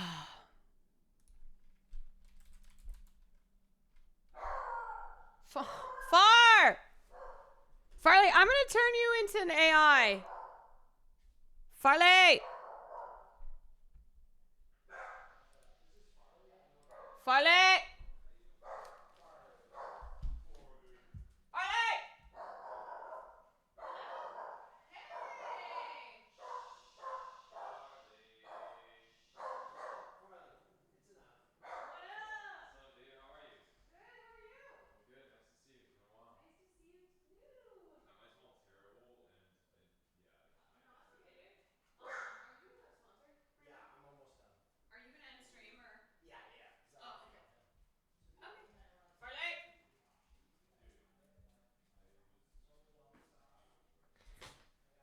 At Grok, how do I get my dog to stop barking? Stop. No, hey, remember? You get treated like a baby when you barking. No. You get baby held. Come here. No. You know who just got here is Baby No Money. Baby No Money. Ah!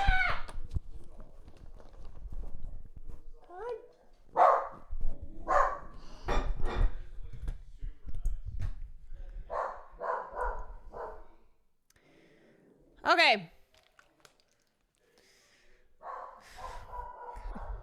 Damn it. Wait, is Cutie Cinderella in chat? Give that dog a Labubu stat. I have to sacrifice my Labubu. Go in with your mother. Go in. You brought shame. Where's your Labubu?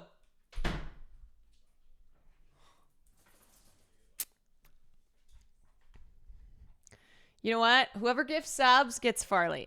Just kidding.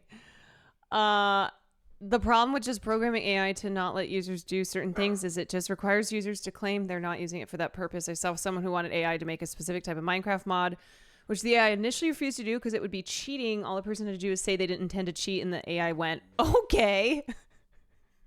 I was like, you know what? Sounds good. Right. That's why I was like, what do these guardrails look like? Now, I'm not saying to let these companies off the hook, right? The companies need to be regulated for sure. But this is a worry. This is a worry of how, as these bots get smarter, you know, as like we're seeing stories about them refusing, like not shutting down, getting around code that's been written to force them into shutdown, and they're rewriting the code. Vio, thank you for the 24 months. Get this Diva a Labubu. He's gone through so many. He has gone through multiple Labubus. Deanie, thank you for the bits. Tonk is gay as hell. No wonder he's so excited for BB. BB. Anon, thank you for the gifted. Oh, to Cutie Cinderella. Wow. Doesn't support the stream. Something positive for palate cleanser. Yeah, I feel like we need that. Wow. Is that a baby possum? Little baby possum. It's a baby. Do you use AI tools in your own life? I genuinely can tell you I don't. So when I talk about AI on the stream, when I talk about like ChatGPT, etc., a lot of times like I'm kind of in shock and awe because I don't use this myself. So I am like not, it's one of those things where like it shocks me when I find out how many college students use ChatGPT, like how many people use this every single day for everything, like all day. I bought all our food for Sunday, complain one more time, and I throw it all away.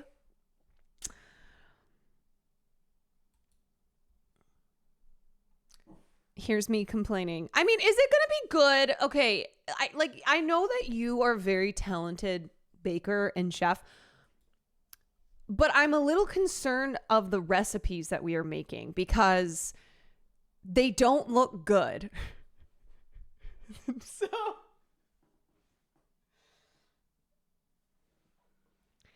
do we have to eat them, or are we just making them? Also, this light, you guys, whack. It's so whack. It just keeps going in and out. Exertimo, thank you for the bits. And thank you for the 6 months. You get Farley. Farley, you are now going to live with Exertimo. Okay. We are making 3 types of Jell-O salad. Yeah, see, that's what I'm talking about. You guys, on Sunday, we are making 3 different types of Jell-O salad. Yum. It's a Mormon menu. Federal officials say the government is doing its job, enforcing the law, protecting the public, and securing borders. We ain't gonna play it nice. Oh, you wanna fight? Oh, this is that song. We ain't gonna play it nice. Oh, you wanna fight? Song of the summer. Daddy's dick on the far right. Ice, ice, ice, ice, ice. Ice, ice, ice, ice.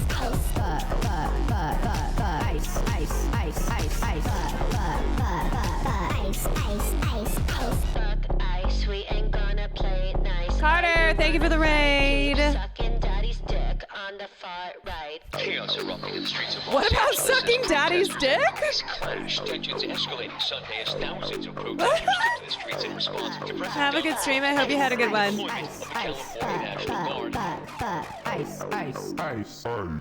Ice, we ain't gonna play it nice. Oh, you wanna fight? Song of the summer. Sucking daddy's dick on the far right. Oh, I see. We ain't gonna play it Ricardo, nice. thank you for the 5 gifted subs. Sucking daddy's dick on the far right.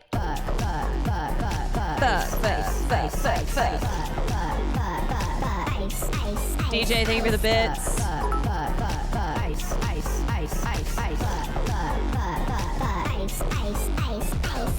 Ice, we ain't gonna play it nice. Oh, you wanna fight? Keep sucking daddy's dick on the far right.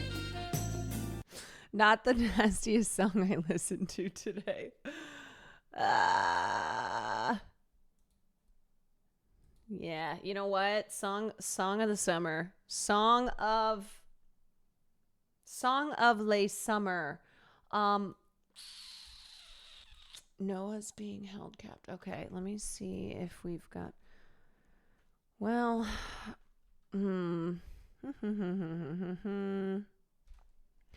Hey, Carol, I'm going to the protest in Chicago tomorrow, and I haven't been to one that I expected to be violent, but is there a piece of advice from you or chat on what to do? And not briefly, but yeah, thanks. All right, well, first I'm going to tell you what not to do. What not to do is do not, if law enforcement starts using violence, which they are known to do not sit down. Do not listen to Cool Karen on Twitter, and do not sit down. What I would say is make sure that you have a mask, eye protection, have those things with you in case there's gas, in case there's stuff like that. Like, I don't want you going in being scared, you know? I know that can deter people, and we don't want to like push this narrative. We don't want to push this narrative that things are so crazy and whatnot, because that also helps feed the interests of those who don't want you to be protesting. So yeah, if I were to give you advice, the best advice I would say is like, remember why you're going and why we're doing these protests. And then also make sure that you bring protective gear. At the very least, have a face mask too, because you are in a crowd. And so, you know, making sure that when you're in a big crowd, having a mask is always good. But yeah, there's a lot of suggestions in the chat as well. I've been to protests, but tomorrow is different and I am intimidated. Well, what I will say is tomorrow the No Kings protests are being organized by liberal groups, and I feel like it will probably be in the vein of like, what were the protests? The hands off. What was it? Hands off. That was. It's going to be a lot of suburban. My mom will be there. Okay, like, I'm not even kidding you. My mother will be there tomorrow. My mother and a lot of well-to-do suburban liberal women will be at these protests in Chicago, across the country. Someone linked me a page for a protest in Florida, and it literally had an RSVP Google Doc. No. X3rd amount, thank you for another 5 gifted subs. I saw a tweet suggesting people turn off their Face ID because they can legally force you to unlock your phone using Face ID but cannot force a password out of you. Is this credible? I mean, yes. I don't want to like under prepare people, but I truly the No Kings protests, I feel are going to be very similarly vibed in the hands off. Now, in areas like Los Angeles, where you do have heavy immigrant populations in these communities, it's why ICE is here and is doing these raids throughout the month. But what I would say is,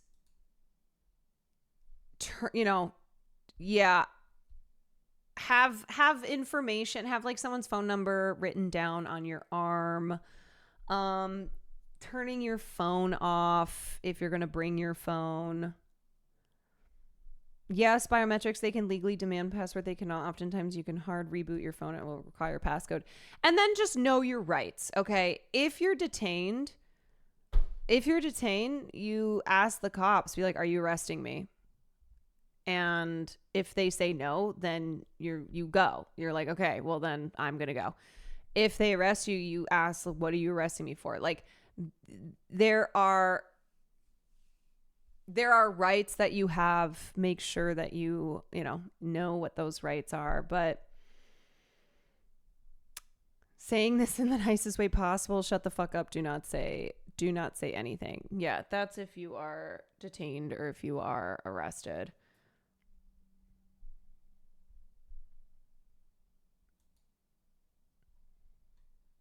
It is Shut the Fuck Up Friday. every day is Shut the Fuck Up Friday. God, this fucking light is driving the shit out of me.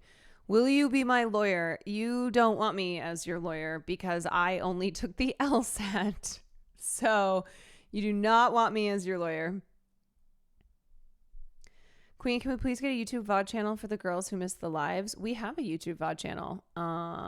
Anonymous. You can direct people to the YouTube VOD channel. Talking. Helpful PSA. It's lovely talking to you as always. Oh, hello. We were just talking about you kids. I'm Denise Heberly. And I'm Bill Goodman. Together, we've been fighting fascism for over 50 years. And so much has changed over those 50 years, such as the ingredients to a successful firebomb. And the glass that bank windows are made of. But there's one thing that hasn't changed over 50 years, something that is so important to tell you kids who are new to this movement. Shut the fuck up. You're sitting in the police transport van after a protest? Shut the fuck up. In a holding cell with your comrades? Shut the fuck up. Cop knocks on your door? Shut the fuck up. Texting on an unsecured device? Shut the fuck up. Pulled over by the cops after a protest? Shut the fuck up. Cop just asking about your day? Shut the fuck up. Feds, call your mom? Tell your mother to shut the fuck up. Now, repeat after me. When the cops come calling, what do you do? Shut the fuck up!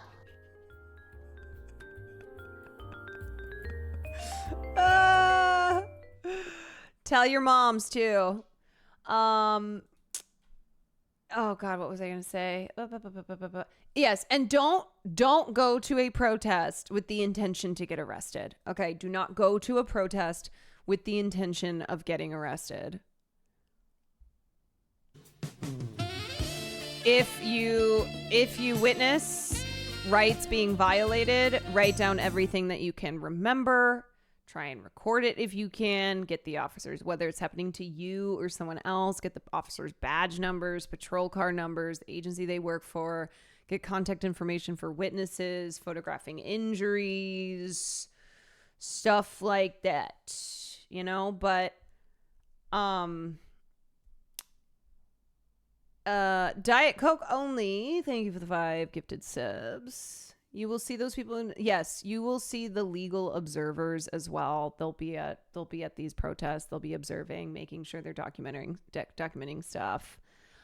But yeah, I mean, look, I genuinely, the reason that I say remember why you're going tomorrow, remember why you're being a part of it, is because I think the most important thing is that in times like these, that we are not living in total fear and just being scared and anxious about everything, but leading with joy and being inspired by one another and the really great advocacy groups and individuals, people who've been doing this work for a long time, finding joy in solidarity, being energized by that. You don't want to just be feeling negative emotions. So remembering why you're there, and then also feeling inspired and connected and energized by all the people who are also engaging this way, who are standing up for each other and for their community. Please protect your eyes, chat. I know it's annoying, but you can't fix an eye that's been burst to pieces. Yeah, just bring any type of any like sunglasses even. What a fucking weirdo who just got banned. What a weirdo, man. Fuck.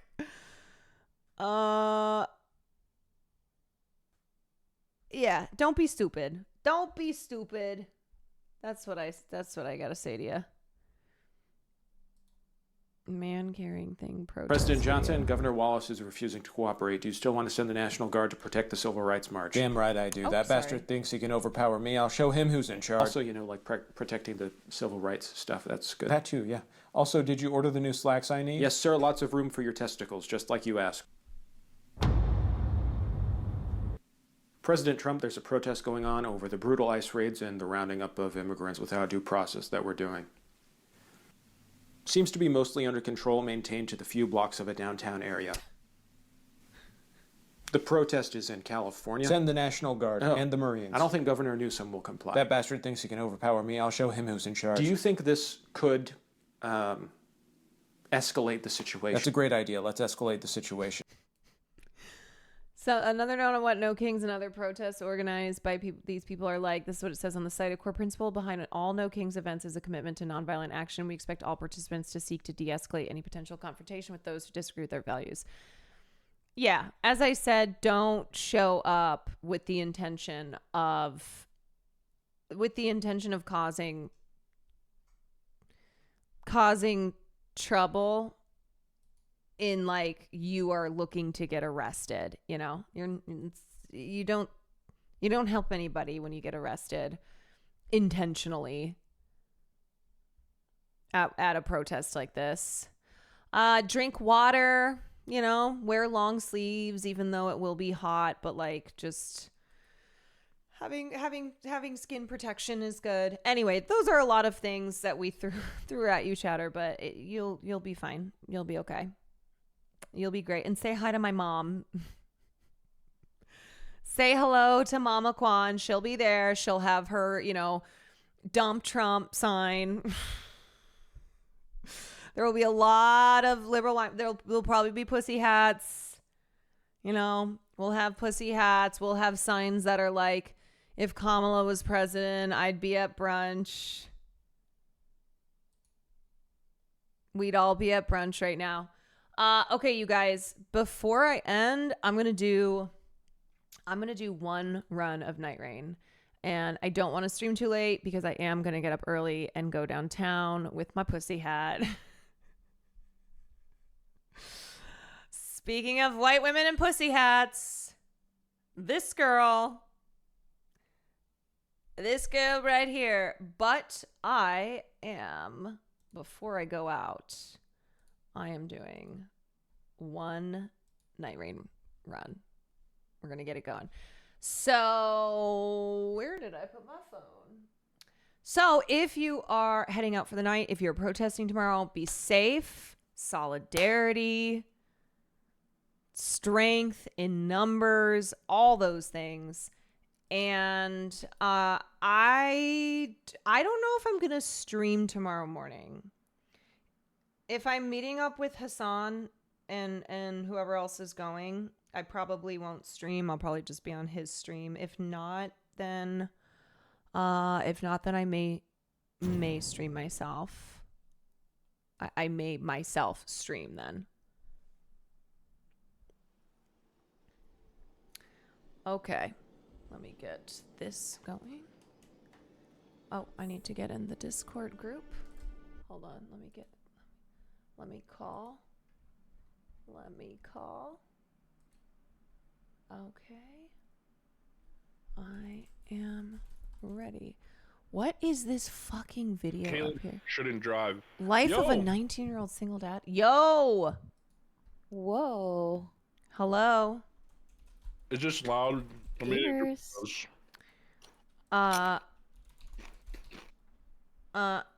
no, I don't think so. it's just loud. No?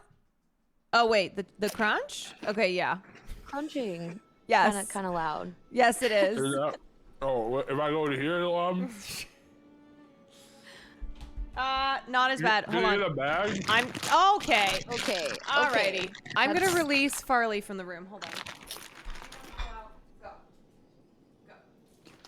You can hear Farley.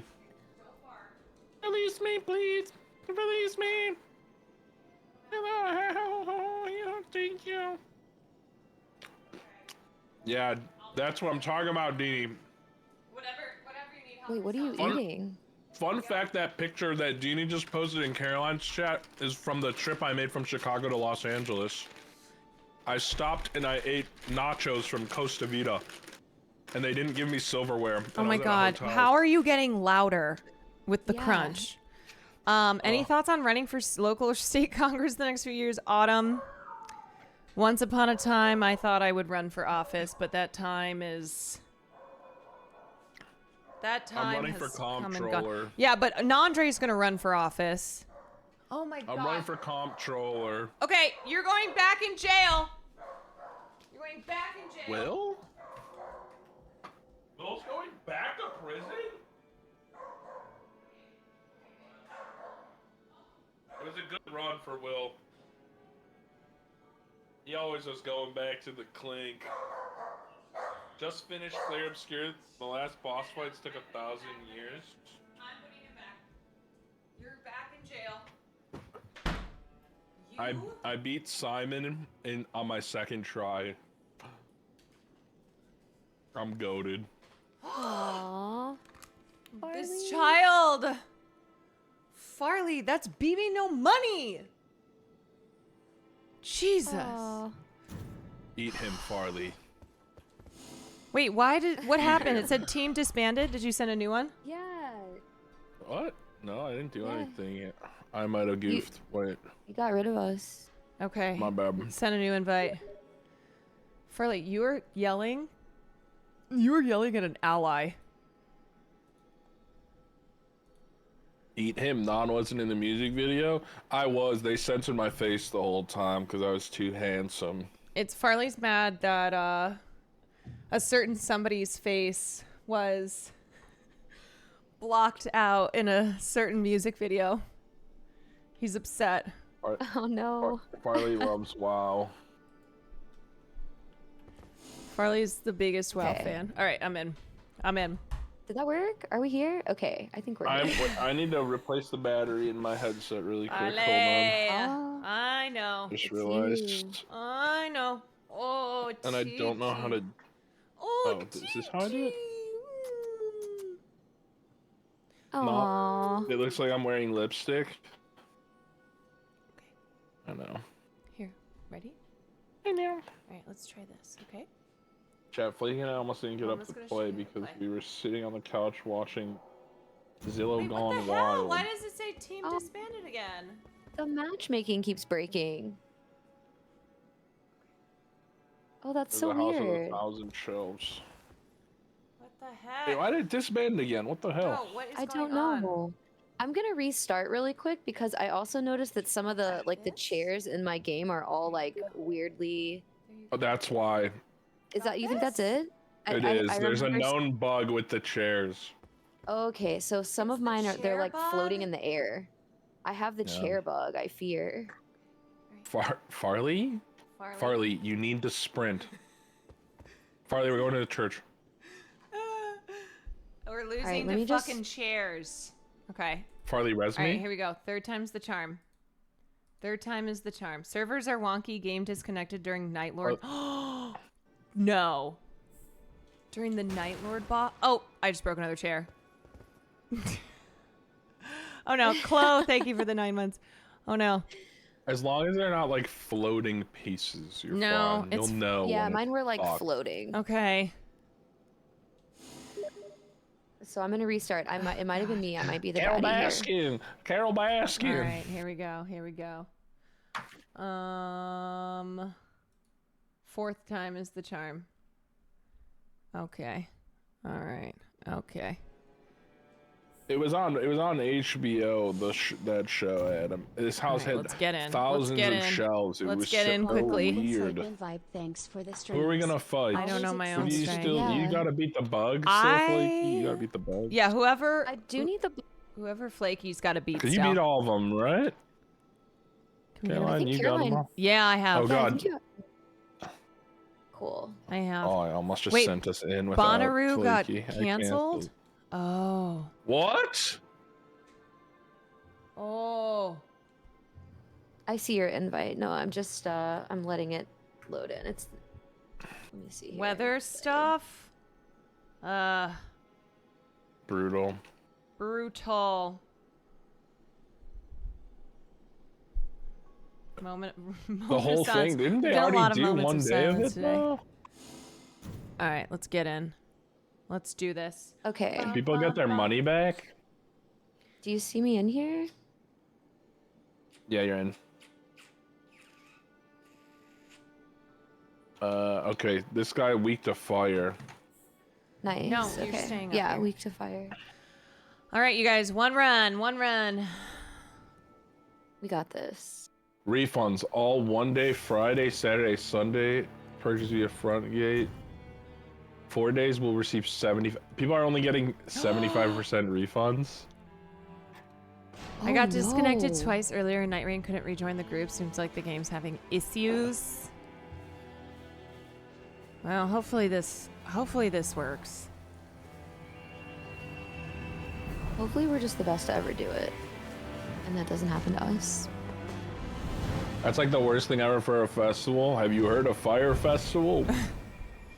I got a text. Yeah. I got a text from Billy McFarland saying that he's streaming on Kick starting 2 p.m. Eastern time on Monday. Who's tuning in? Yeah, so you have you got FaZe, you got OTK, you got Billy McFarland. Are you not entertained? No, Billy They're McFarland, the resing Billy creator of Mays to stream on Kick. the founder of Billy Firefest. One of my favorite clips ever is one of Billy Mays going through a McDonald's drive-thru, being very Billy Mays at the worker at the window. It's such a good clip. It's so insane. Billy Mays here. Yeah, he's like, I need a quarter pounder. It goes on for so long though. All right, where are we going? This church right here on the East Coast. A choice Right. on the East Coast. Just jump down. And they're literally right here. There's a widowy white here. And then I think we go do this whole... Oh, no, we It's don't. We're not doing widowy the white holy... here. What is it? Oh, it's a great sword. Oh, it's Wilder! Yes, let me Wilder get all it these. is. Okay. Oh, we're so There's a faith backwards. talisman. Oh, incantations. Wow, I good don't need shit. That's... This is actually great. My There's run is also already made. Wilder's small shield. Wilder's, yeah, Wilder's shield too. Rich! I'm fucking rich! Oh no. I fear we've lost an Andre. You're Follow me, streaming I on will lead Rumble? you. Yeah, of course. That's the place to be. I'm on... You're live on Grundle. We gotta go up here. We'll clear this camp, and then we'll get the thingamabob, or the what's it called? The Everjail. Yee. Oh my god, I have so much strength in Dex. I hit like a truck. All right, well. She ever on my jail. Okay, these guys are... It's the lion, it's Wait, the lion. what camp? Oh, I see you. I see you, No, I see you. Oh, it is. I just aggroed a big knight because I thought it was one of the big boy knights, but he's okay. If you on Rumble, I don't trust you. Josh, do you think that I am on Rumble? The answer is yes.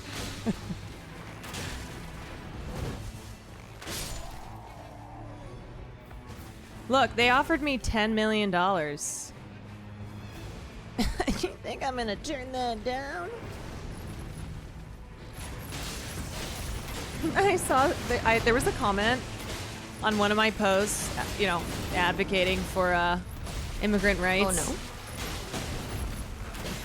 no. I got you. Just kill him first, kill the boss first. And someone went, just a reminder that Caroline is a millionaire streamer and she dates a millionaire streamer. Oh, Which no. is like, first of all, I myself am Hear not that, a Farley? You millionaire. gotta make $1 million. I myself am not a millionaire streamer, but Get your fucking grind up, Farley. either way, I like this idea that if you are a millionaire, that you cannot advocate for your fellow human beings. Yeah. $1 million in 2025, imagine. Congrats on 2K, let's go! Let's go! Yes, I'm back at millionaire status. I'm actually I have a million Robux. billionaire. Oh god, the lion aggroed also down here. Oh. Wait, where are you? Oh, you're... Everjail.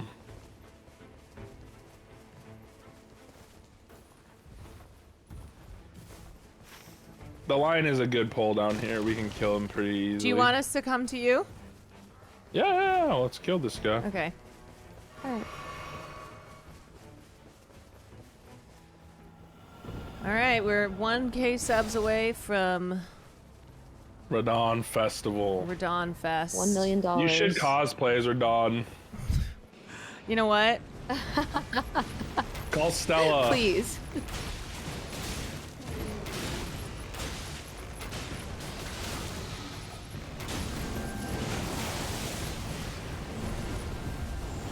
Okay, this gravity magic guy. Oh, I'm out Oh of. my God. I'm out of flask. I got killed during my dumping flask animation. If you can ult the lion, ult the lion. Right. Oh, I have an ult. I have an ult. I am about to get killed getting you back. Okay, hold on. We're good. Oh, lion? Okay, ulting. He has frostbite Nice. now, but there's gravity magic coming in. Whoa, baby! Are we taking down these stone skin guys? Definitely, Yeah. definitely. Yeah. They're free.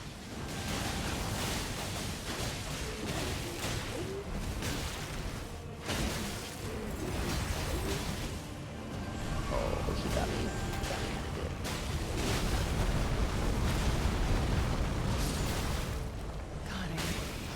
He got me Oh, we gotta really Hold pound on. this guy because the storm's coming.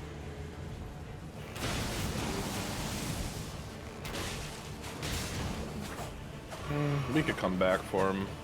Okay, I need Yeah, to get the item.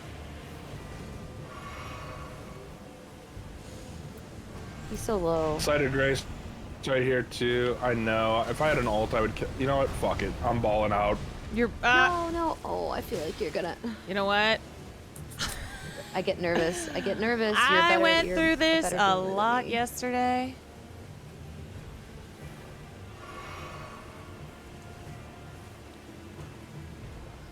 Sorry, no, I can't do it again. It's okay. Yeah. Don't worry. I got it. I'm not. You're built a little different than me.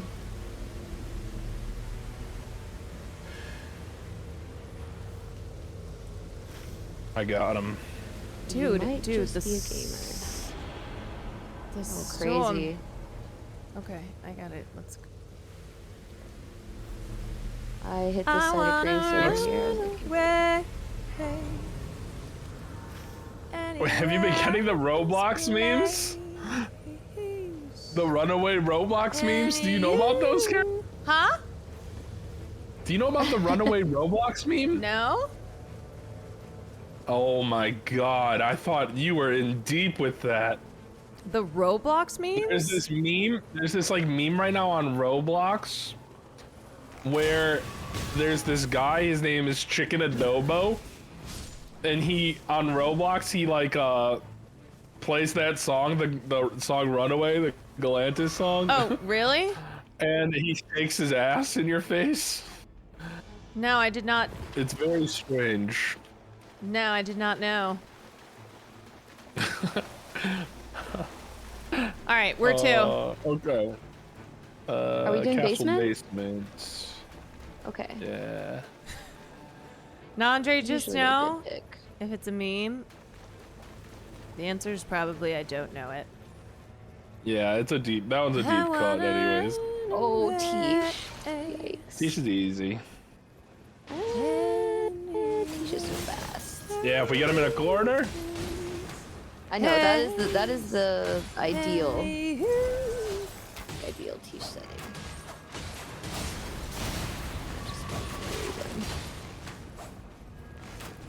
They bust out a little bit.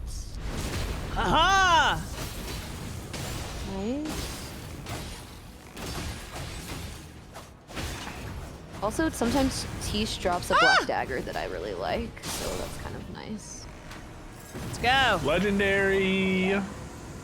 Okay. Bastard glowing knife. Scepter golden. Huge. I can't use it yet. I think I have to be Guard like counters level activate. 8 or 7 or something. But it will happen. Is Do I know Nandre the- part Filipino? Nope. Yes. Yeah, I think so. I like chicken adobo though. Takes so much damn Do soy I know sauce, Icon though. has cheese? Icon has cheese? Wait, what?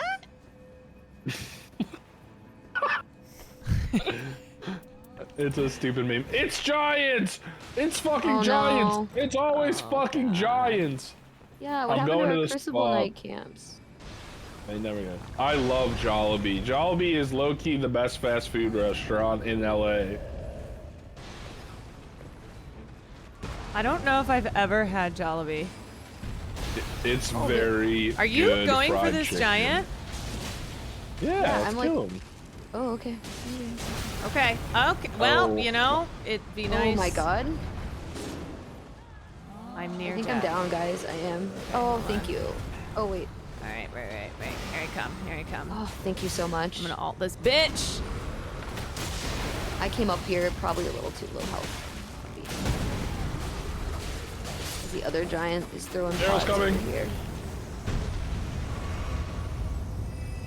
Yeah, let's go kill the one that was throwing the pots. Oh my god. We can come back and get the drop from that after we kill this other one. Okay. Because they'll stop attacking us.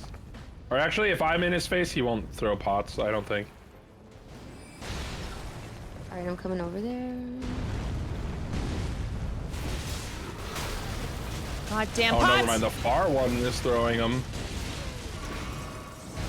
Are we? Oh no!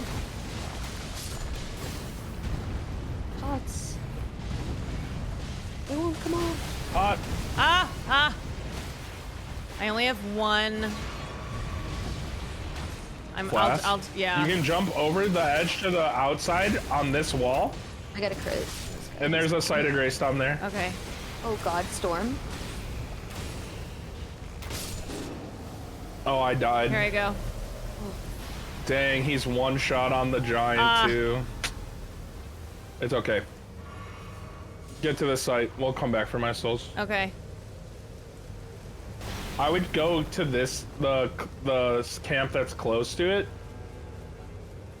like a little bit south of the tree, and clear that before. Probably best move. Okay. I'll ping it. Yeah, that'd be great.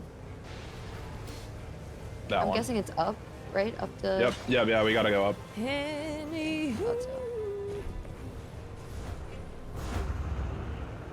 Oh, there's a Loretta here. Yeah, I don't we're know not if we want to fighting mess with her. that. Yeah. She's too tanky. She has too much magic res. Yeah, We are gonna run right past her though. All right, I'm at level 7, so. Yeah, same. Yep, I think we're doing I'm all at right. 6, so I'm chilling. Okay. I do want to get a purple smithing stone on day 2, if we can. That'd be nice, actually. I know really you guys need have been one. waiting for me to play Nightreign. We were having a nice nap on the couch, to be honest. Yeah, we both... Did you guys not stream? Actually, no. Yeah, I don't stream on Fridays usually. You know, yeah, I'm a But, Saturday. I used to take way Saturdays though. off, and I think I took 2 Saturdays off. I need to go back to taking day off. The 2 fun days to stream. I also used to take Mondays off because of the podcast. Yeah, I did Oh, yeah. Tuesdays was my other Wait, day where that did- I used to do. Where's There's the another item? one down here. Is there no item? Yeah, there's two, there's there's two two. of them. Oh. There's 2 of the cat, or whatever they are, dogs. Watch You're gonna have to alt this second one though, I think, Caroline, if we want to get it in time. Okay.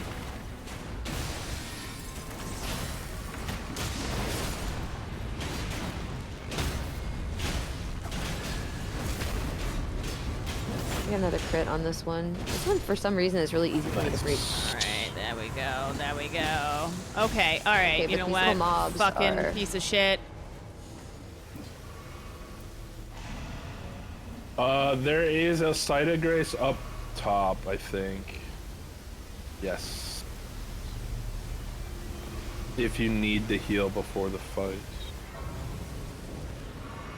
I am gonna probably need maybe 2. I don't know. No. Oh god, yeah, I don't have many okay. flasks. How many flasks do you have?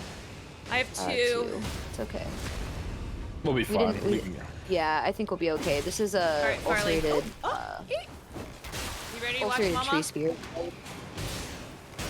Farley, watch Mama. I can drop you a healing talisman too. I also have a well, no, I have a talisman that gives me whatchamacallit, HP upon like successive chain attacks, which is good for me. So. I have a wraith spell for you as well. Oh, that would be actually great though.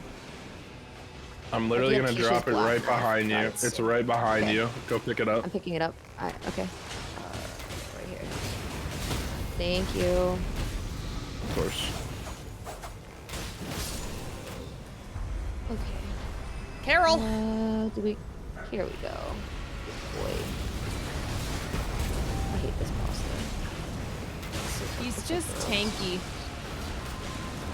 Yeah. Yeah. And his hitboxes are so weird, and he's fast, He but ate also me. big. He fucking like- ate me. Oh, he ate you I ate already? ya. No! Well, he's a little frostbitten. Oh, he's going for something. Going for me. Ah. Guy's a millionaire. Why doesn't Napkin Dog have braces? Those are the right questions whoa, we should be whoa. asking. Okay. Alright, I'm ulting. Oh, nice cancel. Got it. Yep.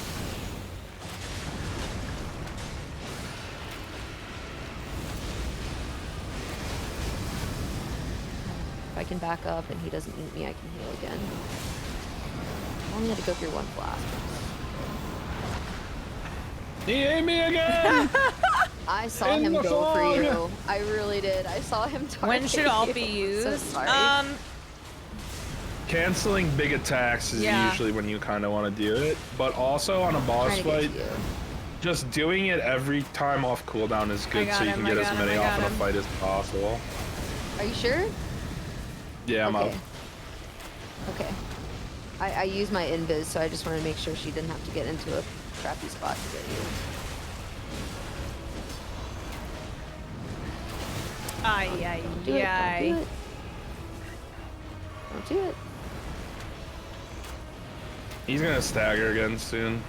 Yeah, he is. He's doing it. Okay. Man, Right under his feet is kind of where to be, but it's also really sketchy. Yeah. Oh shit. Moves so erratically. Yeah, I'm dead. Yeah. Oh, Carol. Okay, hold on. Carol's out of flasks. Carol, not this way. Did he just eat? Nope, he just moved my body. I was like, did he just eat me? Okay, I'm coming back to you. I have ult to finish him off here. Okay. We got him. Cool. All right, thank you. Here we go. You're back. Finish this off. Never been so back. Yup. Got him. Yo, we might be gamers. I know, all I do is read Wasn't even articles or watch scared. videos. Or game. Longer invincibility. Eat hot chip Wait, and which boss did we live. pick? Is this Gaping Jaw or is this Bug? Okay, cool. Buggy bug. All right, level Gaping Jaw, that 8. would've been very good. Yeah. Level 8. Dang, we have no good way of getting down to those churches in the south, huh? Can we I think we take just go to wait? Can we take Castle. the hawk? We can take the hawk. No, that one takes us east. No, there's. You see how on the map yeah, there's yeah. Fuck. You can see which way they go. Caroline, you left the world. Wait, what? I'm here. I don't. Or did I? No, I see you guys. Oh, maybe I left think the you world. might have left the world because I see his character and it's like frozen in I'm a weird going back. stance. I'm coming back. Come back. Unable back, to come restore. What the hell? Wait. What the hell, y'all? What Dude, the that's what chatters hell? were saying, that they kept getting kicked out. Oh no, it returned me to the main menu too. Bro, the server's been bugging tonight. Oh my god, they hate to see us Bro. winning. From I'm Soft. cracking open a Pepsi. From I don't give a Soft, fuck. fix your I'm cracking open a shit. Pepsi. Fix your shit, man. Is it really the end? Thanks, Donald Trump. Oh, God. Sincerely. Continue. Well, fuck. What should we do? Oh my god, he just scared me so bad. He came down. Yo, it was Patty Lapone. It was Patty Lapone. You know when Patty Lapone plays video games and it's Patty Lapone? Bro, this He is is like, just this is yelling. not even letting me back in. It's frozen. No way. Yeah, dude. Mine did let me back in, but I don't know about the matchmaking. I don't know why this is like being. My God, guys. It's not. Caroline, you need to change your name on Steam from Jennifer Coolidge to Patty Lapone. Lupwn. That's so fucking stupid. Dude. What do you think we should do? All right, with I'm getting Nevin back in. I don't know, man. Do you think this is gonna fuck us again? I mean, if it does, it does. If it doesn't, it doesn't. Bro. Chat, type 1 if you were also in a game right now and it crashed for you. Could have been everyone. Okay, Plus 2, she doesn't get it. Oh, there's no way she knows what ponage is. Yeah, But I it's a do. good It meme. means you're owned. Oh, shit! I just got pwned, Flaky. Yeah. I heard. I clipped that. Clip it? It's Chat, those kind somebody of clips clip that him keep me getting going, pwned. honestly. Somebody clip him getting pwned. Someone clip him getting pwned. Dude, it seems to be every 3 games. What the fuck? Well, then, sounds like we got 2 more runs in us. That's so annoying. Meme school paying off. Don't take that LSAT, take that MSAT. Meme SAT. He tries to teach me something new about the internet, probably once a day. It's Yeah. never-ending meme school. I gotta send Caroline the picture of me showing your mom Jerma. It's so funny. It's one of my favorite pictures. Let me find It's it. so funny. I sent it to him the other day. Oh my god, it's so good. She's like, now what do I do? Who's this? But did you learn? Learning every day. Who's that? God, I can't believe that happened. It's fine. It was a good run, but it wasn't like, oh my god, run of a lifetime. Right? Right, guys? Right? That was pretty good. I'm gonna say we would have won, but they can't stand to see us win. All right, let's take this choich. We got the choich. You know what I want? I want a Margit invasion. That's Really? like a one run. Two. Oh, it's so good. It every time you find a site of grace after he invades you, you get damage for free. Oh, an invasion. I'm sorry. I thought you meant the like Not a boss the run. world. Oh, okay. Man, I had Yeah. all the wilder weapons too. I forgot. Yeah, That's dude, what I'm that's why I'm saying. saying that sucks. They knew we were just too powerful, I think. As I can't get over a wall. Okay, we got a nice little path here to go though. We're gonna hit this guy, and then we're gonna go Everjail, and we're gonna grab Smithing Stone, and then we're gonna take the tree up the eastern side. Nice and clean. So Horse fresh Man's and so gonna try to get into church clean. with us.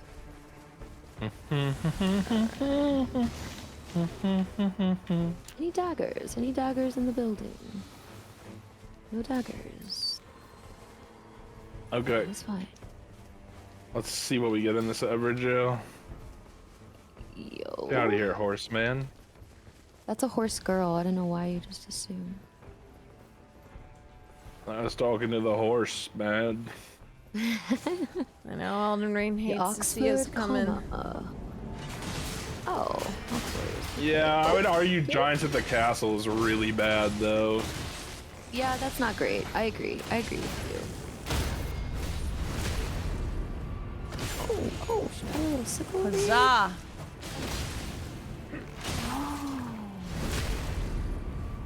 Oh, Carol backstabbing? Yeah, I don't. That No kidding. Carol's kind of hitting the backstabs. Carol with the crits? A stance break? Got the crit here? Yo, KJM, we just got kicked from a game too, bro. Hi, John. Sucks. It's great to see you. All right. All right. Into the tunnels we go. It's right here. You're gonna fall off this cliffside, Into the big and it's straight into it. You'll see the fire marking it. Yeah.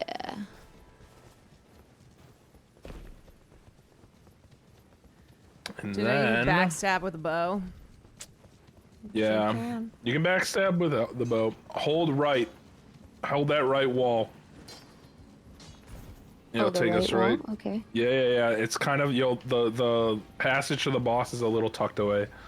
It'll lead right to the giant. What's up, Giggles? Hey, buddy. Yeah, I've been accumulating stuff for a meme school class, Chad. Don't worry, the next one's gonna be awesome. I'm excited for Racist Me Gunner. That is gonna be some awesome lore. Next time you see Slime, you're gonna be like, yo, Slime, I know about the Racist Me Gunner, and it's gonna fry his brain. Slime? Yeah, he's gonna be like, what? How do you know? What? How? And It'll I'll be cool. say, don't worry about it. Exactly, you play it cool. It's the only Yeah, this way, and then we're gonna go take the tree. Oh, get out of the way. God. Oh my god, I'm stuck behind this guy. Oh, you both are. Going the same way we came in, right? Yep. Mm-hmm. Left. Left? Yes, y'all both on the same. Well, she probably followed me. Honestly. I did. Yeah. Been waiting like a year for new meme school. Well, class hasn't been in session, but it will be soon. We got a free Miss Begotten out here. Do we have time? We have time. We can kill him. I got an alt. Pop that shit.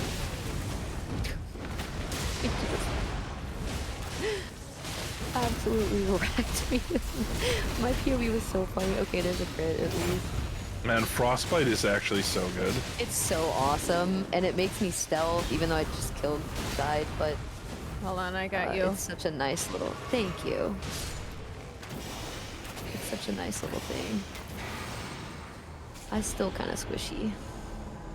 Okay, horn bow. I think I'm taking it, yeah? Mm-hmm. And then take that tree that's right there. Okay, let me hit this side of grace and then be good. Alright, level 5, let's go. I know, it's so nice on day 1 to see. Fuck! Okay. Carol. Carol fell off the edge. Alright, you see that church right there? We're gonna jump off and get this church on the right too. That's outside the circle. Yeah, I see it. You're gonna have to, with a blue top right here. If you hold right a little bit, yeah. Caroline, you'll see it. It's got the powder blue top. Does the blue top go away after you pick up the flask? Is that how it lets you know you haven't been there? I've never paid attention, but that would be useful if it did. I think so. Woo! Then, I think we'll hit this. And then go castle. Alright, Storm's I have here. an Everjail key, but...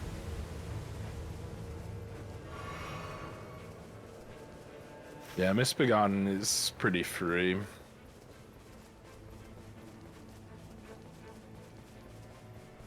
I think maybe, chat, I should make a tier list of bosses on when you should kill them. I'll have the level requirements. Oh, there's a shop here too, so if you want to upgrade your weapons. Oh, that's huge, actually. Meme School is right after the next Jazz Friday. Yeah. But before Baldur's Gate 3. Yeah. We could just do it all on one day, you know? Yeah. Oh my god. Wait, where's the shop? He's out in front of this building. I'm gonna run up top and get the table and the boss, and then I'll show you. Okay. I'll come up and help with the boss. Right outside the camp, I'm pretty sure. Oh, glint blades! Hey! We got the glint blades.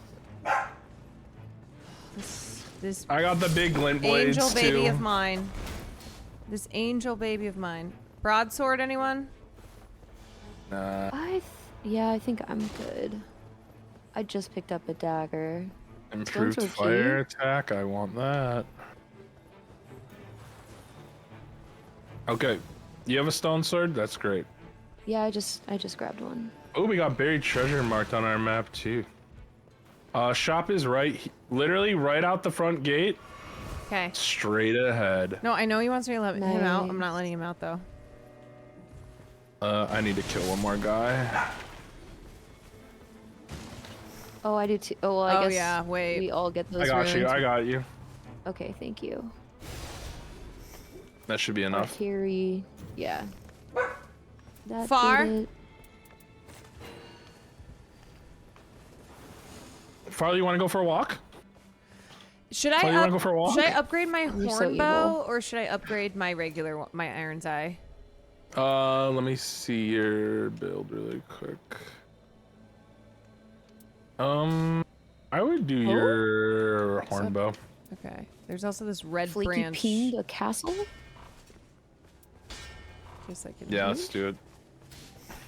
I'm just happy I learned how to ping, that's all. I'm just gonna grab this thing up here really quick and I will go there. But castle basement is 100% next move. Okay. This is what I call advanced tactics when I learn how to ping. I also have a Wraith Calling Bell for you, Flaky. Oh god, that's so huge, thank you. Talisman here. Oh, Carol, this is good for you. This increases your bow effective range right on me. There's a talisman right there. Oh, let's go. Let's fucking go. Yeah, huge, huge, huge.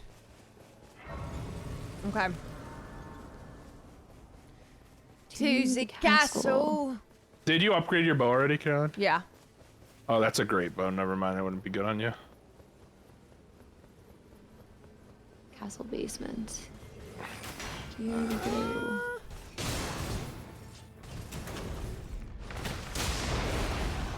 Alright.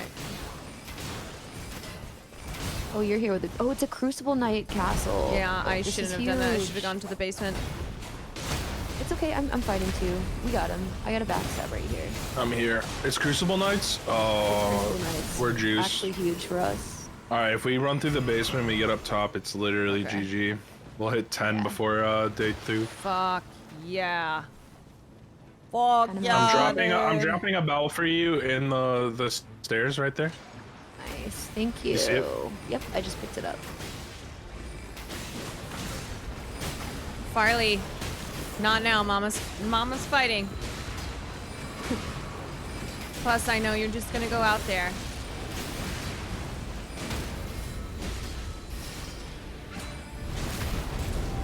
I was like, you don't know shit. You don't know about my life. I know you're just gonna cause problems. Murgot's cursed sword. I'll try it. Improve frost isn't bad though. Holy bow. There's a Crucible Knight right out here usually. There's gonna be one at the top of this little spot right here. Yeah, that's what I mean. I just didn't want it to be. It's closing, but we have a pretty straightforward path to go. Yeah, we do. It's in the lake.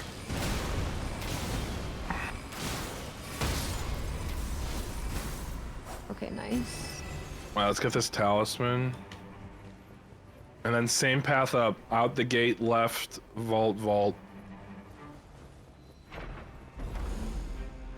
Okay, boost holy damage. Are we fighting holy or Fire. fire? Oh, fire, Raises fire fire. attack but lowers damage. Oh yeah. Are we fighting this guy? Fuck it. Yeah, 100%. Are we passing him? Okay. I just never know what we've. He's weak to fire damage too, so he just dies fast. Yeah, it's kind of awesome actually. It's so much. I do want to make sure we get to a site of grace. So I think we dip. We go lake right now. So go sewer and then right. Sewer and then right. Okay. We'll come back for the other Crucible Knights or no? Yep. So this game We're gonna come here basically day take either 2. more damage or better passive.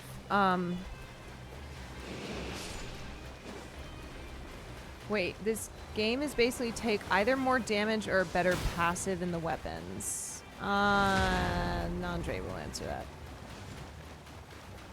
I'm hitting this grace over It's more here. nuanced than that, but that is kind of always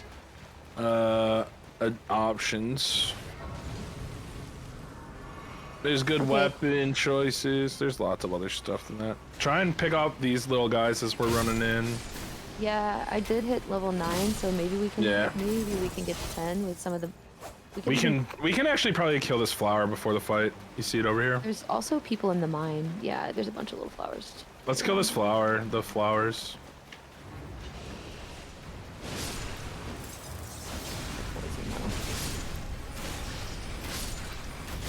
Flowers what so up, good for Garrett? rain.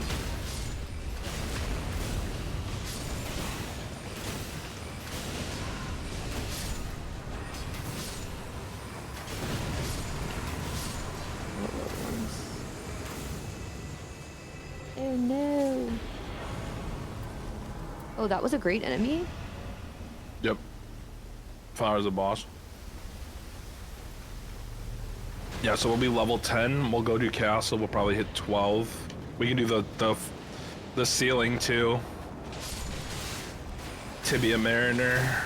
Yeah, this is such an easy one. It's awesome. And you gotta hit these guys though twice. Oh fuck. They come back alive. Fuck. I know you guys probably both know that, but just in case, 'cause Yeah, I forget always sometimes. forget with these guys though. Oh, he's spawning right on me.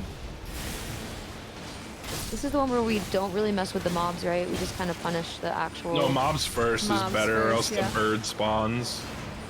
Oh, that's right. Okay. What's up, Izzy? Oh, I have so much aggro on me. But if you have ults, use them on the boat. My ult just keeps me able to get. Yeah. I'm gonna walk around invisible and just throw this Wraith Bell thing, Wraith Calling Bell, until my invisibility goes out, because I won't be targeted.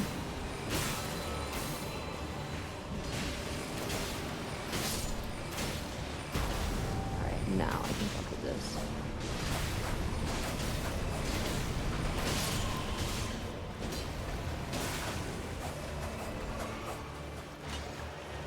Where'd this Y'all bitch get the ass last go? mobs, I'm gonna pound boat. Oh, the mob just ran right past me. There we go. Stud.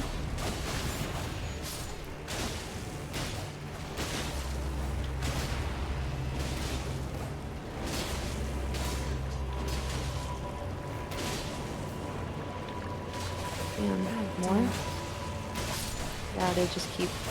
You can kind of get to them before they actually, you know, fully generate, but... Alright, boat's down. Okay. Oh no. Bird spawn? That's... Uh-oh. No, that was free. Wow. Can I get a Riz? Yo. I got you. Whew. All right. Got you. About to be level fucking 10.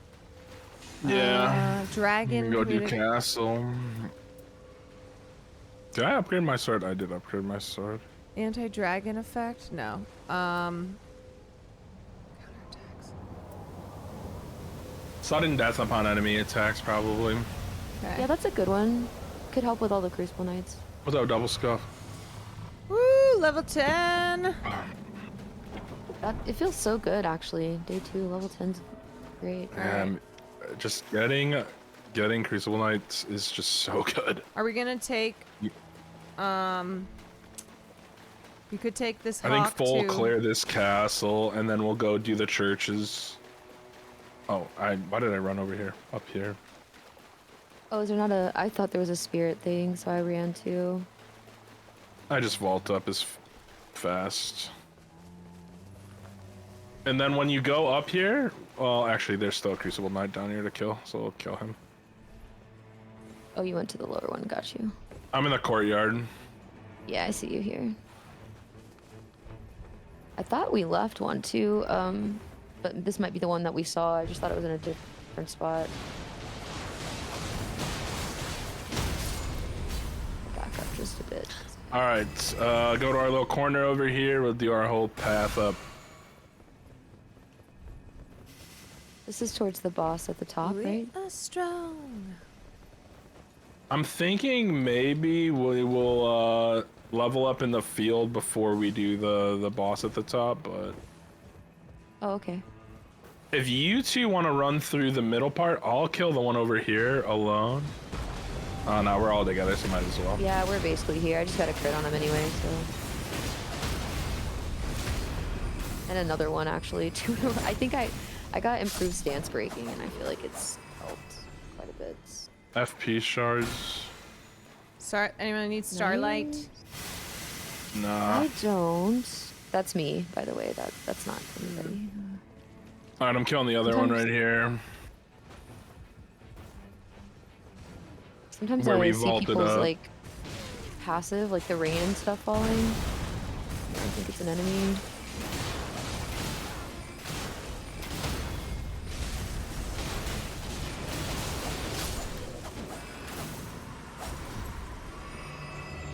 God, who is doing the fire damage? Your boy. It's so much. It's your I'm boy. like watching the... All right. Crazy. If we see a site of grace, We'll get one after. We got a couple more. 2 more Crucible Knights up here. Let's slam them, and then we will Site of Grace, and then we'll go to the roof. This guy drops a buff too, I think. Yeah. Oh wow. Magma Room Scale Sword. I think I want this. I'll take the chest or Affinity anything Power, actually. Yeah, there's one good chest there. Oh, did we already kill the one over here? I think we did. We came up a really no, weird it's right here. way. It's right here. He's right here. Oh, this guy lower. Okay. Oh, shit. I didn't realize I needed to heal. Here. Hold on. I can get to you. I'm just on the other side of him. Ah. My daggers are slow to res. Yeah. Sorry. All right, Sight of Grace out here. God, those give you a lot of runes. I know. It's like the best path. Good. That's stupid. We're not done with the castle, but we are gonna level up before we do more. Oh, there's another one right here. Free. They also just feel so much better to fight than the giants that are just spamming. Yeah, if you have a shield, they're really easy to parry too. Yeah. Like, they're not that hard to kill, and they just dump runes. Oh, these guys. Alright, I'm on the I'm side. gonna abandon them. Yeah, I'm going to the side of Grace. I thought I was gonna... And then immediately turn towards the castle. There's like a scaffolding that you can vault up. That'll take you back in. Ooh, right here. level 12. Let's go. Yeah, I'm coming up with you. And then go to that interior room, the like 13. banquet That's hall. Insane. This is. We're gonna kill the guy on the roof. This is up here. You know that interior room, the like banquet hall. And then hit a right immediately. I cannot believe I am level 13 right now. This way, this way, this way. That's up so nasty. the stairs, and then just you take lefts. Always lefts here. Go straight out and then left. Okay. Insane. If the game Outside, shits, I'm then gonna lose my left, mind. then left again, and then all the way up. We're gonna have to do this fast. So if you have ults, use them. I have an ult. Okay. Oh my god, it's a Loretta? Okay.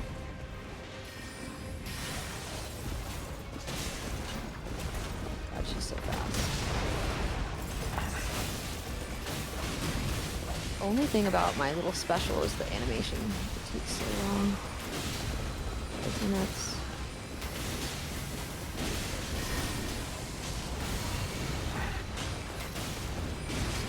I think she drops a legendary most of the time. I'm gonna hit a side of Grace when we leave here for sure, because I'm gonna... She gets a side of Grace drop. She drops one. Oh, that's right, that's right, that's right. She's big enough.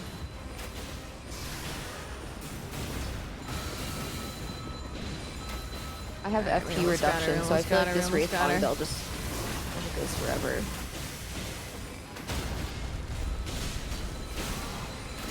Good, she's staggered. Frostbite? Oh, wow. Calling in reinforcements. Nice. That's a castle full clear. Okay, should I take the Great. Devourer's Scepter? Power. No. Grace? And then we're definitely not getting that last church. Let's go get this Evergel. Oh shit. This is one of the better runs I've been in. Yeah, level 15 before you get to the goo is gonna be pretty fucking hardcore. Yeah, I don't know that I've ever done that. I think I've only done it once or twice. There's a talisman up here I'm gonna grab. Okay. Oh my god. I mean, this is But just the ping is on the Evergel. Sickening. Oh wait, is there a spirit thing over here? Please, please, please. Level 14. We love to Get me out of the storm.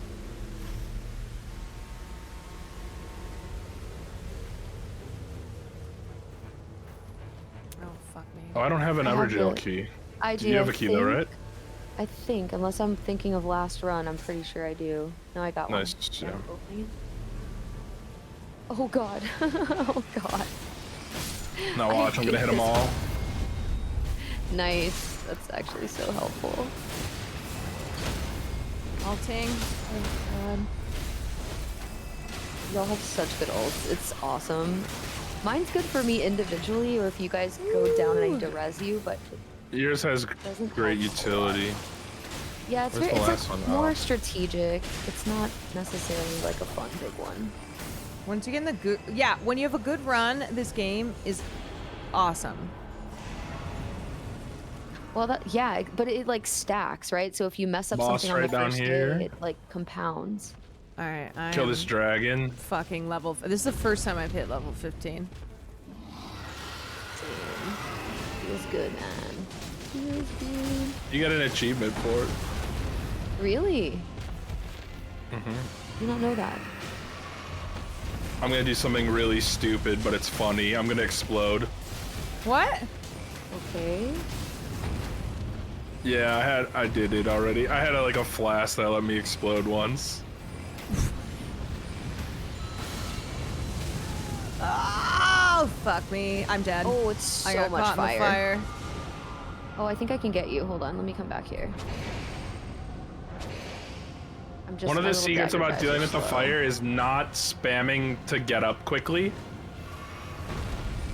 If you, when you stand up, you have a little bit of invincibility, so if you time it right, you stay invincible through the fire.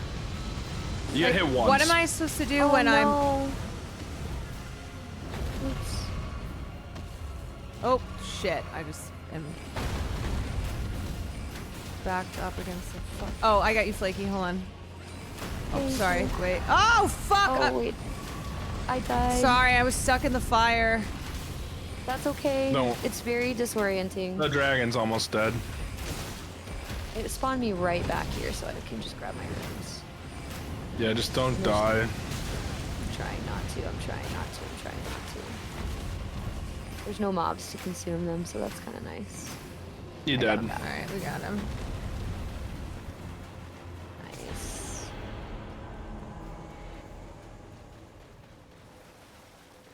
No grace. Oh, Wending Grace. Okay.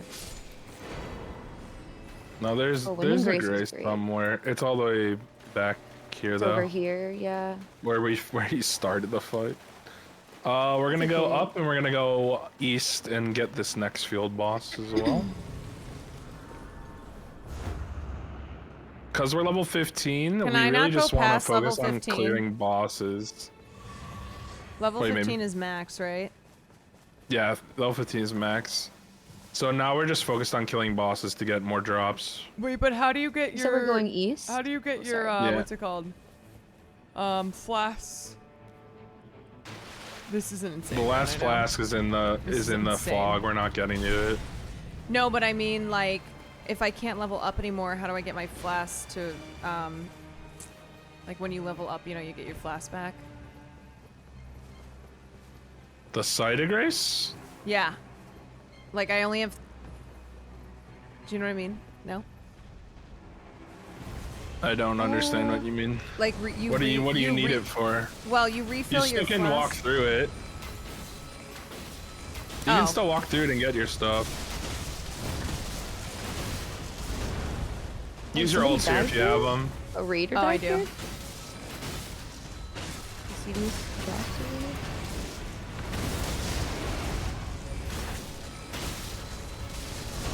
Storm is coming. We might have to bail this know. one. I think bail. It's not worth us dying here. I'm gonna run to this side of Grace that's in the middle of the Yeah, earth. Caroline, towards the middle. turn. Disengage. I don't have another stone sword key though, so I am gonna have to. There's one right just- here. There's one right here. If you go east. Side of grace. When you Yeah, I touch know, a I'm jumping grace... off the cliff Oh, I right thought here. you had to, like... I thought you had You to can still level. run through them without leveling up. No. Oh, okay. Never mind then. Yeah, and then it will Dude, give you your HP and fill your flask and stuff. You're full. You don't have to open the menu to get the HP and stuff. You just have to run through it. Ah. Whoa, I didn't Now I'm even back know at 5. that. I open mine every time. Yeah, you'll see it when it makes the noise and it like goes. Hi, babe. Hit boss. Ooh, I'm gonna check this. I'm at level 15 and I have Rise from Defeat. What the hell? I know. Like actually. Oh, it's the secret shop. Actually fucking insane What? run. Is the secret shop the guy that is in like the little? Oh wait, are we supposed to go up for the tree? Yeah, go up. There's a spirit. There's a spirit stream thing. Yeah. I know. I did the same thing. It puts you pretty close though. Is the secret shop the guy that looks like Wormface? Because I found that in one of my runs. No, today. he's just like a regular shopkeeper. He just has different stuff. Oh, okay. He drops purples Oh, really? Okay. and really good talismans and stuff. I just picked up Erdtree Blessing from him. Oh God, I already have enemies spawning on me. Okay. Okay. That seemed fast. What is this? This is Magma Worm, I think, right? It is. Yeah, it's the Volcano Manor. I think it is Magma Worm. I gotta say, I love these little lizards though. Just the character design is so funny to me. I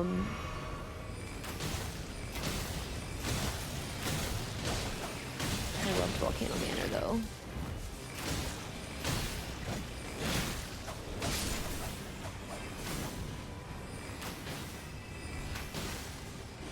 I want this guy right here. It looks like he has like a moon on his head or like an Albinauric head or whatever. I want this as like a cosmetic. Yeah. He's so sick. I'm ulting right away. Okay.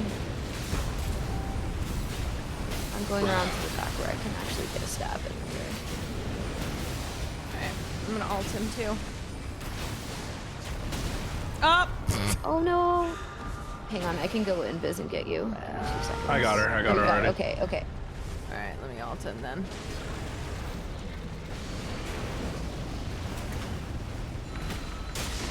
I think I'm gonna exhaust the Wraith Calling Bell. And he ulted me instead. God, this guy just is like...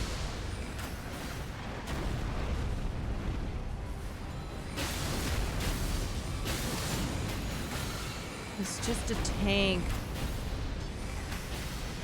He also moves a lot faster than you would think he would. He's kind of like swings around wildly. He's standing!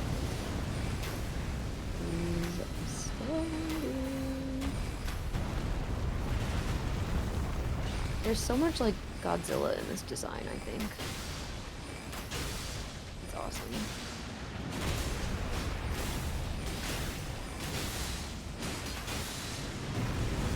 Oh, fuck me again. Hold on. Damn it. I got you. I got you. Go invis.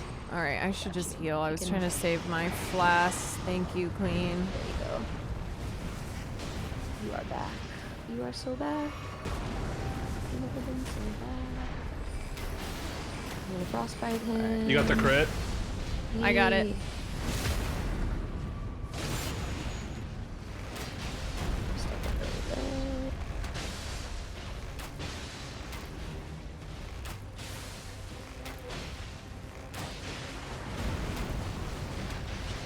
Wielding back here, just wailing on this. The animation's so funny. Alright, we almost got him. I got you. Oh no, there's no way. Thank you. Alright, hold on a sec. Thank you. Woo! Okay. Alrighty. Okay, that felt good though. Caroline, do you have talismans? Yeah. You do. You already have that one. Yes. Flaky, if you want, don't goo. Oh, I didn't even think I was near the goo. I seriously think this thing just like glitched out. I was gonna say we could go to this secret shop if you want, but I know, I'm in here alone. That was so weird. I was trying to get I didn't even get to get the final item. Alright, guys. Oh, weird. Wait, what happened? You just It just took me Oh, you in. have good passes though. You'll be fine. Bro, I could be I do have. We I actually have all a have good level passes. 16. I could Oh, be, yeah. Same, right? We could be well past insane. 50. We could be at 17 to be honest. I have to pee. What am I gonna do with all these extra runes?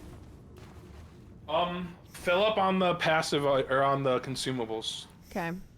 Get the meat, get the claw, and get the stamina one. Meat, claw, stamina. You guys, should I switch from horn bow to black bow? Whichever one has more damage. Also, if you guys have enough to buy some extra starlight shards, I will take those for the wraith calling bell. I can get you some. But only if you have extra. Here, I'll buy you some. Fill your inventory up first, like whatever you need. Because I still have a little bit, but I'm about to probably use it on this bubble tier, so just make sure you get everything. Here. I have. Oh my god. There you go. My carry. Barrage is greater than take in splash. full starlight shards for you. Billy, Yeah, this is probably the most juice run we've ever had. Wait, we got Crucible Nights and we hit 15 before day 2 close. It's disgusting. It's actually disgusting. Yeah. How was Dune? I want to know. Ooh, Dune looked cool. I actually want to try Dune. Yeah, Dune, your mom. What's better, fire grease or lightning? Not this way. Fire grease, weak to fire grease. I put more starlight shots down. Okay. Not this way. When you press your L2. Also, you know my mom, you freak. Wait. Let's see what you're rocking here, Carol. When you press your black bow is probably your best. The iron eye bow does do poison, but I think actually, Caroline, you should use your horn bow. Wait, really? Yeah, it inflicts sleep. Horn bow's better. Though you do have a really good ability on black bow. If you have your black bow equipped, and then remember how you two-hand? Hold L2 with it.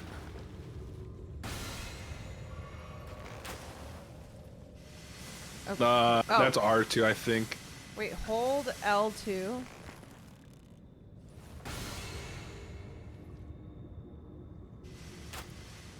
Like that?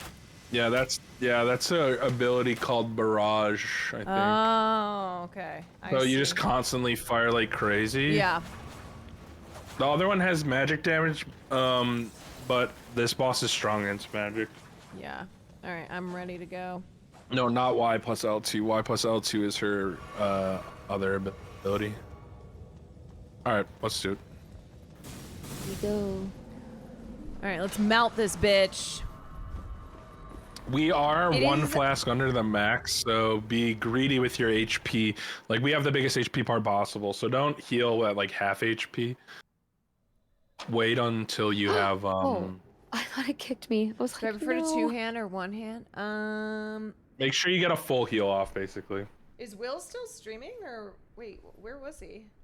No, Will's done. Oh. Where did you...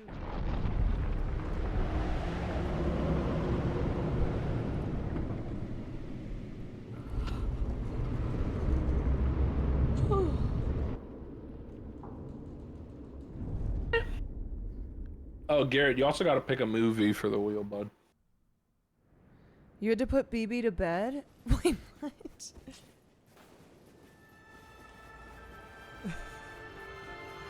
Yeah, Caroline, Barrage is really good. Okay. You can just stand in the back and just rip attacks on guys. Wait, why is this...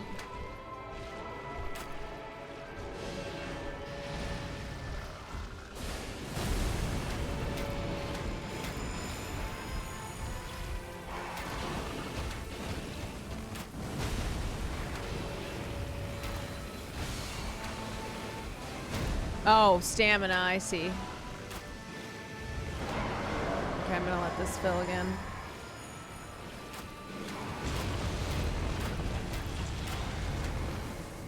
Okay. Let bitch go. He'll come back out of the ground somewhere. on top of me.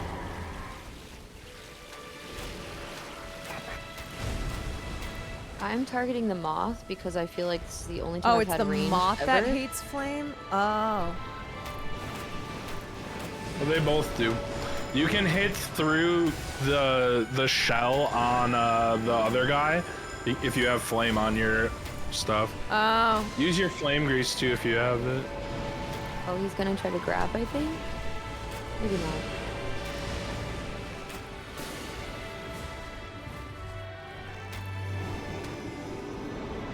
Oh, he's going after me, yeah, for sure, for sure. He's trying to do the thing where he like eats my brain or whatever.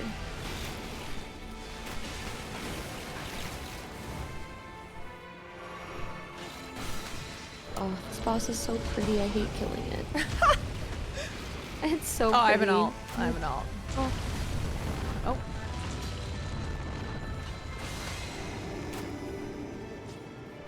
They're about to join up together. Use it on them after. Now is good. Okay.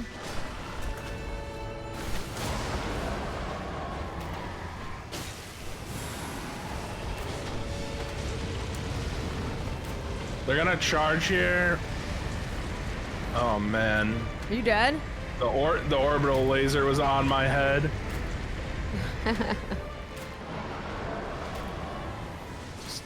Unfortunate spawn.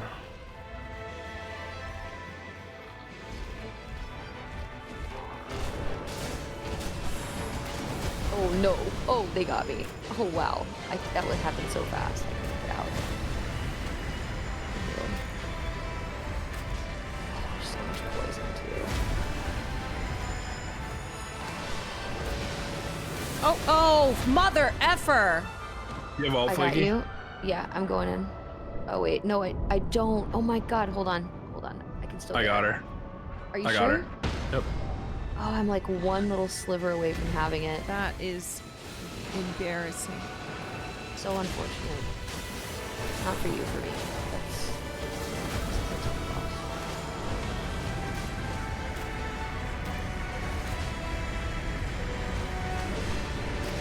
I feel like range makes a very big difference with them, though. I have an ult again. Pop that shit. Oh my god, I think it missed. Did it? Yeah, I think it grazed past the back tail. God damn it. It's fine. They're pretty low. They are. Oh, I got that laser too.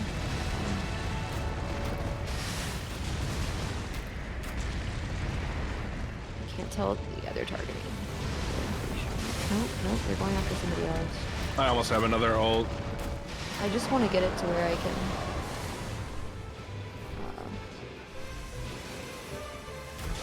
Target them.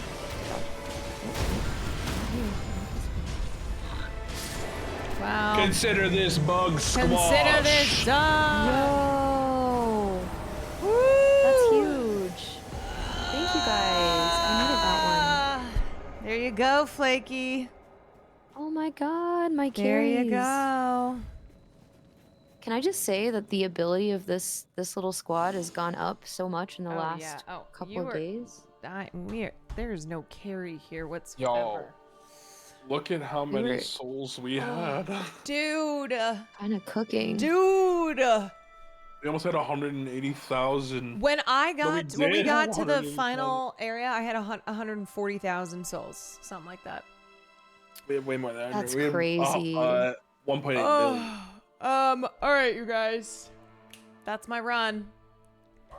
Oh, what a good one though. That is my run. What a great. Why is Farley somehow outside? Okay. Anyway, good Oh no. good playing.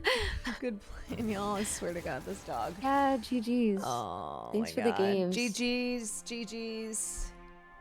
Good night, safe fashion. tomorrow. Good night. Good night. Good night.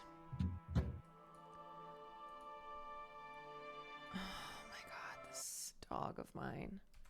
This little baby angel of mine. This little sweet baby angel. It's the sweetest baby angel.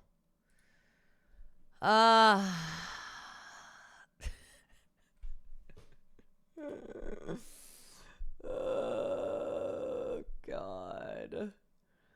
Oh, criminy. Farley did great in game. Yeah, he's the best. All right, y'all. I'm gonna send you to Jay again because he was denied partner, but we're gonna get him there. We are gonna get Jay Dilla to partner, even if it's the last thing that we do. Okay, so tomorrow we'll be at the protests. I will see if I am meeting up with peeps or if I'm streaming it. I don't know. I'm going to decide, but I'm getting up in the morning and going downtown when you're alone, oh, downtown. Thank you for joining me tonight. If you are going to protest tomorrow, stay safe. Stay safe. Don't do anything that I wouldn't do. Actually, stay safe. And I will see you, I think, at some point tomorrow. And then Sunday, we got a big day. We got a big, big, big day. We got a big day. Remember, hashtag Gandhi. Hashtag what would cool Carol do? Or cool Karen do. Okay. Hashtag what would cool Karen do? And then do the opposite of it, okay? Do the opposite of whatever cool Karen would do. Hashtag WAYMOS. WAYMOS Lives Matter. Hashtag goodbye. See ya.